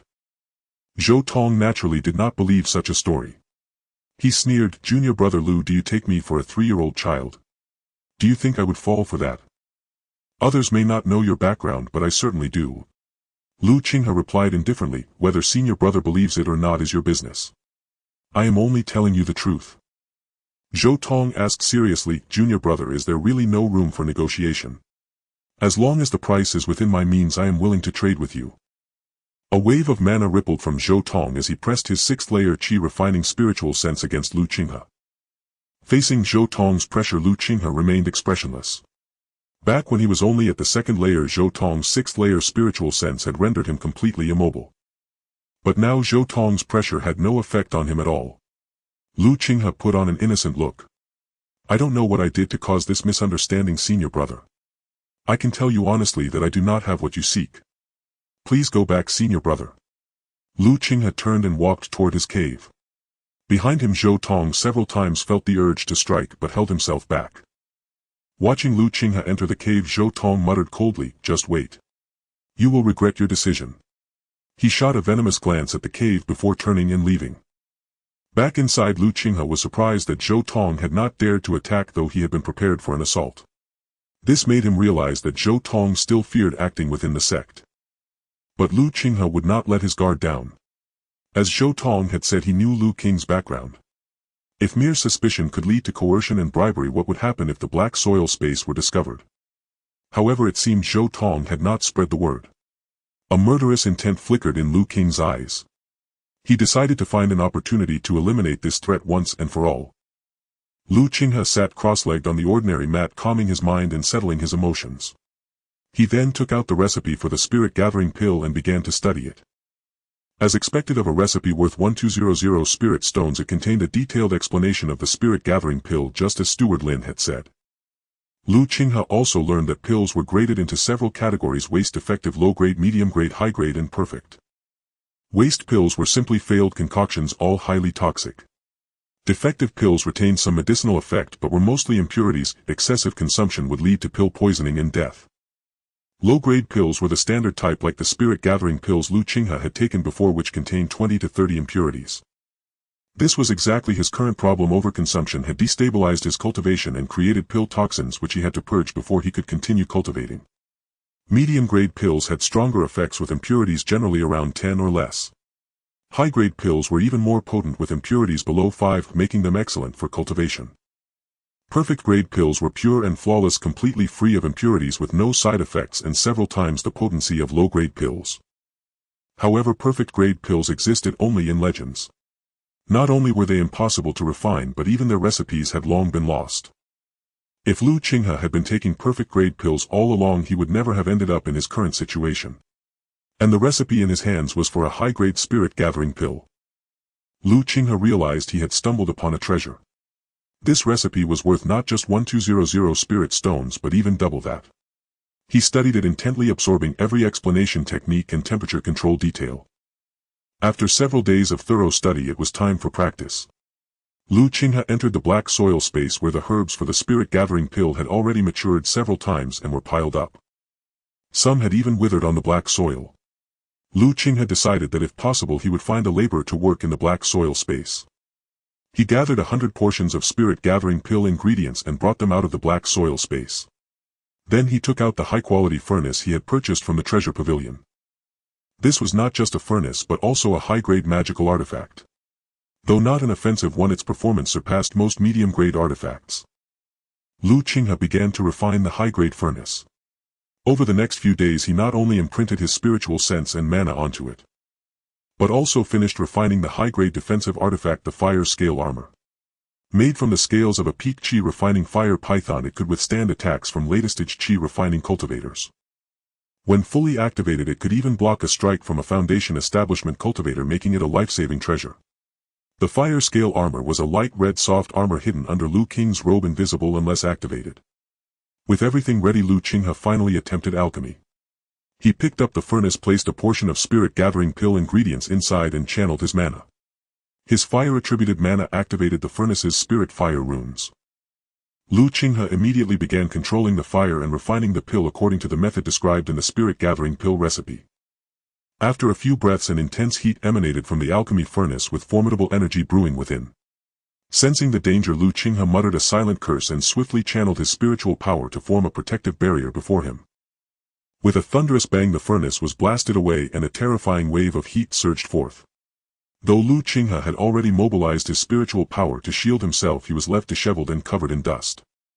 He hurriedly retrieved the flying furnace and opened it only to find nothing but black ashes inside. Not a single spirit-gathering pill nor even a waste pill had been successfully refined.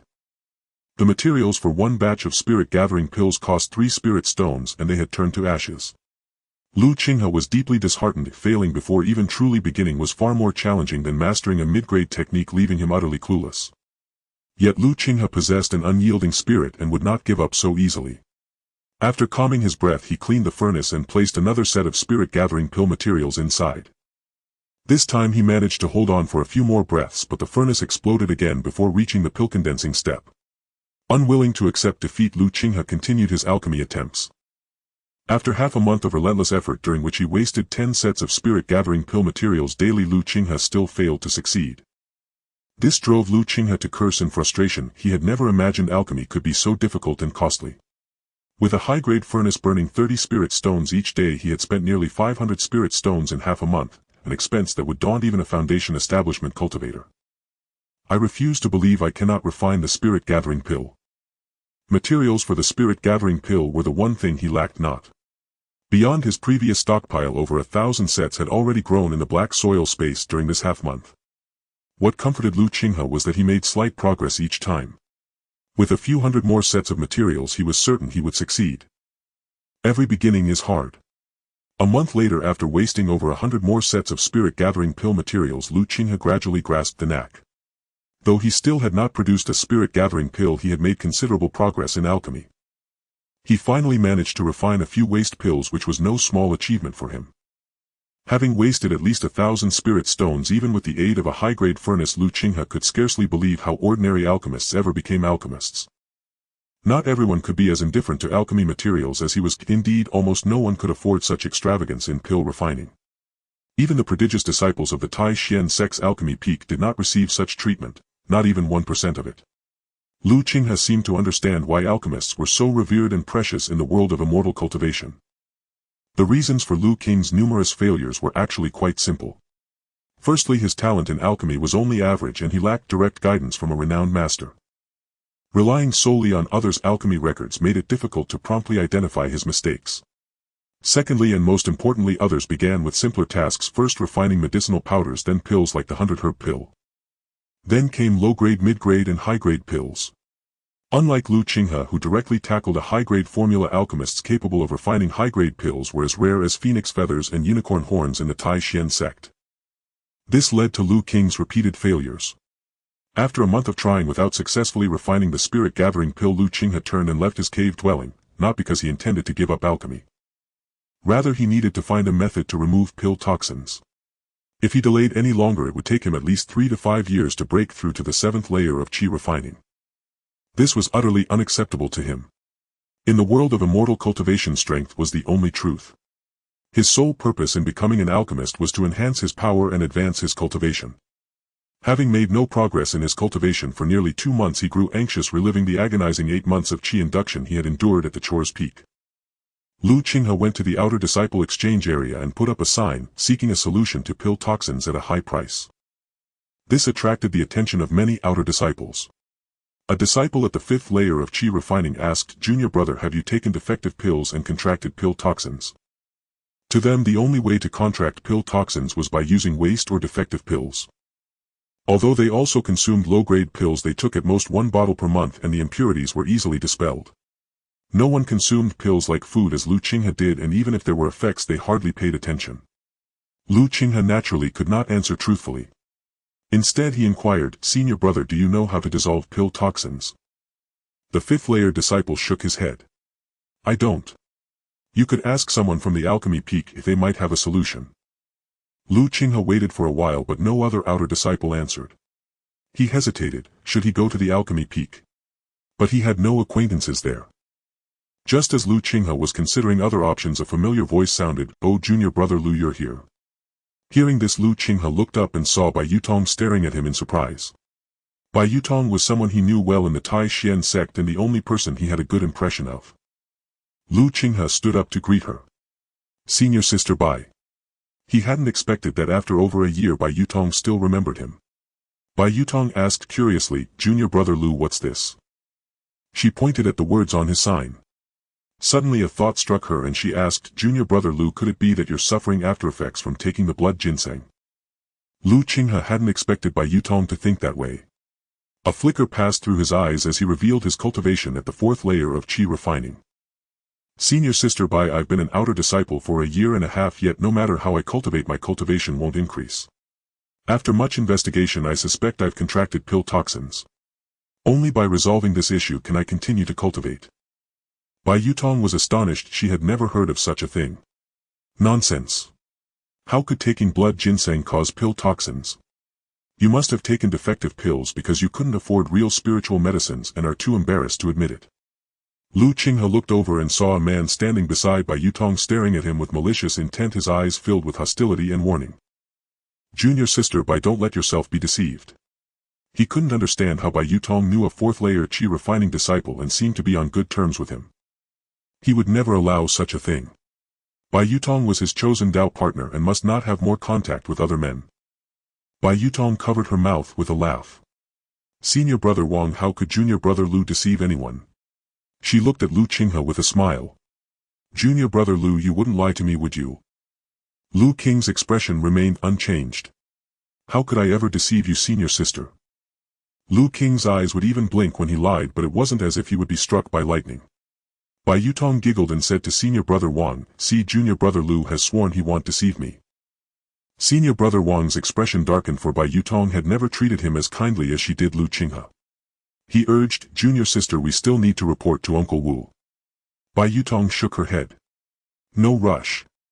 I still have matters to discuss with junior brother Lu. You go ahead, senior brother, I'll follow shortly."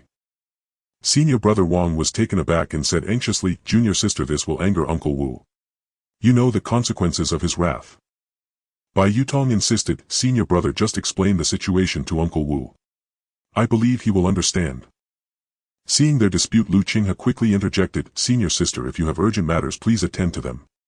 This junior brother shall not intrude." Though he did not know the relationship between senior brother Wang and Bai Yutong, the former's expression suggested he could devour Lu Qinghe alive. He had no desire to offend anyone for no reason and make an enemy. Bai Yutong shot Lu Qinghe a glare. "Junior brother, don't you want to know the cure for pill poison?" Lu Qinghe froze, staring at her. Did Bai Yutong truly know how to resolve pill poison? "Senior sister knows the remedy." Bai Yutong nodded. "Of course." Then she turned to senior brother Wang. "Senior brother Wang, as you can see, I have matters to discuss with junior brother Lu." With Bai Yutong's words, senior brother Wang cast a vicious glare at Lu Qinghe before turning and leaving. Lu Qinghe watched impassively, his goodwill toward Bai Yutong plummeting. She had inexplicably made him an enemy. He did not know senior brother Wang's status, but it was clear the man had already borne a grudge against him, promising endless trouble ahead. Whether Bai Yutong acted intentionally or not, Lu Qinghe resolved to minimize contact with her to avoid further complications. He would not bear a grudge against her if this could be considered repayment for her kindness in bringing him into the outer sect. "Senior sister, I have other matters to attend to. I'll take my leave." Before Bai Yutong could respond, Lu Qinghe's figure had vanished. She stared blankly after him. She had yet to tell him the cure for pill poison. After a long pause, she recovered and murmured thoughtfully, "Junior brother Lu. Is he angry?" She wanted to explain but found nothing to justify. She did not chase after him. With a final sigh, she disappeared from the outer disciple trading area and headed toward the outer sect affairs hall. Lu Qinghe returned to his cave dwelling, reflecting with regret on his rash behavior.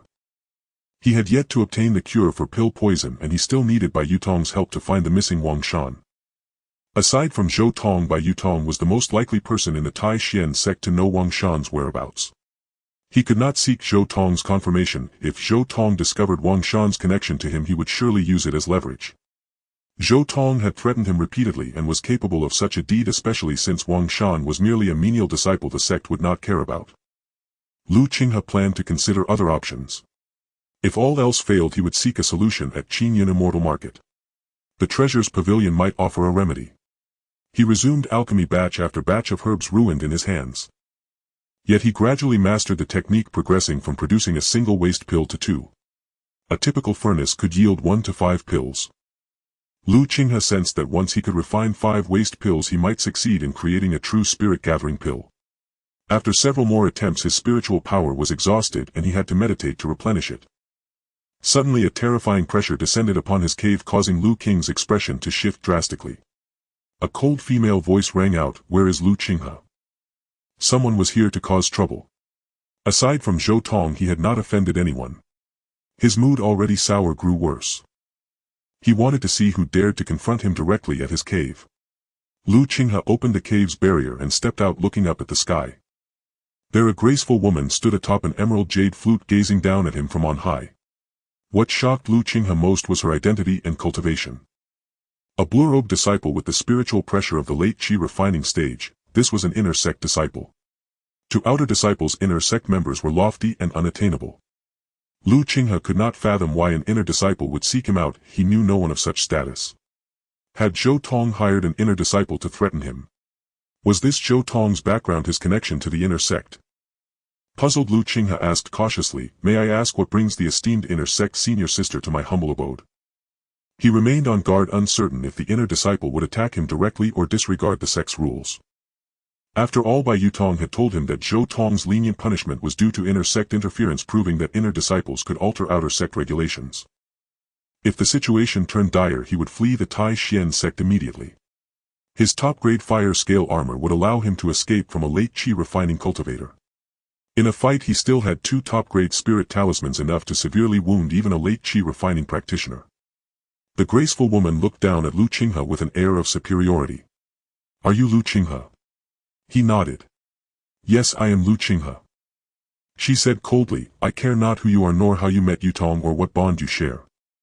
But you two are from different worlds. I do not wish for you to have any further contact with her. A 20-year fire fox flower growing on a fire spirit vein can cure pill poison. It is both precious and rare. Your luck will determine if you can obtain one. What Yutong asked of me is done. I hope you know your place. She will enter the inner sect and has a high chance of becoming a foundation establishment true person." Without waiting for his reply, she flew away. She needed neither his attitude nor his answer. Her words were supreme commands to outer disciples. Outer disciples need only obey. Qinghe's face darkened. Though he had faced contempt and scorn upon entering the sect due to his 5 spiritual roots, he had never been so utterly disregarded, treated like an ant. This was his angriest moment since being framed by Zhou Tong. Qinghe narrowed his eyes. Late Qi refining. I will surpass it soon. He took a deep breath, refusing to be consumed by rage. In any situation he remained calmer than most. He simply had not expected Bai Yutong to enlist an inner disciple to bring him the cure for pill poison. He truly could not fathom what she was thinking. Qinghe returned to his cave dwelling. It was the first time he had heard of the Tianhu flower, and he decided to obtain a comprehensive guide to spiritual herbs in the cultivation world, lest he encounters herbs in the future without knowing about them. A comprehensive guide to spiritual herbs is not considered a treasure. Both the Taishan sect and the Immortal workshop have it. He had simply overlooked it before. Early the next morning, Qinghe left the cave. He decided to set up a powerful formation around the cave to prevent anyone from disturbing his cultivation. Qinghe arrived at the main hall of the spiritual herb peak, where Yao Liyun was on watch. Qinghe greeted him, "Senior brother Yao." Yao Liyun was handling some matters and turned to look at Qinghe upon hearing his voice, having a good impression of him. Not only did he master the intermediate rain art, but he was also capable and of noteworthy status, making him someone Yao Liyun paid attention to. Yao Liyun warmly welcomed him. "What brings junior brother here?" Qinghe did not engage in pleasantries with Yao Liyun and cupped his hand, saying, "Senior brother, I have a matter to ask of you." Yao Liyun smiled and replied, "Please junior brother, go ahead." He understood that Qinghe would not come here for no reason. There must be something important.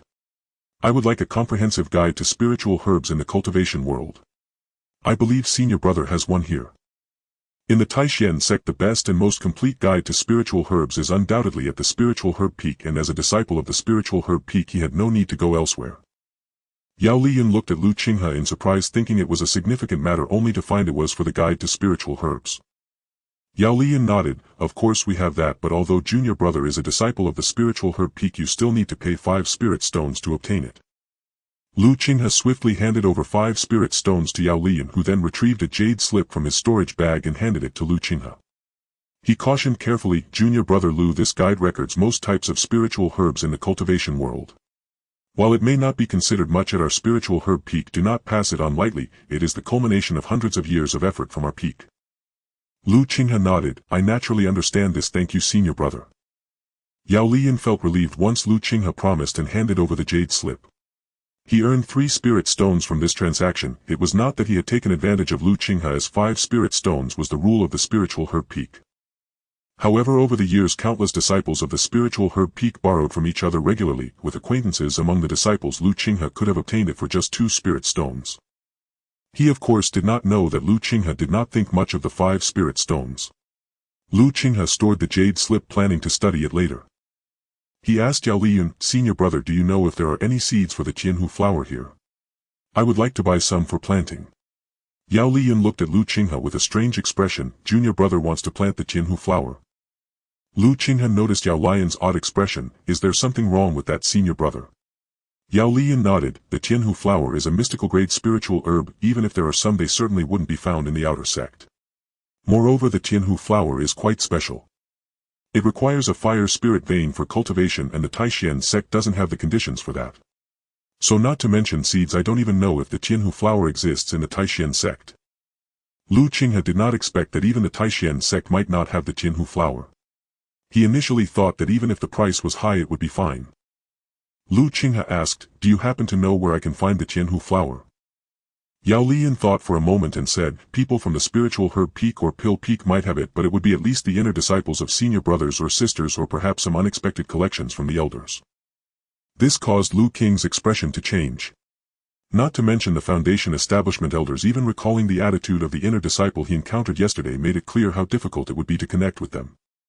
Moreover, the Qinghe flower is rare and inner disciples are unlikely to have it. Seeing that Lu Qinghe genuinely needed the Qinghe flower, Yao Liyan pointed him toward a clear path. Additionally, there is another place where the Qinghe flower might grow. The Tianling secret realm, a mysterious spiritual herb secret realm, was discovered by the 3 sects 300 years ago and is jointly controlled by them.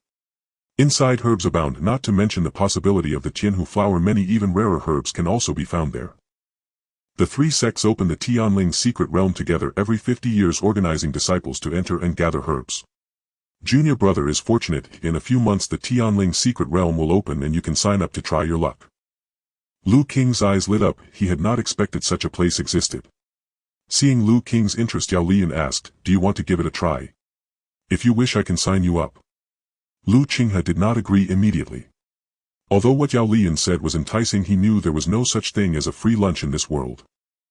There must be risks he was unaware of, and being cautious in his cultivation had always been Lu Qinghe's principle. He planned to visit the Immortal workshop outside to see if he could buy the Qinghe flower. As long as he could obtain the seeds, he would try to grow them in the black soil space. Lu Qinghe declined, saying, "No need, I will consider other methods." He added, "Sorry for bothering you senior brother, I take my leave now." Lu Qinghe arrived at the spirit field and noticed that the gathering spirit grass was showing signs of withering, causing his expression to change. Although he seldom managed the gathering spirit grass and only watered it occasionally, he mastered the intermediate rain art, which was far more effective than the basic rain art. After inspecting, Lu Qinghe discovered that small golden insects were gnawing at the roots of the gathering spirit grass. This made Lu Qinghe realize that the gathering spirit grass was suffering from pest damage due to neglect. He carefully looked at the insects and recognized their identity. Golden tooth worms, which feed on spiritual grass to survive. Ordinary methods cannot eradicate them, only metal-type spells can eliminate them. Lu Qinghe returned to his small room, took out the Qingguang sword and then retrieved a piece of golden metal, the gung metal he had purchased from the Qinghe Immortal workshop. Lu Qinghe planned to practice the gung metal sword art. He was already familiar with the cultivation method of the gung metal sword technique. Lu Qinghe began to practice the gung metal sword technique, and a miraculous scene occurred. The gung metal in front of him transformed into several streams of gung metal light and merged into his body. This cultivation was simpler than practicing other medium-grade spells. Lu Qinghe took out the gung metal again and continued to practice the gung metal sword technique. After 3 days Qinghe had absorbed hundreds of streams of gunmetal energy and he finally achieved the minor completion stage of the gunmetal sword technique. Qinghe picked up the Qingguang sword and swung it. A terrifying sword intent emanated from it, leaving a sword mark on the ground. Given the power of the sword intent, it would be easy to kill a mid-stage Qi refining cultivator in one strike without strong defensive artifacts. However, to continue practicing he would need more gunmetal. Qinghe had a premonition that the gunmetal sword technique was not simple. It definitely surpassed just a medium-grade spell and might have even stronger cultivation methods ahead. When the time comes he would inquire at the treasure pavilion of the Qinghe Immortal workshop to see if he could purchase the complete version of the sword technique. After successfully cultivating the sword technique, Qinghe stepped out of his small room and noticed that the gathering spirit grass in the spirit field was already showing signs of wilting.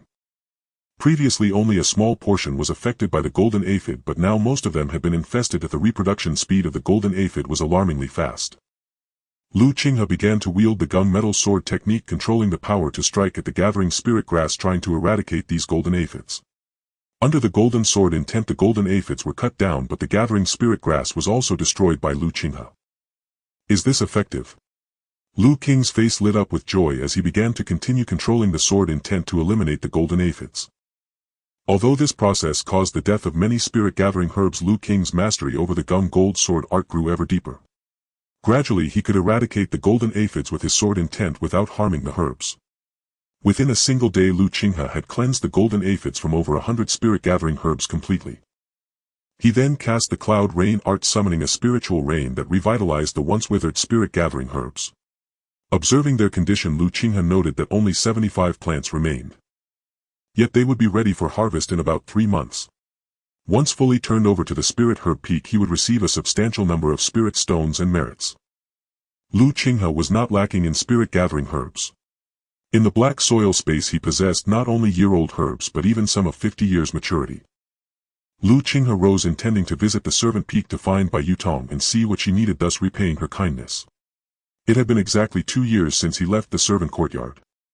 He first returned to his former small courtyard. Having been promoted to an outer disciple, the servant's dwelling had been vacated. However, as the Grand Mystery Sect's decennial disciple recruitment was still 5 years away, no new disciple had moved in. That meant he had been with the sect for 5 years, 3 as a servant and 2 as an outer disciple. Qinghe glanced at Wang Shan's courtyard. There was still no sign of activity. Could Wang Shan have truly met with some mishap? The thought weighed heavily on his heart. He arrived at the servant affairs hall but did not see Bai Yutong. Only a few busy servant disciples were present. Upon seeing Qinghe they hurried over and bowed in reverence. Greetings, senior outer disciple. Though Qinghe was much younger than these servants in the cultivation world, strength reigned supreme. Within the sect those of lower cultivation addressed higher cultivators as senior brother. Qinghe did not adopt an arrogant demeanor. Having risen from the servant courtyard himself, he was not one to look down on others regardless of his status.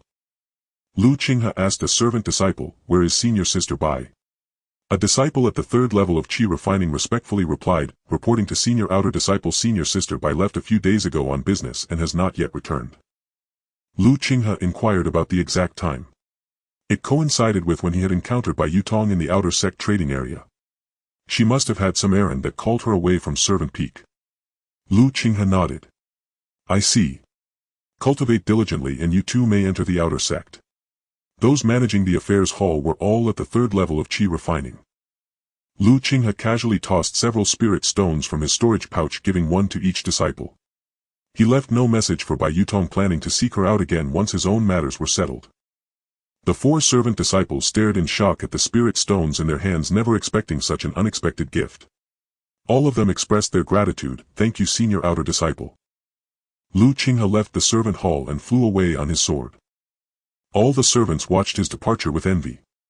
Outer disciples at the very least at the 4th level of Qi refining could fly on objects, a goal these servants tirelessly strove for.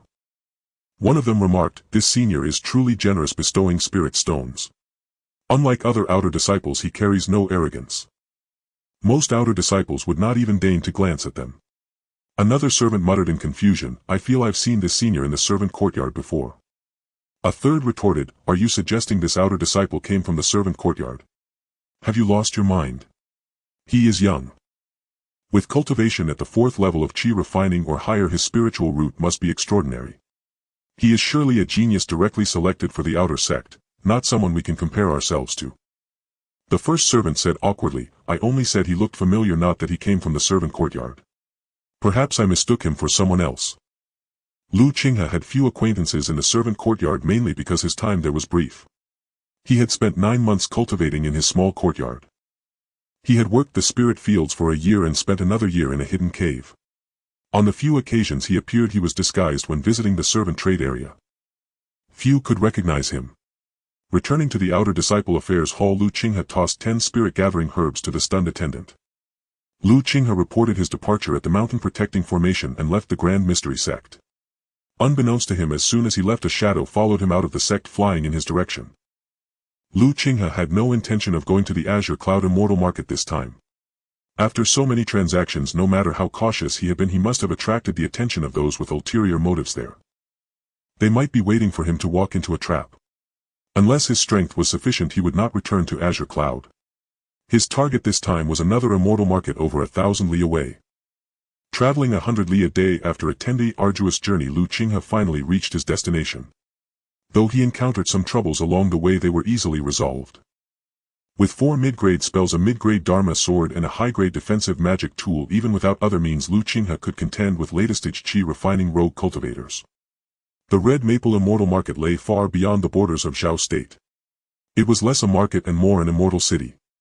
10 times larger than Azure Cloud, its spiritual energy rivaled even the outer sect of the Grand Mystery Sect. Rumor had it that the market's master was a genuine golden core ancestor whose might intimidated countless surrounding powers. Iron-armored guards, all latest-stage Qi refining cultivators, blocked Qinghe's path.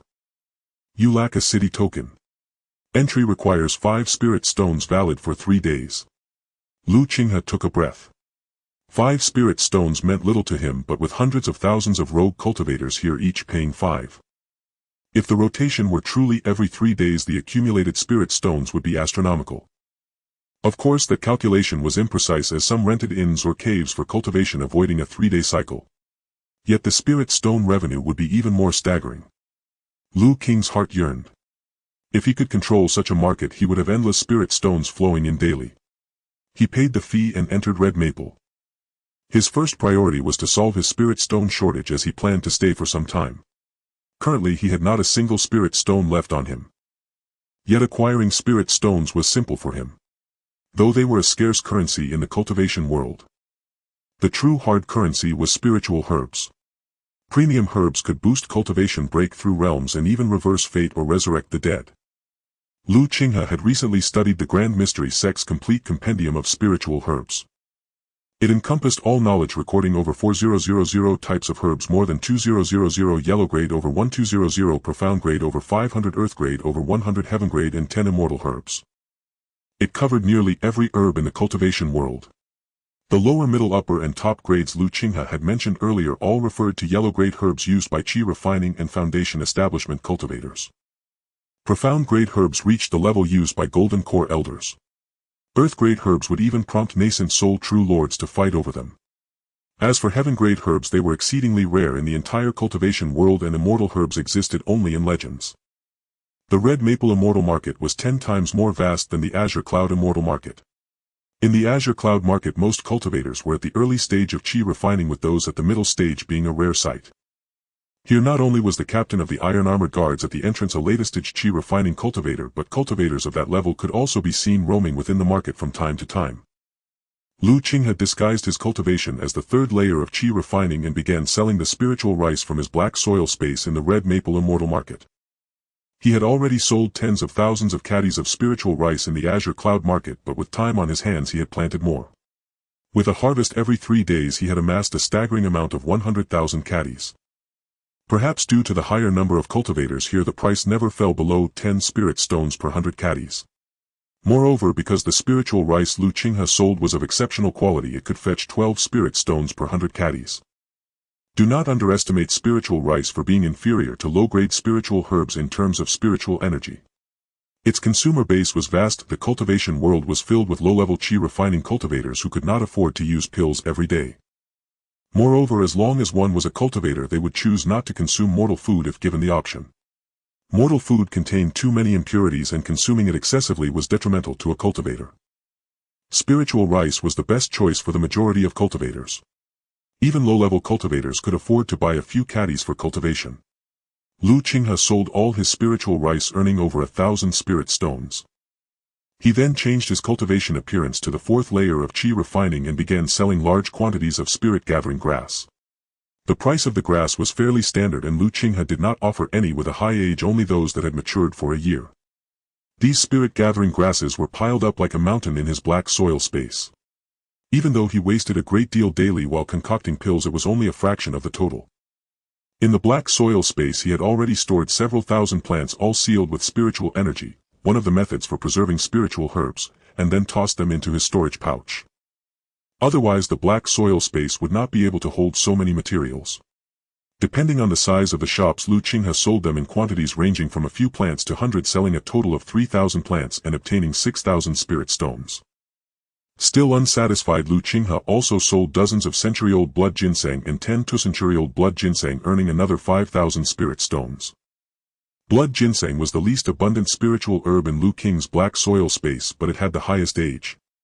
The strongest few were about to reach 400 years of medicinal age.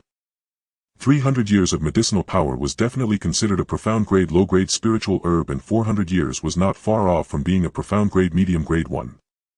Qinghe did not know their true value and dared not reveal them, even if it meant wasting them. Moreover, one of the auxiliary ingredients for refining the spirit-gathering pill was blood ginseng. Although only a 20-year-old blood ginseng was required, the stronger the medicinal power, the more potent the pill would naturally be. In just a few days, Qinghe's spirit stones exceeded 10,000. Such a fortune would startle even a foundation establishment cultivator. It was rare for an ordinary foundation establishment cultivator to amass so many spirit stones. Qinghe also purchased several high-grade storage pouches. Each pouch cost 100 spirit stones but contained a space of 10 cubic zhang, enough for him to store more materials. However, to his regret, he did not find the fire fox flower, as it was far too rare. But he did hear a piece of news: in 1 month the treasure-gathering pavilion would hold an auction where various rare treasures would be sold. All cultivators eligible to participate could attend. Qinghe had not expected that the Red Maple Immortal Market also had a treasure-gathering pavilion, and he wondered if it had any connection to the one in the Azure Cloud Market. He did not bother to dwell on it. He was still a VIP at the Azure Cloud Market, but he had no intention of revealing his identity. Although he had been very careful in selling so many materials, this time the market was home not only to Qi refining cultivators but also to foundation establishment cultivators and even golden core elders. Their methods were beyond Qinghe's imagination. Moreover, some cultivators possessed special techniques that allowed them to track him through the slightest clues. Qinghe stopped using the Thousand Faces illusory art and instead revealed his true cultivation strength. He speculated that he was not the only one practicing the Thousand Faces illusory cloud art. It was not a unique secret art, but one sold by the treasure-gathering pavilion, so others would have purchased it as well. If someone saw through his disguise, it would inevitably lead to trouble. In this way no one would connect him with the cultivator selling spiritual herbs. It could be said that Qinghe had calculated all the risks in this bold move. Of course, Qinghe did not remain idle. He went to a special place in the Red Maple Immortal Market, a place for alchemy. Its uniqueness lay in the fact that it was not only equipped with a high-grade spirit-gathering array providing dense spiritual energy but also allowed the use of earth fire for pill refinement. Earth fire was a type of spirit flame. Most alchemists were fire-attributed cultivators, but there were exceptions. For instance, cultivators who mastered a special spirit flame could also become alchemists. However, spirit flames were far too rare and precious. Even the lowest-grade spirit flame was comparable in price to a spiritual artifact. When a spirit flame appeared in the world, it had nothing to do with low-level cultivators; at the very least it would be claimed by a golden core elder. Moreover, spirit flames had unique functions. Not only could they attack enemies, but if used for alchemy they would be a tremendous boon, increasing both the success rate and the efficacy of the pill. In particular, for profound-grade spiritual herbs the required flame power was crucial. One either needed the fire power cultivated from a profound-grade technique or a spiritual artifact-grade cauldron for refinement. If one possessed a spirit flame, these troubles could be bypassed, allowing direct refinement with the flame. Earth fire was a flame drawn from the depths of the earth's veins using magical artifacts. It could be considered a type of spirit flame, but its power was not as strong as a true spirit flame and it could not be easily carried away. Qinghe arrived at the alchemy fire rooms of the Red Maple Immortal Market. The supervising cultivator saw him and greeted him warmly. "Fellow Taoist, are you an alchemist? Do you need alchemy guidance or do you wish to rent a fire room?" Qinghe replied, "I need to rent a fire room." "What are the prices?" The cultivator explained, "The fire rooms are divided into 4 grades: heaven, earth, profound and yellow, corresponding to the resource grades in the cultivation world. Naturally the prices differ. A yellow grade fire room costs 1 spirit stone per day, a profound grade costs 10 spirit stones per day, an earth grade costs 50 spirit stones per day, and a heaven grade fire room costs 100 spirit stones per day." Qinghe gasped. Alchemy was charged by the day and at such a high price. Especially the heaven-grade fire room, it could earn 3,000 spirit stones a month. However, Qinghe knew that heaven-grade rooms were reserved for foundation establishment cultivators or master alchemists. Although Qinghe was not short of spirit stones, he did not wish to waste them. "I am just trying my hand at alchemy. Rent me a yellow-grade fire room for a month. Is there a discount for a monthly rental?" The cultivator shook his head. "No bargaining." "All right." Qinghe took out 30 spirit stones and handed them over. The cultivator pocketed them with a smile and gave Qinghe a token. "Fellow Taoist, you have rented fire room number 98 for 1 month. During this month only you can freely enter and exit this room." The cultivator led Qinghe to the door of fire room 98. You only need to use the token to freely access the fire room. It was similar to the identity token of the Tai Xian sect. Qinghe took out the token and a portal appeared. He stepped inside. Within the alchemy fire room, a fire summoning array was laid upon the ground. Once activated, it would draw an endless stream of terrestrial fire from the depths of the earth's veins. Qinghe speculated that this grand array for drawing terrestrial fire must be a profound level formation and of no low grade. He spent half a day in meditation adjusting his entire state to its peak condition. Only then did he place a high-grade cauldron upon the array. Qinghe cast a hand seal and a formidable terrestrial fire surged endlessly from beneath the ground. Not only was the quality of the terrestrial fire far more potent than the flames produced by his own cultivation technique, but crucially it consumed very little of his magical power. Previously Qinghe could only refine a few batches of pills a day before having to stop and recover before he could continue alchemy. But now with the terrestrial fire activated, this was no longer necessary. Theoretically, as long as he had ample energy and sufficient materials, he could use the terrestrial fire to refine pills ceaselessly. This was precisely why the fire room was favored by most alchemists. Qinghe took out the materials for spirit-gathering pills and began the refining process. After a short while it was finally time to condense the pills. Condense. A plume of black smoke rose from the cauldron, which was within Qinghe's expectations. It was already fortunate the cauldron hadn't exploded. He opened the cauldron, brushed aside the ashes and found 5 pitch-black defective pills within. Qinghe was overjoyed. His original ability had only produced 2 defective pills, yet now he could refine 5. If he could just master the technique a little more, he would be close to refining a true spiritual pill. Qinghe continued by refining another batch of materials. Although he again obtained 5 defective pills, their quality was far superior to the previous ones. After 10 batches, a single substandard pill finally appeared. Gazing at the pill in his hand, more than half of which was impurities, Qinghe cherished it like a treasure. This pill was worth only half a spirit stone on the market, yet the cost of the materials Qinghe had consumed to refine it was worth several thousand. With so many spirit stones, a cultivator with 3 spiritual roots could have advanced their cultivation by leaps and bounds, reaching the late Qi refining stage in a short time. "I have finally become a true alchemist." Qinghe grinned with joy. The hardest part was always the beginning. With this one substandard pill he would soon be able to refine an endless stream of pills. Moreover, Qinghe had a premonition that if he could refine pills of medium or high quality, he could continue his cultivation. With this possibility in mind, Qinghe became even more diligent in alchemy. He frantically refined pills. After entering the fire room, he never left until 20 days had passed. Qinghe looked at a crystal-clear pill in his hand. He had miraculously refined a high-grade pill. One batch yielded 4 medium-grade pills and 1 high-grade pill. This was Qinghe's current alchemy standard. Of course, it wasn't that Qinghe's talent had suddenly exploded, but rather that the materials he had used over the past few days were excessively lavish, hundreds of batches of materials each day. Over 20 days that amounted to more than 2,000 batches of spirit-gathering pill materials costing 5,000 spirit stones. Not only that, but for this batch Qinghe had also used spirit-gathering grass with 50 years of medicinal potency. Coupled with a high-grade pill formula, if he still couldn't refine a high-grade pill, Qinghe might as well find a piece of tofu and bash his head against it. From the beginning of his alchemy, having consumed wealth sufficient to establish a foundation establishment true person, Qinghe had finally refined a high-grade pill. If this were known, it would absolutely terrify the vast majority of cultivators in the cultivation world.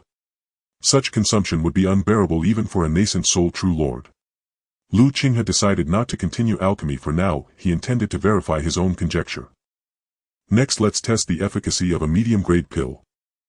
In one of Qinghe's storage pouches there were countless defective pills, over 500 substandard pills, more than 100 low-grade spirit-gathering pills, and 34 medium-grade ones. Additionally, he had a single high-grade spirit-gathering pill in his hand. Qinghe carefully put away the high-grade pill, took out a medium-grade spirit-gathering pill, swallowed it, and began to circulate his qi refining technique to refine the medicinal power. Immediately Qinghe felt his previously stagnant cultivation base slowly begin to grow. Overjoyed, he realized that even without the fire fox flower he could still continue his cultivation. In 4 hours Qinghe fully refined one pill, increasing his cultivation base by 1/50th. The medicinal efficacy was more than double that of a low-grade spirit-gathering pill. This left Qinghe puzzled. How could a pill with merely a few less impurities have such an astonishing effect? Of course, Qinghe was unaware that this was the difference between 1-year-old spirit-gathering grass and 50-year-old spirit-gathering grass. All his medium-grade pills were refined from spirit-gathering grass with 50 years of medicinal power. The spiritual energy within them was incomparable to that of 1-year-old spirit-gathering grass. Qinghe chose not to dwell on what he couldn't understand. At this cultivation speed he would need less than 2 months to push his cultivation to the peak of the 6th layer of qi refining. The prerequisite was having at least 50 medium-grade spirit-gathering pills. He was still short by a dozen or so. After resting for a while, Qinghe resumed alchemy. Practice makes perfect. This time it took only a short while for Qinghe to refine the spirit-gathering pills. Out of 15 pills, 12 were medium-grade. The remaining 3 were high-grade. These pills were more than enough for Qinghe to use up to the late qi refining stage. Spirit-gathering pills were still effective in the late qi refining stage, but only for other cultivators. Qinghe guessed that only high-grade spirit-gathering pills would be of use to him. Low and medium-grade spirit-gathering pills might have less than 50% efficacy in advancing his cultivation. At that point, only yellow-grade medium pills like the yellow dragon pill could significantly boost his cultivation speed. He had previously bought 2 bottles of yellow dragon pills, using one to break through a bottleneck. The remaining bottle was reserved for his breakthrough to the late qi refining stage. With his current wealth he could afford the luxury of cultivating with a bottle of yellow dragon pills which cost 100 spirit stones. However, Qinghe did not do so because fully refining a single yellow dragon pill took 5 days. Moreover, he feared that if he used the yellow dragon pill now, its efficacy would drastically decrease by the late qi refining stage, forcing him to seek even higher grade pills. Although he wouldn't use the yellow dragon pill yet, Qinghe was determined to obtain its formula, and not a low-grade one. His target was at least a medium-grade formula or above. Ideally it would be a high-grade formula just like the one he had for the spirit-gathering pill. Once he had the formula, he could begin large-scale cultivation of the herbs needed for the yellow dragon pill. He just didn't know if the treasure's pavilion had such a formula. Qinghe also planned to go out for a while, as neither alchemy nor cultivation could be rushed. He intended to make some purchases here. Moreover, the time for the treasure's pavilion's auction was approaching, and he hoped to see if he could find the fire fox flower. Qinghe wandered through the red maple immortal market inquiring about the items he needed. After strolling for half a day, he ultimately stepped through the gates bearing the signboard of the treasure-gathering pavilion. With the auction imminent, the security at the treasure-gathering pavilion was exceptionally stringent. Cultivators constantly came and went, and Qinghe could even sense the oppressive aura of a foundation establishment true person.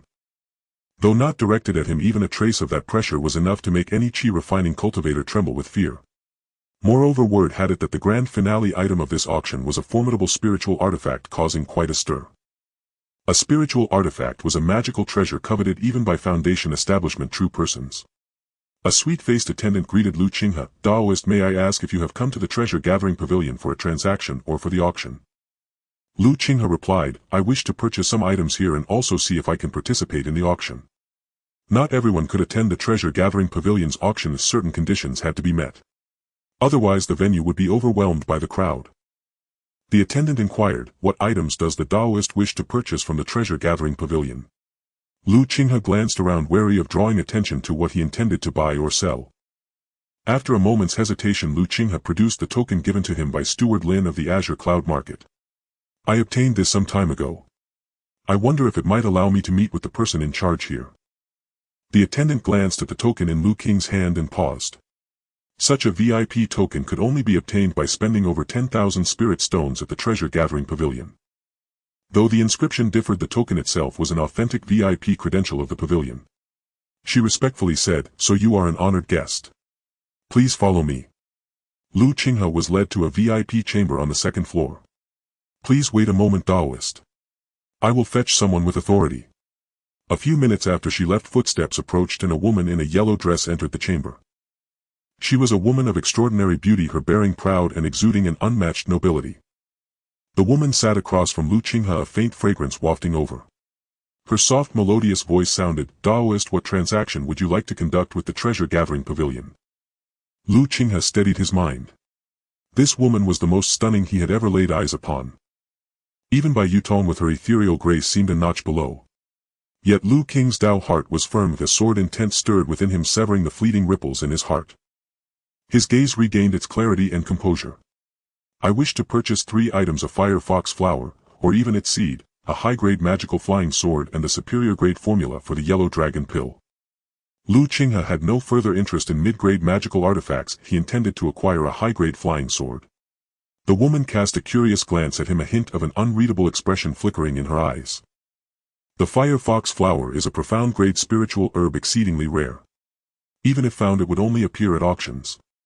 As for its seed, do not entertain the thought. Only great immortal sects possess the fire spirit veins to cultivate it.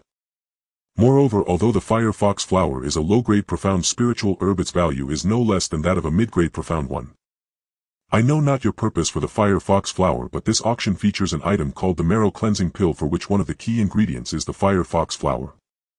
Should the Daoist attend the auction, you might have a chance to obtain it." The marrow cleansing pill was one of the few low-grade profound pills Qinghe had heard of. As its name suggested, it could cleanse the marrow and refine the sinews, improving the physique and widening the meridians. Not only would it purge impurities from the body, but it would also accelerate cultivation speed. Qinghe had not expected the treasure-gathering pavilion to put such a pill up for auction. The pill's effects far surpassed those of the fire fox flower alone. Though to Qinghe its value paled in comparison to the flower, for with a single fire fox flower he could produce an endless supply.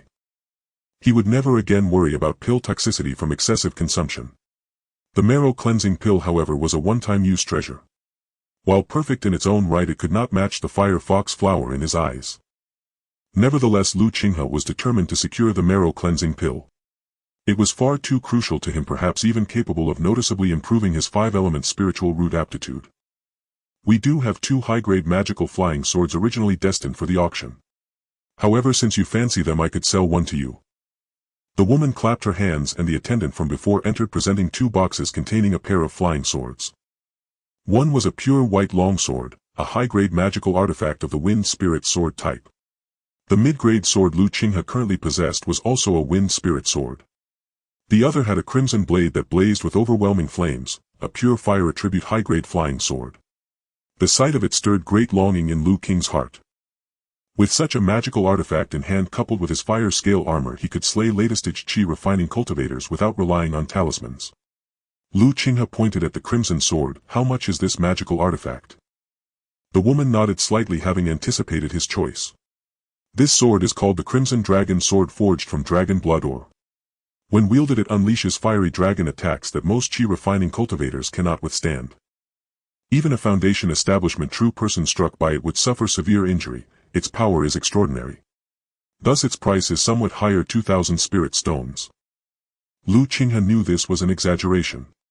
Though Foundation establishment true persons might use magical artifacts in the absence of spiritual ones, a Qi refining cultivator relying on a high-grade magical artifact to gravely wound a Foundation establishment true person was pure fantasy. He was no longer a novice in the immortal arts, understanding the vast chasm between Qi refining and Foundation establishment. Even a Qi refining cultivator wielding a spiritual artifact might prove ineffective against a Foundation establishment true person. Qinghe shook his head. 2,000 spirit stones is too steep. That's nearly the price of a top-grade magical artifact. The high-grade fire scale armor he had purchased earlier cost only 1100 spirit stones. The woman smiled warmly. Daoist, the Crimson Dragon sword cannot be compared to ordinary high-grade magical artifacts. It is not far off from a top-grade one. If placed in the auction it would fetch at least 2500 spirit stones. Lu Qinghe had decided to forego the Crimson Dragon sword. Though he had the spirit stones, he had no wish to be taken advantage of. And what of this other sword? This one is far inferior. The treasure-gathering pavilion quotes 1500 spirit stones. As an honored guest you may have it for 1400. 1300 spirit stones. Lu Qinghe stated his price. After deliberation the woman agreed. Deal. Lu Qinghe paid 1300 spirit stones and acquired the high-grade wind spirit sword. And the superior-grade yellow dragon pill formula. The woman gazed at him with an enigmatic smile. The yellow dragon pill is a mid-grade pill, but its superior-grade formula is worth no less than a spiritual artifact. Are you certain you wish to purchase it, Daoist? Her eyes fixed unblinkingly on Lu Qinghe, awaiting his answer. Lu Qinghe stared at the woman in astonishment, never expecting the recipe for the superior-grade yellow dragon pill to be so exorbitantly priced. A single spirit artifact was worth at least 10,000 spirit stones. Yet upon reflection Lu Qinghe found it reasonable. The price of a yellow dragon pill was 10 times that of a spirit-gathering pill, and he had spent 1200 spirit stones on the recipe for the superior-grade spirit-gathering pill. It seemed only natural that the recipe for the yellow dragon pill would cost 10,000 spirit stones. Lu Qinghe weighed the pros and cons, not whether he could afford the recipe but whether he could leave Red Maple Immortal Market alive after purchasing it. A Qi refining cultivator conducting a transaction of 10,000 spirit stones, even if the treasure pavilion didn't target him, the slightest leak of information would seal his doom. Yet another consideration crossed his mind: the superior-grade yellow dragon pill recipe was so costly that it might be unobtainable anywhere else. He wasn't even certain if the alchemy peak of the Tai Xian sect possessed such a recipe. In the end Lu Qinghe had decided against the risk. If the superior-grade recipe was out of reach, a lower-grade one would suffice. As long as he could find the firefox flower, the difference between superior and lower-grade pills was negligible to him. These thoughts flashed through Lu Qinghe's mind in an instant. He gave a wry smile and said, "Apologies, but I don't have that many spirit stones. Do you happen to have a lower-grade recipe for the yellow dragon pill?" The woman nodded. "Yes, it's priced at 1500 spirit stones, non-negotiable. Would you like it, fellow Daoist?" Lu Qinghe nodded. "I do, but I don't have enough spirit stones. I happen to come across a spiritual herb by chance. Could you tell me how much it's worth?" Lu Qinghe produced a 400-year-old blood ginseng and handed it to the woman. She gazed at it in astonishment, instantly recognizing its medicinal potency. A 400-year-old blood ginseng, a Xian-grade mid-tier spiritual herb. Though slightly inferior to other herbs of the same grade, it's still a rare find. "I can offer 2000 spirit stones for this herb." This was the standard price for a Xian-grade mid-tier spiritual herb. Lu Qinghe agreed to the deal. Deal. The woman handed him a recipe and 500 spirit stones. "After deducting the cost of the recipe, here are your remaining 500 spirit stones. Please keep them safe, fellow Daoist." Lu Qinghe stowed away the spirit stones. "I'd like to participate in this auction. How do I go about it?" The woman replied, "That's simple. Take this token. Present it in 7 days to gain entry to the treasure pavilion's auction." The woman tossed a token to Lu Qinghe. He cupped his hands in gratitude. "Thank you. I'll take my leave now." The woman nodded and Lu Qinghe exited the private room, swiftly departing from the treasure pavilion. In the private room the woman stared at the 400-year-old blood ginseng in her hand, lost in thought. When did the Tai Xian sect produce someone like this? He doesn't seem to be a close associate of the 3 Golden Core elders. But if he's not a disciple or descendant of theirs, how could he possess a spiritual herb of this grade? Lu Qinghe didn't recognize her, but she recognized him. She was the pavilion master of the treasure pavilion in Qinghe Immortal Market. The auction at Red Maple Immortal Market had drawn her and several other nearby pavilion masters. If not for the maidservant reporting the matter to her, she wouldn't have been curious enough to visit in person. After all, a Qi refining cultivator like Lu Qinghe possessed wealth that would terrify even a Foundation establishment true person. Lu Qinghe of course had no idea that the woman had just traded with was the pavilion master of the treasure pavilion in Qinghe Immortal Market, a Foundation establishment true person. If he had known, he would have been terrified. Lu Qinghe studied the recipe for the yellow dragon pill. The lower-grade recipe could only produce lower-grade pills, the standard ones sold on the market. The yellow dragon pill required 13 types of spiritual herbs, with the main ingredient being dragon bloodgrass, a Huang-grade mid-tier herb. A 10-year-old dragon bloodgrass could be used for alchemy. It also required 3 Huang-grade low-tier herbs, 20-year-old blood ginseng, 1-year-old ice crystal flower, and 1-year-old clarity grass. The rest were auxiliary ingredients, most of which overlapped with those for the spirit-gathering pill. Qinghe spent an entire day wandering through Red Maple Immortal Market but failed to purchase seeds for these herbs. Ultimately he had to settle for buying the herbs themselves. After spending over 100 spirit stones he managed to acquire 1 or 2 of each type. Qinghe returned to his fire room. After confirming no one was watching, he entered the black soil space. He harvested all the spirit-gathering grass, deciding not to cultivate it any longer. No matter how many years spirit-gathering grass aged, its grade remained unchanged. As for blood ginseng, he had plenty in stock, including 400-year-old specimens, so there was no need to plant it. Now he needed to cultivate dragon blood grass, ice crystal flower, and clarity grass. He planted 6 herbs. 4 dragon blood grass plants would mature in 10 years, roughly a month's time, while the ice crystal flower and clarity grass would mature in 3 days. His goal wasn't to harvest but to cultivate, collecting seeds after maturity for replanting. Qinghe returned to the fire room and began his cultivation, consuming medium-grade spirit-gathering pills. 7 days passed in a blink. In the black soil space, the ice crystal flower and clarity grass, initially just 1 plant each, had multiplied to 50, covering an entire acre of black soil. The dragon blood grass had also matured once on the 2nd day after planting. This wasn't due to the accelerated time in the black soil space, but because he had planted already mature herbs. They didn't need that much time. The 4 dragon blood grass plants continued to grow, surrounded by 20 saplings that would mature in a month.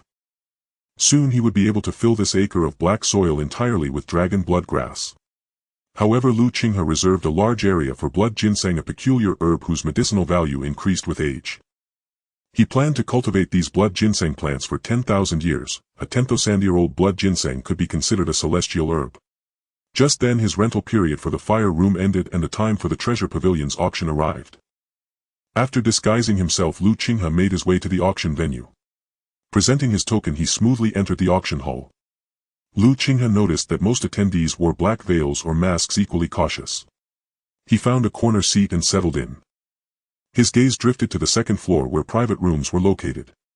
Those seated there were either figures of great authority or Foundation establishment true persons. He dared not stare too long, provoking an irritable Foundation establishment true person would incur their wrath, and he wanted no trouble. The auction had yet to begin. Qinghe sat upright, closing his eyes to rest. In a private room on the 2nd floor, a middle-aged man sat in a chair flanked by 3 disciples in white robes. If Qinghe had seen them, he would have recognized them immediately, a Foundation establishment elder of the Tai Xian sect and outer disciples, including Bai Yutong, whom he had been searching for, and that resentful senior brother Wang. The 3rd disciple, seemingly young and inexperienced, excitedly asked the elder, "Master, is it true that the treasure pavilion is auctioning a superior-grade spirit artifact this time?" Not only he but Bai Yutong and the other disciple also turned their gazes to the elder. Spirit artifacts were beyond their reach, let alone a superior-grade one. The elder nodded. "Indeed. That's why the sect sent me to observe. The sect leader has instructed that this artifact must not fall into the hands of the other 2 sects. Their territories and resources were limited, and for centuries they had been locked in covert strife and open conflict. Each side yearned to annihilate the other, seize their resources, and thus bolster their own sect. A top-grade spiritual artifact, when wielded by a cultivator at the 9th level of Foundation establishment, could enable them to contend with a cultivator at the 1st level of Golden Core. This effectively granted the sect a pseudo-Golden Core powerhouse. Though its deterrent power couldn't match a true Golden Core, it became crucial when the overall strength of the opposing forces was nearly equal. The emergence of a Golden Core tier combatant would undoubtedly reshape the current landscape of the Zhao Kingdom. Senior brother Wang inquired, "Uncle Master, do you mean the Spirit Beast Valley and the Divine Pill sect are both attending this auction?" "Not only them. Since we are here, the other 2 sects naturally would be too. However, besides our 3 sects there are other factions. Some sects from neighboring kingdoms are even more formidable than ours. You must not stir up trouble." The Zhao Kingdom was but a drop in the ocean of the cultivation world. Several powerful neighboring states had their own immortal sects, and they were all naturally interested in the auction of a top-grade spiritual artifact. The 3 of them acknowledged the order, yes. The Foundation Establishment Elder instructed his youngest disciple, "Son, how you are now at the 6th level of Qi refining. This trip is to temper your mind, enabling you to break through to the late Qi refining stage within 2 years." This outer disciple was none other than Sun Hao, the dual spirituate genius who had entered the Grand Xian sect alongside Lu Qinghe. Upon entering the outer sect, he was taken as a personal disciple by the peak master of the sword Pika cultivator at the 8th level of Foundation Establishment. Nurtured with abundant resources, he advanced rapidly, reaching the 6th level of Qi refining in just 4 years. Sun Hao said confidently, "Master, rest assured, I will definitely break through to the late Qi refining stage within 2 years. He had immense faith in his own cultivation. Breaking through to the late Qi refining stage in 2 years was merely a matter of course for him. Jianlu Zhenren held his disciple in high regard. Not only was Sun Hao a dual spirituate genius, but his main spirit root was metal, ensuring he could inherit his master's formidable swordsmanship. The late Qi refining stage poses no challenge for you. Your goal is to successfully establish your foundation within 20 years. Only then will you have a century to strive for the cultivation level of a golden core ancestor." Sun Hao was astonished. He hadn't expected his master to hold such high expectations, aiming for him to achieve golden core within a century of foundation establishment. Even he who considered himself a prodigy had previously dared not dream of reaching the golden core stage. Sun Hao replied solemnly, "Master, rest assured. This disciple will strive diligently and not disappoint your expectations." Bai Yutong and senior brother Wang listened to their exchange, envy flickering in their eyes. They were merely triple spirituate cultivators. After over a decade of cultivation, they had only reached the 6th level of Qi refining, though they had achieved perfection at that stage. However, breaking through to the late Qi refining stage was not so simple. It could happen in a day or two, or it might remain an unattainable barrier for several years. Yet Sun Hao had matched their decade-long cultivation achievement in less than 5 years. With his dual spirit roots, foundation establishment was a certainty, and he even had a chance to strive for the golden core realm in the future. This was not only due to Sun Hao's dual spirit roots, but also the result of receiving the full support and cultivation resources from Jianlu Zhenren. For them, reaching the foundation establishment realm in this lifetime would be the pinnacle of their cultivation. But even that was an immensely difficult task. The bottleneck of the late Qi refining stage had already consumed much of their effort without being broken. Jianlu Zhenren nodded, greatly satisfied with Sun Hao's attitude. Cultivation required an indomitable spirit to have any hope of breaking through. With dual spirit roots and his sword techniques, forging a golden core cultivator was not difficult. Sensing the emotions of Bai Yutong and senior brother Wang, Jianlu Zhenren offered guidance. "You too are also close to breaking through to the late Qi refining stage. Once you enter the inner sect, you will surely achieve something. If you work hard, there is still hope for foundation establishment. I brought you here this time so you can seek your own opportunities for a breakthrough." The two bowed in thanks. "Thank you, Uncle Master. All right, the auction is about to begin." The four of them turned their gaze towards the center of the main hall below. A strikingly beautiful female cultivator appeared on the stage. Everyone was shocked, not expecting the host of this auction to be such an enchanting woman. A commotion rippled through the crowd, but a terrifying aura erupted from the beautiful female cultivator, instantly silencing everyone. What caused even more astonishment was the realization that this female cultivator was a foundation establishment Shinran. The vast majority of those present were only Qi refining disciples. A foundation establishment Shinran was an exalted immortal to them. The wrath of a foundation establishment cultivator could leave fields of corpses. The difference between Qi refining and foundation establishment was as vast as the distance between clouds and mud. Everyone immediately suppressed their improper thoughts. In a private booth on the 2nd floor, a foundation establishment Shinran watched the female cultivator with interest, truly worthy of the treasure-gathering pavilion, sending a foundation establishment Shinran to host the auction. His attending disciple asked, "Master, is the treasure-gathering pavilion very powerful?" The foundation establishment Shinran nodded, "Powerful. I heard that once a nascent soul lord tried to make a move against the treasure-gathering pavilion. Within a single day, the nascent soul lord's corpse was put up for auction by the pavilion." Gasps filled the air. A nascent soul lord was an existence of supreme power to them. The thought of one being hunted down and sold at auction was a horrifying concept. This is merely hearsay. No one knows the true circumstances. But one thing is certain, the fact that no one has dared to challenge the treasure-gathering pavilion for centuries speaks volumes. Our target this time is that top-grade spiritual artifact. I have already spotted that madman Jianlu from the Grand Xian sect and that fiend Nia Shintong from Spirit Beast Valley. Their goal is the same as ours. The attending disciple chuckled, "Master, who can rival the divine pill sect in wealth?" Yao Qinghe nodded, "I hope so, but the 1,000-year accumulations of the Grand Xian sect and Spirit Beast Valley should not be underestimated." As they conversed, the auction below commenced. "I am Yu Miao. It is my honor to host today's auction at the Treasure Gathering Pavilion. I know you are all not here for me but for the treasures being auctioned today. I believe this auction will leave everyone with a bountiful harvest." Every smile and glance from Yu Miao carried an exotic charm, stirring the hearts of the onlookers. Qinghe, sitting in a corner, was also shocked.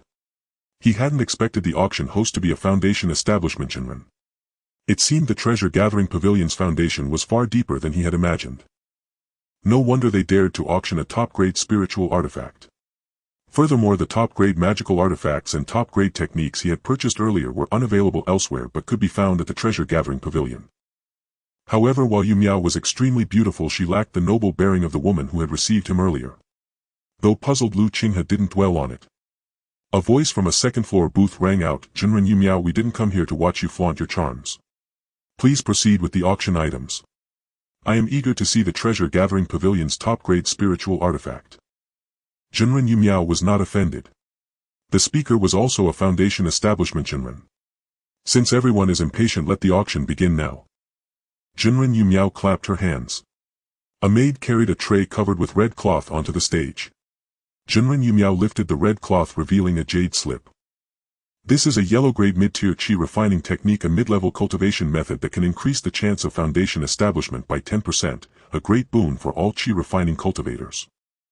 A 10% boost to foundation establishment, achieving immortality and living another life. The qi refining cultivators grew excited, for who did not wish to establish their foundation and become an immortal, soaring through the skies and extending their lifespan by 100 years. Starting bid 500 spirit stones each, increment no less than 10 spirit stones. 510 spirit stones. How dare you bid merely 10 spirit stones? 550 spirit stones. 560 spirit stones. The bidding for the mid-tier qi refining technique steadily climbed, soon surpassing 600 spirit stones. A mid-tier qi refining technique was enough to establish a medium-sized qi refining clan, and with luck it might even produce a foundation establishment true person. Qinghe remained indifferent, for the cultivation technique he practiced, the Cloud Ji qi refining art, was a high-tier qi refining method that increased the chance of foundation establishment by 20%. This was precisely why so many would go to great lengths to join the major sects. The mid-tier qi refining technique failed to attract the attention of any foundation establishment true person and was ultimately won by a 9th-layer qi refining cultivator for 1500 spirit stones, tripling the starting price. The 9th-layer qi refining cultivator handed the spirit stones to the auction platform and reverently stored the technique away. The first item had fetched an excellent price, and a rich smile spread across Jade Marvel True Person's face. Jade Marvel True Person produced the second item, which turned out to be the Crimson Dragon Sword that Qinghe had once seen.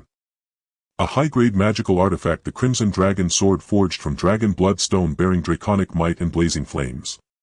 Had the forging technique been slightly superior, it would have undoubtedly reached the level of a top-grade magical artifact.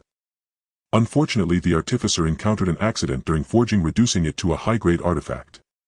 Yet its true power is not far from that of a top-grade artifact. Starting bid 2000 spirit stones each, increment no less than 100 spirit stones. 2100. 2200. This Crimson Dragon Sword was ultimately purchased by a foundation establishment true person for 2600 spirit stones, whether for his own use or for his disciples remained unknown. Then one rare treasure after another was brought forth, greatly broadening Qinghe's horizons. Though some items tempted him, he managed to restrain himself. His target was the marrow cleansing pill. After several items had been auctioned, a flask of pills was finally presented. A profound grade low-tier pill, the marrow cleansing pill. Throughout our cultivation we accumulate toxins, suffer hidden injuries from battles, or ingest excessive pill poisons. The marrow cleansing pill can purge all these, expand our meridians, and accelerate our cultivation speed, especially for those qi refining cultivators who are too old to attempt foundation establishment. The marrow cleansing pill is your chance to defy fate. Starting bid 1000 spirit stones each, increment no less than 50 spirit stones.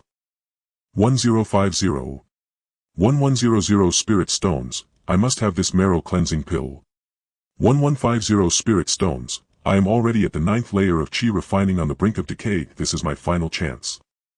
The price of the marrow cleansing pill soared. Within the Tai Xian sect's private room, Wang Tianyu by Yutong and Sun Hao gazed with longing at the pill below. They all desperately needed this pill. As a profound grade elixir, it was nearly unattainable for those of their status.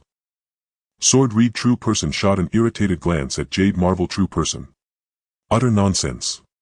While the marrow cleansing pill can cleanse the marrow and expand the meridians, it can never grant a past prime Qi refining cultivator a chance to break through to Foundation establishment. If it could, the pill god sect would be overrun with Foundation establishment true persons. However, if you obtain the marrow cleansing pill, it could indeed increase your chances of Foundation establishment. The trio's eyes lit up, but Bai Yutong's gaze quickly dimmed. As an outer disciple, she received only 5 spirit stones monthly, supplementing her income through tasks and talisman crafting. Yet she had spent it all on cultivation. Her total assets did not exceed 200 spirit stones. Wang Tianyu, however, beseeched Sword Reed True Person, "Please, Uncle Master, bid for the marrow cleansing pill on my behalf." Sword Reed True Person looked at Wang Tianyu in surprise. "Do you have that many spirit stones?"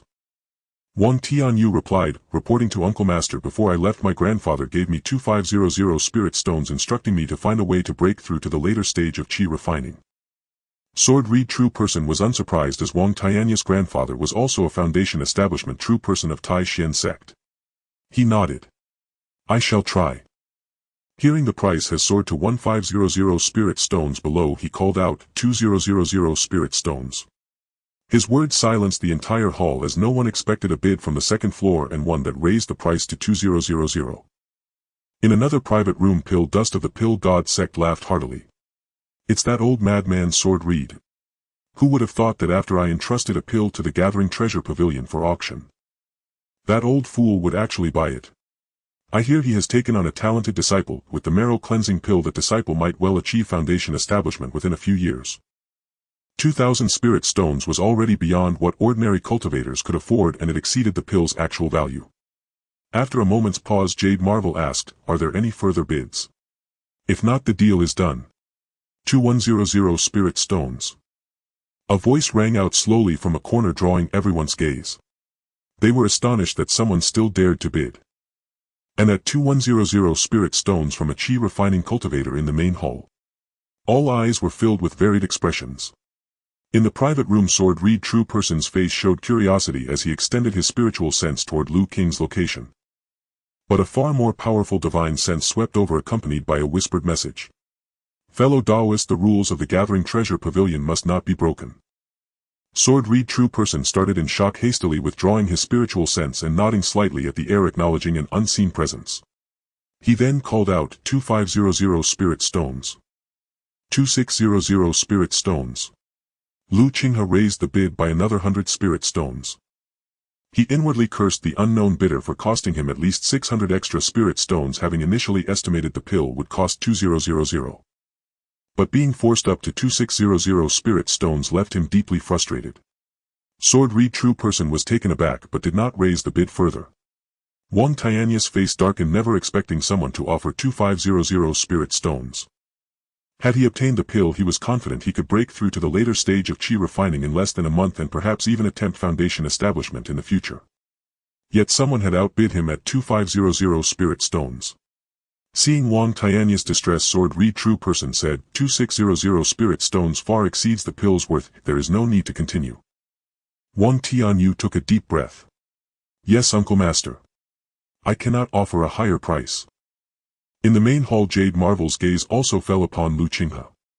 Bids exceeding 2000 spirit stones were typically only made by honored guests in the second floor private rooms. Yet here was a Qi refining cultivator from the main hall who had secured the pill at a high price. No further bids. Sold at 2600 spirit stones. Lu Qinghe handed the spirit stones to the attendant and tossed the marrow cleansing pill into his storage pouch. Then, ignoring the ongoing auction, he seized an opportunity to slip quietly out of the auction hall.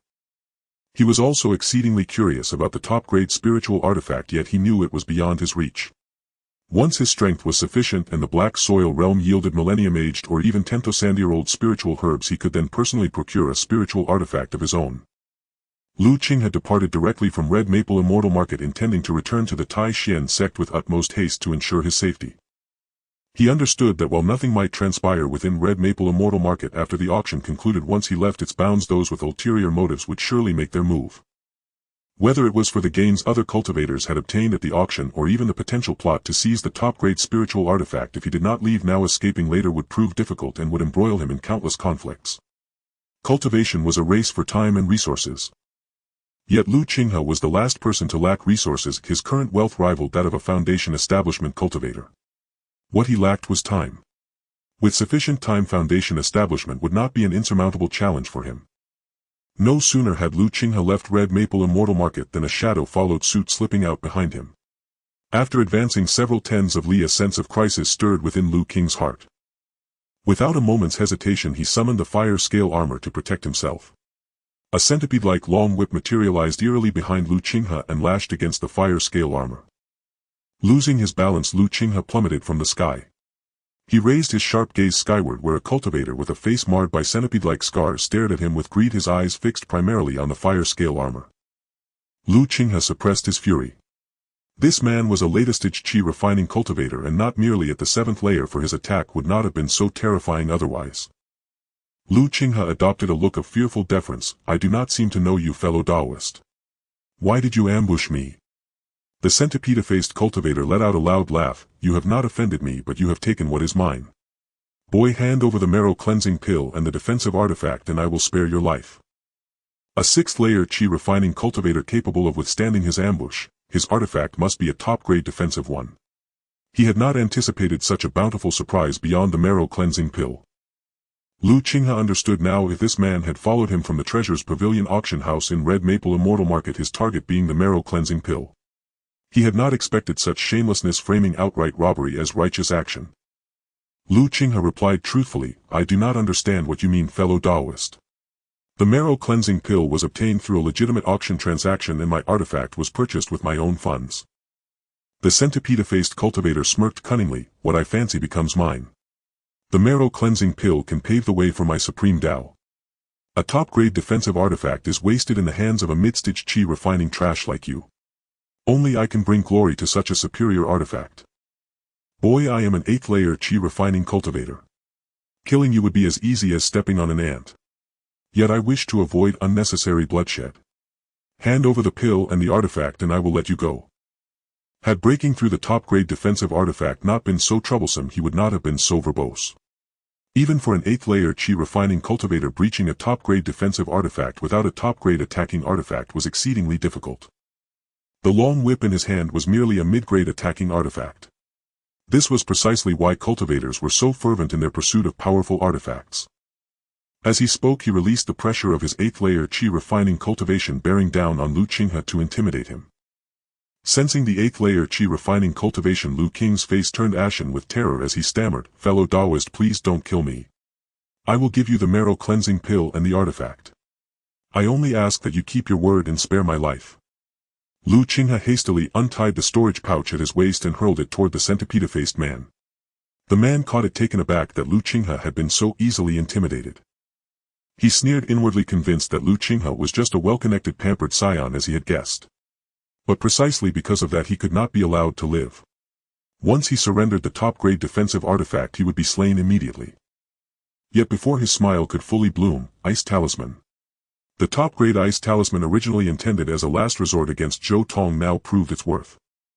Under the centipede-faced man's horrified gaze, his entire body was encased in ice. Lu Qinghe seized this opportunity. A later-stage Qi refining cultivator's spiritual sense had undergone a transformation, becoming vastly more acute. Any rash move would have been detected. His earlier actions were all designed to lull the enemy into a false sense of security, setting the stage for a fatal blow. With a crackling sound, the terrifying mana of an 8th layer Qi refining cultivator surged, shattering the top-grade Ice Talisman. Lu Qinghe's attack was already prepared. Gung Gold Sword Art. The top-grade Wind Spirit Sword unleashed a golden sword intent, cleaving toward the ice-entombed centipede-faced man. Sensing the threat of death, the centipede-faced man's countenance twisted in terror. A top-grade attacking artifact. You fiend, how dare you! He burned his essence, blood exploding the ice encasement with a resounding boom, lest he be annihilated by the top-grade artifact. At that moment the Wind Spirit Sword struck the centipede-faced man. He was sent flying like a withered leaf, crashing heavily into the ground, leaving a deep crater. Qinghe swiftly descended to the ground, finding the centipede-faced man severely wounded, drenched in blood, half propped against the pit, unable to move. His face was contorted with terror as he stared at Qinghe. He had never imagined Qinghe could be so treacherous, launching his assault the moment his guard was down. Otherwise he would never have been brought so low by a mere mid-stage Qi refining cultivator. What astounded him most was that Qinghe not only wielded a formidable sword technique but also possessed a top-grade attacking artifact. Qinghe too was shocked by the resilience of an 8th layer Qi refining cultivator. Such an assault had only crippled him, not killed him outright. Seeing the murderous intent in Qinghe's eyes, the centipede-faced man pleaded, "Fellow Daoist, I know I was wrong. You cannot kill me. I am Centipede Child, a direct disciple of the childlike sage of 5 Dragons Mountain. If you kill me, my master will surely avenge me." Qinghe sneered, "Even if I let you go, would you truly let bygones be bygones?" Qinghe believed that if he showed mercy and released this wretch once he recovered his strength, he would surely return to seize the marrow cleansing pill and his artifact. "I swear. I can swear a great Dao oath that I will not seek revenge." Qinghe shook his head. "I only trust the dead." He dared not give the centipede-faced man any time to recover, who knew if he possessed secret techniques to turn the tables once his mana was restored. Gung Gold Sword Art. Qinghe's wind spirit sword descended upon the pit. The centipede-faced man cried out in despair, "You little beast! How cruel! My master will surely avenge me. I will be waiting for you in the underworld." With a single sword strike, the centipede-faced man was slain. An 8th layer Qi refining cultivator had been killed by Qinghe. Qinghe cast several fireball techniques to incinerate the centipede-faced man's remains into ashes, then snatched his storage pouch. Mounting the top-grade wind spirit sword, he soared into the sky and swiftly departed. At the moment Centipede was slain within a cave dwelling on 5 Dragons Mountain, hundreds of miles away, an elder with a childlike face and white hair, clad in a blood-red robe, twisted his features in fury. The terrifying spiritual power emanating from his body blasted the entire cave dwelling apart, and a thunderous roar echoed from above. "Who dares to kill my disciple?" He had just sensed Centipede's soul flame extinguish, indicating that he had been killed. This enraged him greatly. Within these hundreds of miles, who did not know the fame of old True Man Tong? How dare anyone strike at his disciple? He soared into the sky, flying toward the direction where Centipede's aura had vanished. But moments later he flew back. "Where is Scorpion?" A figure appeared in the air, bowing to old True Man Tong. "Greetings, master. What are your orders?" He had just witnessed old True Man Tong's anger, yet he did not understand what could have provoked such fury. Old True Man Tong glanced coldly at Scorpion. "Your junior brother Centipede has been killed. Go find the murderer, capture him, and extract his soul to quell your master's hatred." At the moment of Centipede's death he left a true spirit mark. The information from that mark shows the assailant is only at the Qi refining stage. But since he could kill Centipede, his cultivation is not weak. "I will temporarily lend you the top-grade magical artifact, the Soul Confounding Bell. Return it when you come back." Old True Man Tong produced a golden bell and handed it to Scorpion. Scorpion took the golden bell and examined it closely. Though he was already at the 9th layer of Qi refining, this was his first time handling a top-grade magical artifact. Moreover, the Soul Confounding Bell was a special top-grade artifact capable of captivating souls and possessing eerie qualities, making it even more precious than ordinary top-grade artifacts. "As you command, master." Old True Man Tong waved his hand. "Go quickly and return swiftly." Had he not encountered some trouble in his cultivation, he would have gone himself. "Yes." Scorpion vanished from 5 Dragons Mountain in a trail of blood light. Old True Man Tong glowered into the distance before returning resentfully to his cave dwelling. Qinghe of course did not know he had drawn the attention of a Foundation establishment elder who had dispatched a 9th layer Qi refining cultivator armed with a top-grade artifact to kill him. He also knew he might have inadvertently offended a Foundation establishment elder, and he dared not rest, racing desperately toward the Grand Xian Sect. After several days he finally returned safely to the Grand Xian Sect. Only after exchanging his gear for that of an outer disciple and entering the sect did Qinghe breathe a sigh of relief. Qinghe immediately returned to his cave dwelling and went into seclusion. Seated on a cushion, he took stock of his gains from his trip to Red Maple Immortal Market. Despite the danger, it had been quite fruitful. Not only had he succeeded in refining pills, but he had also purchased marrow cleansing pills to temporarily resolve the issue of pill toxins. He had also bought the top-grade magical artifact Wind Spirit Sword and the recipe for yellow dragon pills. He still had over 7,000 spirit stones left. Even a foundation establishment cultivator might not possess so many spirit stones. Additionally, he had grown several batches of herbs for the yellow dragon pills and could attempt their refinement whenever he had time. From now on he would no longer need to risk going to the market to buy pills in bulk. Spirit condensation pills were easy enough to obtain, but yellow dragon pills were scarce even in the market, and large-scale purchases would draw unwanted attention. Moreover, for Lu Qinghe, medium-grade pills like yellow dragon pills could only satisfy his qi refining cultivation needs. In the future he would require high-grade pills and even profound-grade pills which might not be available even with spirit stones. And as this incident showed, even a single profound-grade low-grade marrow cleansing pill could incite pursuit. Lu Qinghe took out a storage pouch, the one belonging to the slain centipede. A medium-grade magical artifact whip which Lu Qinghe had no use for. He would sell it when the opportunity arose, fetching perhaps 100 or 200 spirit stones. There was also a medium-grade defensive artifact, but it had been shattered by Lu Qinghe's wind spirit sword. If sold, it would likely only fetch the price of a low-grade artifact. Additionally, there were 835 spirit stones. No wonder he had not participated in the bidding for the marrow cleansing pill. There were also 3 bottles of low-grade spirit condensation pills and some spirit herbs, though all were low-grade yellow-grade herbs. What surprised Lu Qinghe most were 2 talismans: a high-grade sword talisman which when activated could unleash a sword strike equivalent to a full-powered blow from a sword cultivator, and a high-grade Vitra talisman which could block a full-force attack from a later-stage qi refining cultivator. Seeing these 2 talismans, Lu Qinghe drew a cold breath. He was grateful he had feigned weakness to lull Centipede into complacency, then struck him down with a single sword stroke before he could react. Otherwise, if Centipede had had any chance to counterattack, Lu Qinghe would have surely died.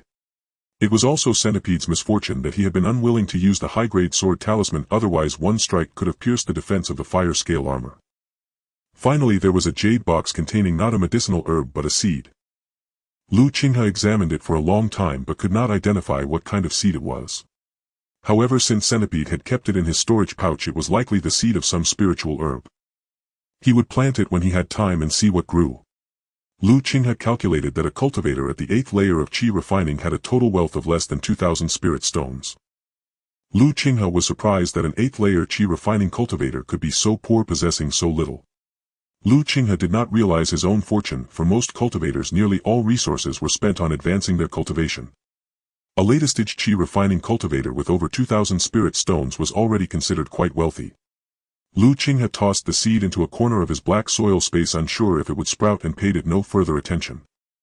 Instead, he took out the medium-grade spirit condensation pills he had refined and began to cultivate. Lu Qinghe did not plan to take the marrow cleansing pill immediately, as that would not maximize its effect. He intended to use it when he reached the peak of the 6th layer of qi refining and was about to break through to the 7th layer. Initially he had believed he could break through to the 7th layer with yellow dragon pills alone, but now he knew he had been overly optimistic. Breaking through to the late stage of qi refining was not so simple. Relying solely on yellow dragon pills would require more than a single bottle. Moreover, it would take considerable time to find the right moment for the breakthrough. But with the marrow cleansing pill, though not specifically for breakthroughs, it was a profound grade pill and would likely suffice to overcome the bottleneck. Now that he had the marrow cleansing pill, he no longer feared pill toxins. As long as he did not die immediately, he could consume pills without restraint. Lu Qinghe swallowed 1 medium-grade spirit condensation pill per day, and these pills were refined from 50-year-old spirit condensation herbs. Their potency far exceeded that of ordinary spirit condensation pills. In just half a month, Lu Qinghe felt his cultivation nearing perfection. But at this point Lu Qinghe knew he could no longer use medium-grade spirit condensation pills. Any more pill toxins would ruin him. He took out 4 high-grade spirit condensation pills, intending to break through directly to the peak of the 6th layer of qi refining and then push through to the late stage in one go. Just as he was about to swallow the pill, a sharp shout came from outside his cave dwelling. "Where is Lu Qinghe?" Opening his eyes, Lu Qinghe, who had been cultivating, wondered, is someone here to cause trouble again? He almost never sought out trouble. Even among the outer disciples he had few acquaintances. Yet trouble always found its way to him. Lu Qinghe initially intended to ignore it. Even an inner disciple couldn't simply break through his cave dwelling and barge in.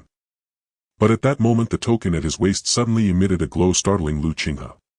He had never encountered such a situation before. Lu Qinghe examined the token but couldn't discern the reason. He knew it must be related to the person outside. After composing himself, he stepped out. He saw a figure standing outside his cave dwelling. Though clad in the attire of an outer disciple, the robe bore 2 additional characters' enforcement. It was an outer sect enforcement disciple. Qinghe was puzzled. He didn't recall violating any sect rules, so why had an enforcement disciple come for him? Qinghe greeted him with a bow. Greetings, senior brother. May I ask what business you have with this junior? The enforcement disciple scrutinized Qinghe and asked, Are you Qinghe? Qinghe nodded. Yes, I am Qinghe. Having confirmed his identity, the enforcement disciple said disapprovingly, Since you signed up for the herb-gathering mission in the Heavenly Spirit secret realm, why haven't you set off yet? Qinghe was taken aback. The Heavenly Spirit secret realm sounded familiar. Then it hit him. It was the secret realm with the heavenly fox flower that Yao Lian, the steward of the Spirit Herb Peak, had mentioned. But when had he ever signed up for the herb-gathering mission in the Heavenly Spirit secret realm? Could Yao Lian have taken the liberty of registering him? Qinghe was on the verge of breaking through to the late Qi refining stage and had no intention of entering the Heavenly Spirit secret realm. Moreover, as Yao Lian had mentioned, it wasn't just the Tai Xian sect, all 3 sects would be entering. With more people came more conflicts, inevitably leading to all sorts of plundering. Even if the heavenly fox flower existed in the secret realm, it wasn't worth the risk. He wasn't short on spirit stones. With enough spirit stones, obtaining the heavenly fox flower would be simple. Qinghe replied, reporting to senior brother, I did not sign up for the herb-gathering mission in the Heavenly Spirit secret realm. I implore you to look into this. The enforcement disciple snorted coldly, Are you saying I've made a mistake, or are you trying to shirk the mission? If your name weren't on the list, how could your identity token have glowed? Qinghe now understood why his token had lit up. It was connected to the herb-gathering mission. I don't care whether you signed up or if there was some misunderstanding. I'm merely following orders to take you away. Will you come willingly, or must I force you? Qinghe pondered for a moment. Both the enforcement disciple's words and his token's reaction indicated that he had been selected for the herb-gathering mission. Qinghe chose not to defy the enforcement disciple's command. He could easily handle an outer sect enforcement disciple, but the disciple represented the sect's law. If he struck, he would be suppressed by a Foundation establishment elder in an instant. I will go with you, senior brother. The enforcement disciple's expression softened. Good. Hurry up. Keep the old ancestor waiting too long and you'll be in deep trouble. Qinghe followed the enforcement disciple to a square already filled with several hundred people, including both outer and inner disciples. Qinghe glanced around and quietly slipped to the back of the crowd. Suddenly he felt a gaze fixed on him. Looking up, he saw Zhou Tong standing beside an inner disciple, staring at him with a peculiar expression. A chill settled in Qinghe's heart. He guessed a possibility. It wasn't Yao Lian who had signed him up. Rather, Zhou Tong had used some means to enroll him all to seize the secrets he carried. In the Tai Xian sect, Zhou Tong dared not act openly, nor did he have the opportunity. The Heavenly Spirit secret realm, however, was a perfect place. A glint of killing intent flashed in Qinghe's eyes. Since Zhou Tong was courting death, he would oblige him. This was also a chance for him to eliminate the nuisance that was Zhou Tong. Zhou Tong wanted to kill him and seize his secrets, and Qinghe felt the same. He hadn't forgotten that Zhou Tong had stolen his spirit stones and tried to kill him on multiple occasions. He too lacked the opportunity, otherwise Zhou Tong would have been dead long ago. As Qinghe was lost in thought, an overwhelming aura descended upon the square. Everyone looked up to see a middle-aged man standing in midair, seemingly appearing out of nowhere. Although Foundation establishment cultivators could fly without artifacts, Qinghe could distinctly sense that this man's aura was entirely different from that of a Foundation establishment cultivator. This was a golden core old ancestor. Qinghe was certain of his judgment. As the middle-aged man appeared, everyone shouted, Greetings, old ancestor Ouyang. Old ancestor Ouyang spoke with a broad expression. Once again, the Heavenly Spirit secret realm opens every 50 years. This time I will lead a team of 100 inner disciples and 200 outer disciples. Your task is to gather the spirit herbs from the Heavenly Spirit secret realm. The sect will reward you with generous merit points for the herbs you bring back, allowing you to exchange them for ample cultivation resources. The most important of these is the Heavenly Spirit fruit. The reason the 3 sects agreed to open the secret realm every 50 years is to wait for the Heavenly Spirit fruit to ripen. The Heavenly Spirit fruit is the main ingredient for the Foundation establishment pill. Any disciple who brings back a Heavenly Spirit fruit will be rewarded with a top-grade artifact and a Foundation establishment pill. Everyone stared at old ancestor Ouyang in shock. Top-grade artifacts were rare even among inner disciples. The Foundation Establishment Pill was even more priceless. It was a profound-grade top-tier pill that could increase the chance of Foundation establishment by 50%, an astonishing prospect. Achieving Foundation establishment was incredibly difficult. Perhaps only 1 out of 100,000 Qi refining cultivators would succeed. For the disciples of the Tai Xian sect with their superior cultivation techniques and the aid of a Foundation establishment pill, as long as they were well prepared and not terribly unlucky, they could successfully establish their foundation. Last month at the Red Maple auction, a single Foundation establishment pill sold for an exorbitant 30,000 spirit stones, a price equivalent to that of an earth-grade pill.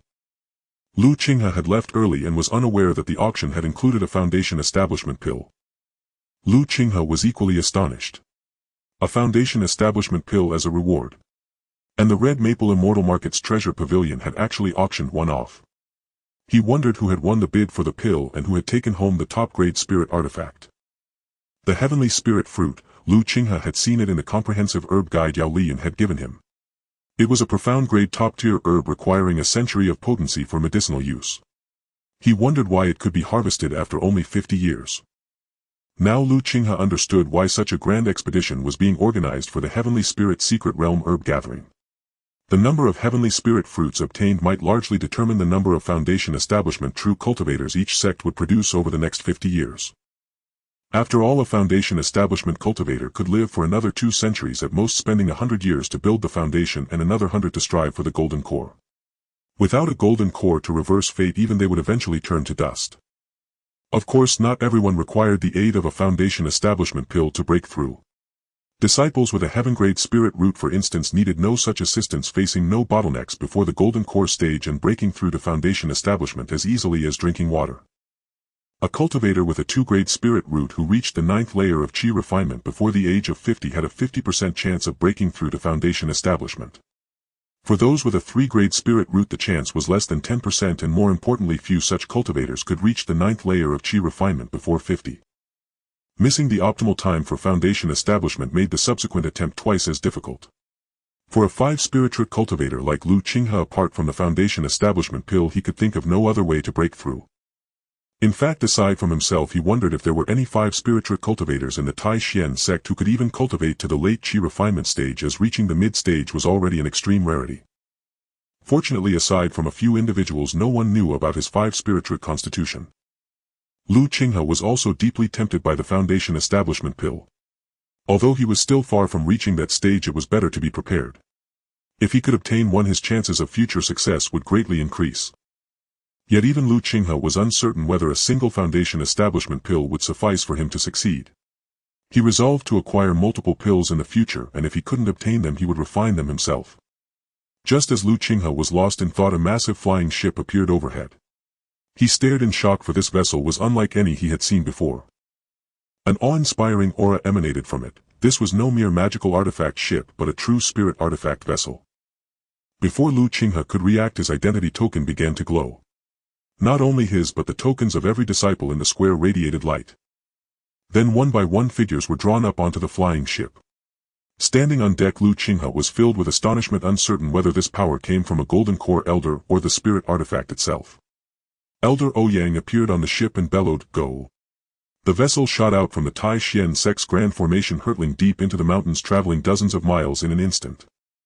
On the ship, outer and inner disciples were sharply divided, except for a few outer disciples who mingled with their inner sect acquaintances. Most outer disciples kept their distance from the inner disciples, fearing any offense might invite resentment. Qinghe sat cross-legged at the edge of the vessel, suppressing the pill toxins within him. He also sensed a faint lingering gaze which he knew belonged to Zhou Tong, but he chose to ignore it. After a moment, a subtle fragrance reached his nose. Puzzled, Qinghe opened his eyes to find Bai Yutong standing beside him. He had noticed her earlier but hadn't greeted her, as they weren't particularly close beyond their previous encounter. Qinghe offered a greeting, "Senior Sister Bai." Bai Yutong hesitated, then apologized, "It was my fault last time. I never expected Senior Sister Leng to act that way. I intended to find you myself, but the sect assigned me a task and I had to leave." She hadn't anticipated that the inner sect senior sister she consulted about curing pill toxins would instead warn Qinghe harshly. By the time she learned of it, it was too late, filling her with guilt. Qinghe now understood. The overbearing inner sect disciple was named Leng. Qinghe shook his head.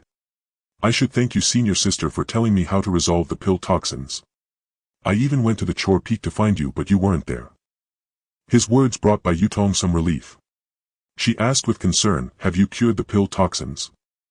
She noticed he had advanced from the 4th layer of Qi refinement to the 5th in 2 years, a speed that baffled her, making her wonder why he had been sent to the Chor Peak.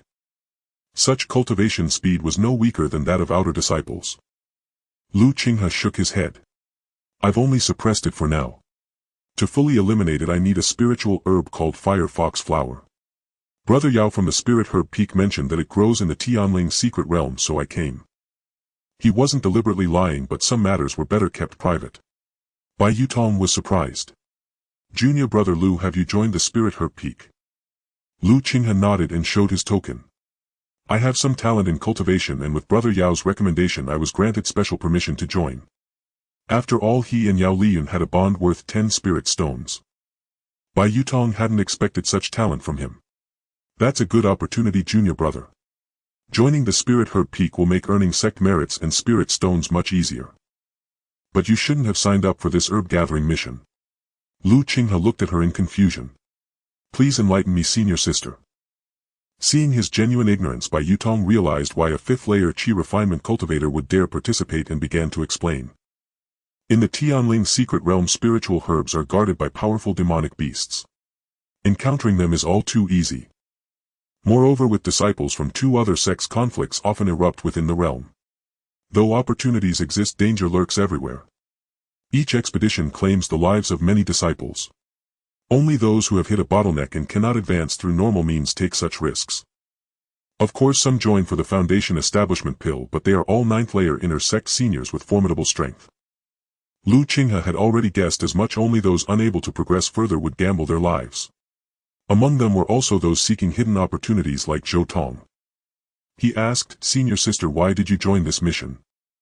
Bai Yutong replied, to break through to the 7th layer of Qi refinement. I've been stuck at the 6th layer for 4 years. If I don't reach the late stage soon, I'll never achieve the 9th layer before 50. Then I'll have no chance at Foundation establishment. I hope to find a spiritual herb worth 1000 merits in the realm so I can buy the pills I need to break through. By the way, stay close to me in the realm. If there really is a fire fox flower, it'll help you find it. As long as we don't encounter latest-stage demonic beasts or latest-stage disciples from the other sects, I can keep you safe. The celestial spirit fruit was beyond the reach of ordinary disciples like them. The fight for the celestial spirit fruit was reserved for 9th layer Qi refinement cultivators far beyond their involvement. But she could still protect Qinghe. Qinghe found himself both amused and exasperated by Bai Yutong's earnest expression. His true cultivation level was on par with hers, but his actual combat prowess was far beyond what she could imagine. He possessed 4 mid-grade spells, 1 high-grade offensive magical artifact, 1 high-grade defensive magical artifact, and several powerful talismans in his possession. With a surprise attack, even a Qi refining 9th layer cultivator would meet their end on the spot. Thank you, senior sister. Following Bai Yutong was impossible, he had other matters to attend to. Not only was Zhou Tong poised to strike at any moment, but his plan to break through to the late Qi refining stage within the Heavenly Spirit secret realm also prevented him from letting Bai Yutong accompany him. Nevertheless, Qinghe was grateful to Bai Yutong. In the Tai Xian sect, she along with Wang Shan was one of the few people he could call a friend. Bai Yutong smiled softly, relieved that Qinghe had agreed. Although she didn't know him well, she was aware of his strong sense of pride. Otherwise he wouldn't have chosen to join the Spirit Medicine Peak on his own merits instead of relying on her connections to enter the Spirit Talisman Peak. Senior sister, are you still serving at the Miscellaneous Affairs Peak? He wasn't sure if Bai Yutong had resigned from her post at the Miscellaneous Affairs Peak. Bai Yutong nodded. Yes, until I break through to Qi refining 7th layer and enter the inner sect, I will continue to serve there. The Miscellaneous Affairs Peak was actually a post set by the sect for outer disciples with a chance to break through to the late Qi refining stage. It was not only leisurely but also offered decent compensation. Zhou Tong had done the same back then, but his ambition was too great and he failed to break through within the allotted time, leading to severe punishment. If he had succeeded in his breakthrough, he would have faced little more than a few reprimands. Of course, becoming a peak guardian required significant background. Such favorable positions were not available to ordinary disciples. It's like this, I have a favor to ask of you, senior sister. I have a good friend who entered the Tai Xian sect with me and joined the Miscellaneous Affairs courtyard. After successfully drawing in Qi, he went to complete a miscellaneous task and then vanished without a trace. All I know is that he took on a mission from the artifact refining peak. Qinghe briefly explained Wang Shan's situation to Bai Yutong. Bai Yutong pondered for a moment. A miscellaneous disciple from 5 years ago. That's quite some time. There are only two possibilities: either he met with an accident during cultivation or while completing a task. But if he went to the artifact refining peak, there's another scenario: he was sent to mine in the quarries. Those with cultivation below Qi refining 4th layer usually never leave. Seeing Lu Qing's worried expression, Bai Yutong added, "Don't worry, junior brother. It's most likely the latter. Though the quarries are harsh, they offer ample cultivation resources and safety isn't a major concern. After the Heavenly Spirit Secret Realm mission ends, I'll look into it for you." Qinghe knew this was the best he could hope for. "Thank you, senior sister." Bai Yutong nodded. "It's nothing." Their close proximity naturally drew attention. Bai Yutong was renowned as a beauty among the outer disciples, but few recognized Qinghe. An inner disciple asked curiously, "Who is that outer disciple sitting with senior sister Bai?" Another replied, "I don't know, but now I understand why she rejected the Wang family's marriage proposal." Bai Yutong was well known in the inner sect for her beauty and talent. Breaking through to the late Qi refining stage and entering the inner sect was only a matter of time. Marrying her would be a tremendous gain. Yet no one dared to force her hand, as she had considerable backing within the inner sect. Crucially, Bai Yutong had caught the eye of Wang Tianyu of the Wang family, a foundation establishment cultivator. These inner disciples dared not offend a foundation establishment master. It was originally expected that she would marry into the Wang family after breaking through to the late Qi refining stage, but she refused. Rumor has it that she was abandoned by the inner sect because of this. No wonder she joined the herb-gathering mission in the Heavenly Spirit Secret Realm. An inner disciple sneered, "How foolish. With the Wang family's abundant resources, not to mention reaching the foundation establishment stage, cultivating to Qi refining 9th layer would be effortless. When the time comes to obtain a foundation establishment pill, even establishing a foundation isn't impossible. What future is there in following an outer disciple with no background? And this one at Qi refining 5th layer is entering the Heavenly Spirit Secret Realm seeking a breakthrough. It shows he can't even reach the late Qi refining stage. Those at the late Qi refining stage could see through others' cultivation levels. I hope he breaks through to the late stage, otherwise he won't even know how he dies." The inner disciples exchanged a few quiet words and then lost interest, deeming it irrelevant to them. Among the outer disciples, a female disciple at Qi refining 4th layer curiously asked her senior sister, who was at Qi refining 6th layer. "Senior sister Mei, who is that person with senior sister Bai?"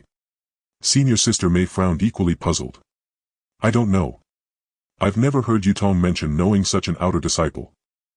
The 4th layer disciple asked, "Could he be senior sister Bai's sweetheart?" Senior sister Mei's expression shifted. She also found this highly plausible given recent events. She sighed, "Yutong is being foolish." The 4th layer disciple felt a vague familiarity with Qinghe but couldn't place where she had seen him. Qinghe sensed countless spiritual senses landing on him, some from inner disciples.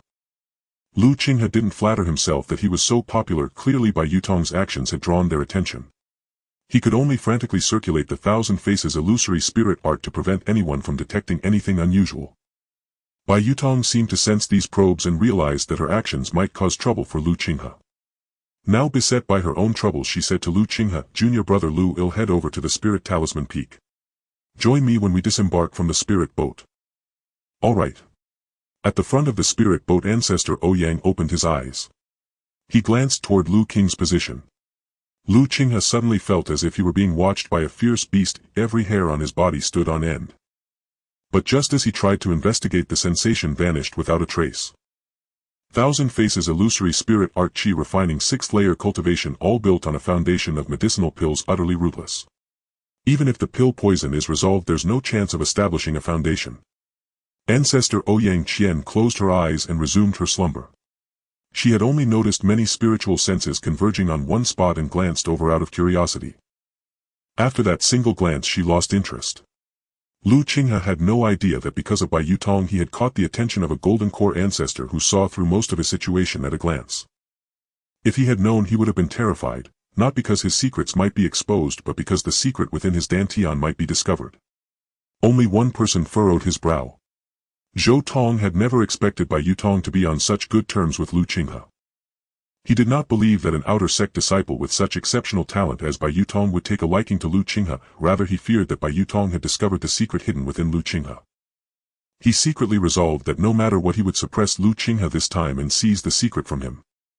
Originally he could have skipped the mission of the Tianling secret realm, he only needed a few more days in seclusion to break through to the 7th layer of Qi refining and enter the inner sect. Yet without obtaining the secret from Lu Qinghe he remained restless. The secret had allowed a 5-spirit Menial disciple to reach the 5th layer of Qi refining in just 5 years. If he could acquire such a secret foundation establishment would be well within reach.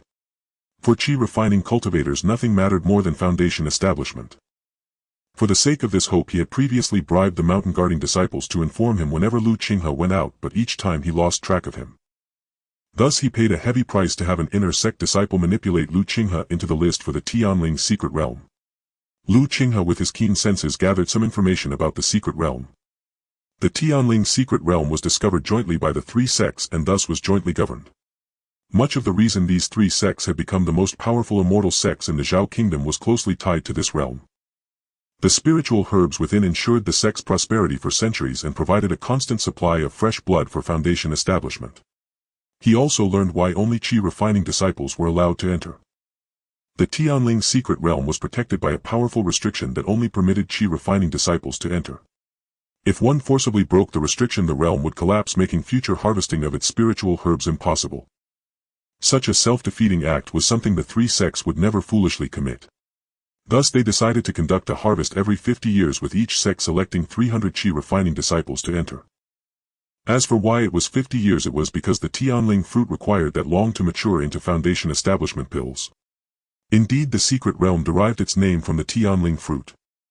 The spirit boat traversed hundreds of kilometers in half a day, coming to a halt above a great mountain. As soon as it stopped, a mountain-like cauldron appeared in the sky. Ancestor Ouyang's gaze swept toward the cauldron, where he saw an old man in a red robe. On the cauldron stood disciples clad in alchemist robes. This cauldron was a true spiritual artifact controllable only by a golden core elder.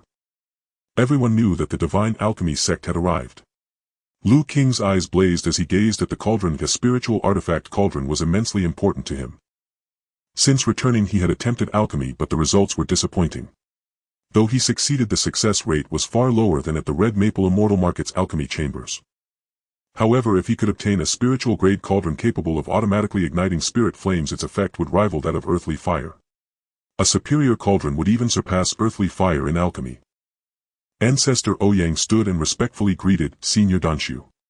The old man in red smiled at Ancestor Ouyang. Little Ouyang Yun, I recall seeing you 100 years ago when you were merely an 8th layer foundation establishment lad.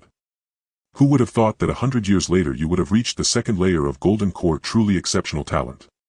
Unlike this old man who has cultivated for centuries but remains stuck at the 3rd layer of golden core. Ancestor Ouyang dared not underestimate Ancestor Danshu, not only because Danshu had achieved golden core 200 years earlier, but more importantly because Danshu was one of the few alchemists in this region capable of refining earth-grade pills. You flatter me, Senior. If you were not so devoted to alchemy you would have long surpassed your current realm.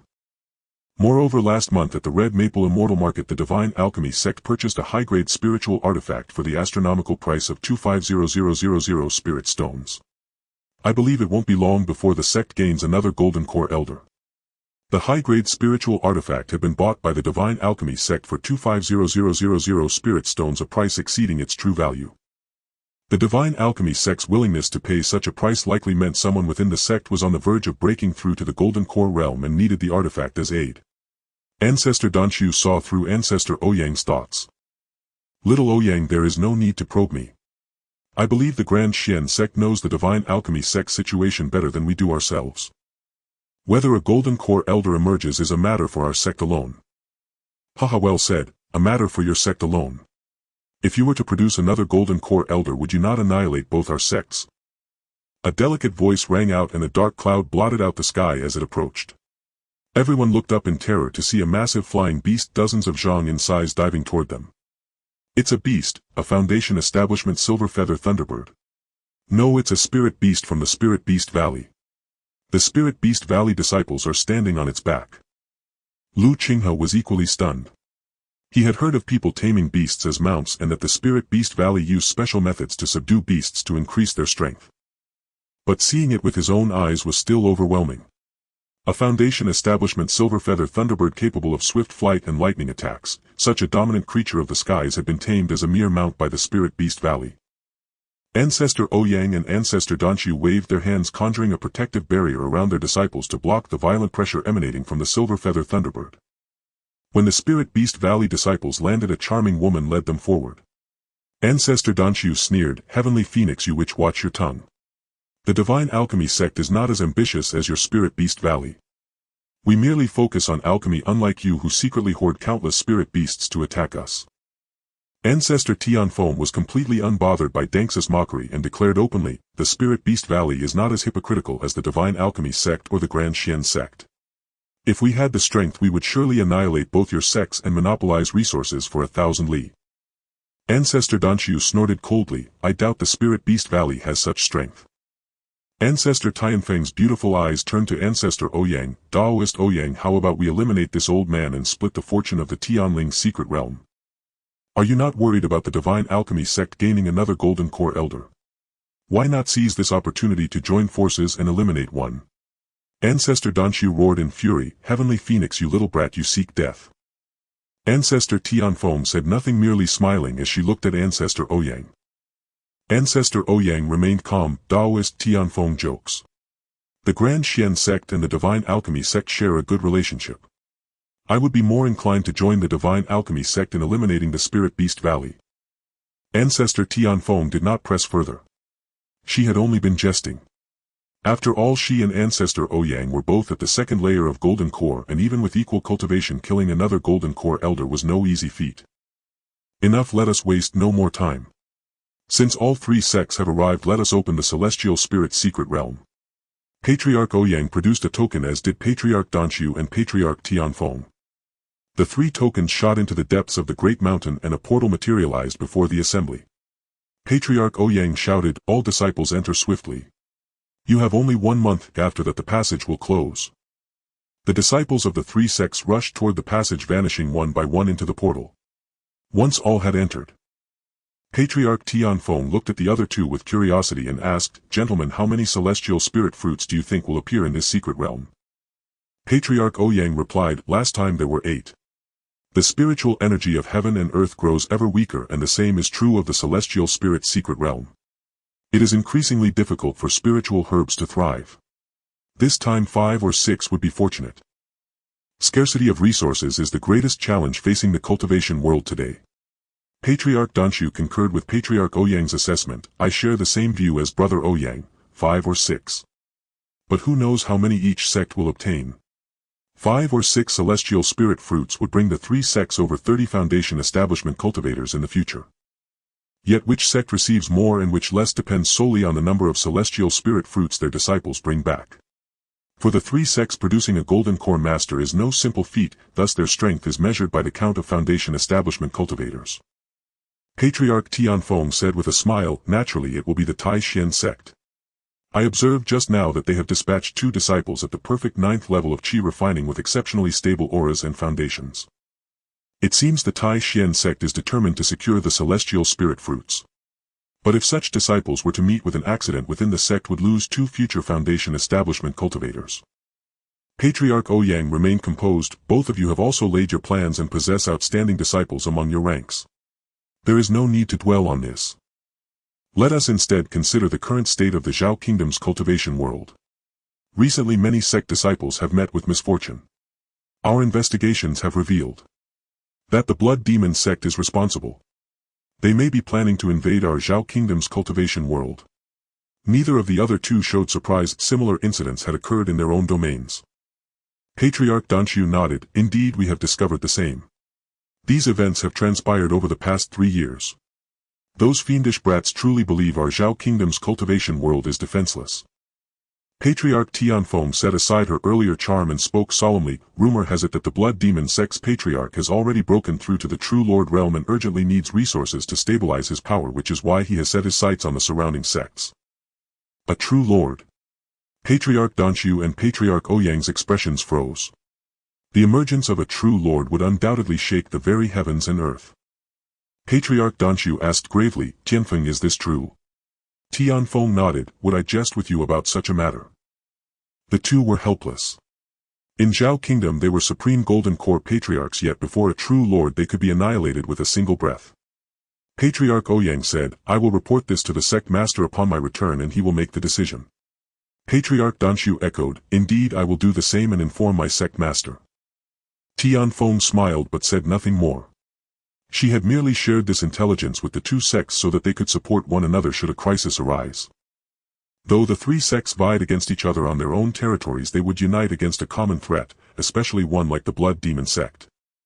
Yet each sect harbored its own schemes which were their private affairs and not to be aired openly. Within the celestial spirit secret realm, Lu Qinghe found himself in an unfamiliar environment, a small unique world surrounded by disciples from other sects. Without waiting for Bai Yutong, Lu Qinghe chose a direction and departed swiftly. Though he was interested in the secret realm's spiritual herbs, for any one of them would be an inexhaustible treasure to him. And the realm likely held a considerable number of profound great herbs unavailable outside. His situation was dire. If he did not purge the pill toxin soon, he might truly succumb to poisoning. The celestial spirit tree stood at the very center of the realm, but Lu Qinghe went against the flow, flying on his sword toward the outermost edge. After half a day of flight, sensing no further presence of others, he found a desolate hill with a cave at its front. Lu Qinghe flew inside and discovered it was the den of a third-level Qi refining blaze boar demon. The resting blaze boar, startled by Lu Qinghe's sudden appearance, erupted in fury at the intruder daring to enter its lair. With a roar it charged at Lu Qinghe, its body ablaze with flames and its long tusks aimed directly at him. Without needing any sword technique, Lu Qinghe sent his spirit wind sword flying, cleaving the blaze boar in two with a single stroke. He did not even glance at the carcass. Finding a spot, he sat cross-legged on the ground and his figure gradually faded from sight. When he reappeared, he was within the black soil space. In 1 month he had already cultivated countless batches of the two lower-grade spiritual herbs that were the main ingredients for the yellow dragon pill. Now most of the black soil was dedicated to growing dragon blood grass.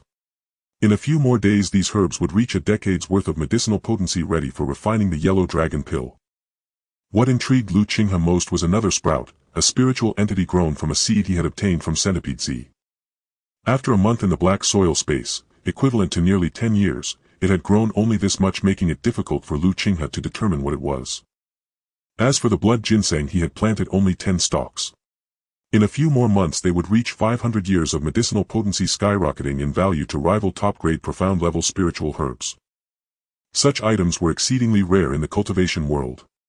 Lu Qinghe found a spot, sat cross-legged and produced 4 high-grade spirit-gathering pills, beginning to refine them. For days passed in a flash. Lu Qinghe finally refined the 4 high-grade spirit-gathering pills, and his cultivation level had, as expected, reached the perfect 6th level of Qi refining. However, his entire body was now corroded by pill toxins, his complexion turning pitch black. Next comes the breakthrough in cultivation. Lu Qinghe produced 2 bottles, one containing 5 yellow dragon pills and the other holding the marrow cleansing pill he had purchased for 2600 spirit stones. He swallowed the marrow cleansing pill and its medicinal power spread throughout his body. As he began to refine it, layers of black filth mingled with blood were expelled from his body. At the same time, Lu Qinghe felt as though his meridians were being torn apart. He knew this was not actual tearing but the marrow cleansing pill widening his meridians. He simply needed to control the medicinal power, ensuring it did not become too violent and damage his meridians.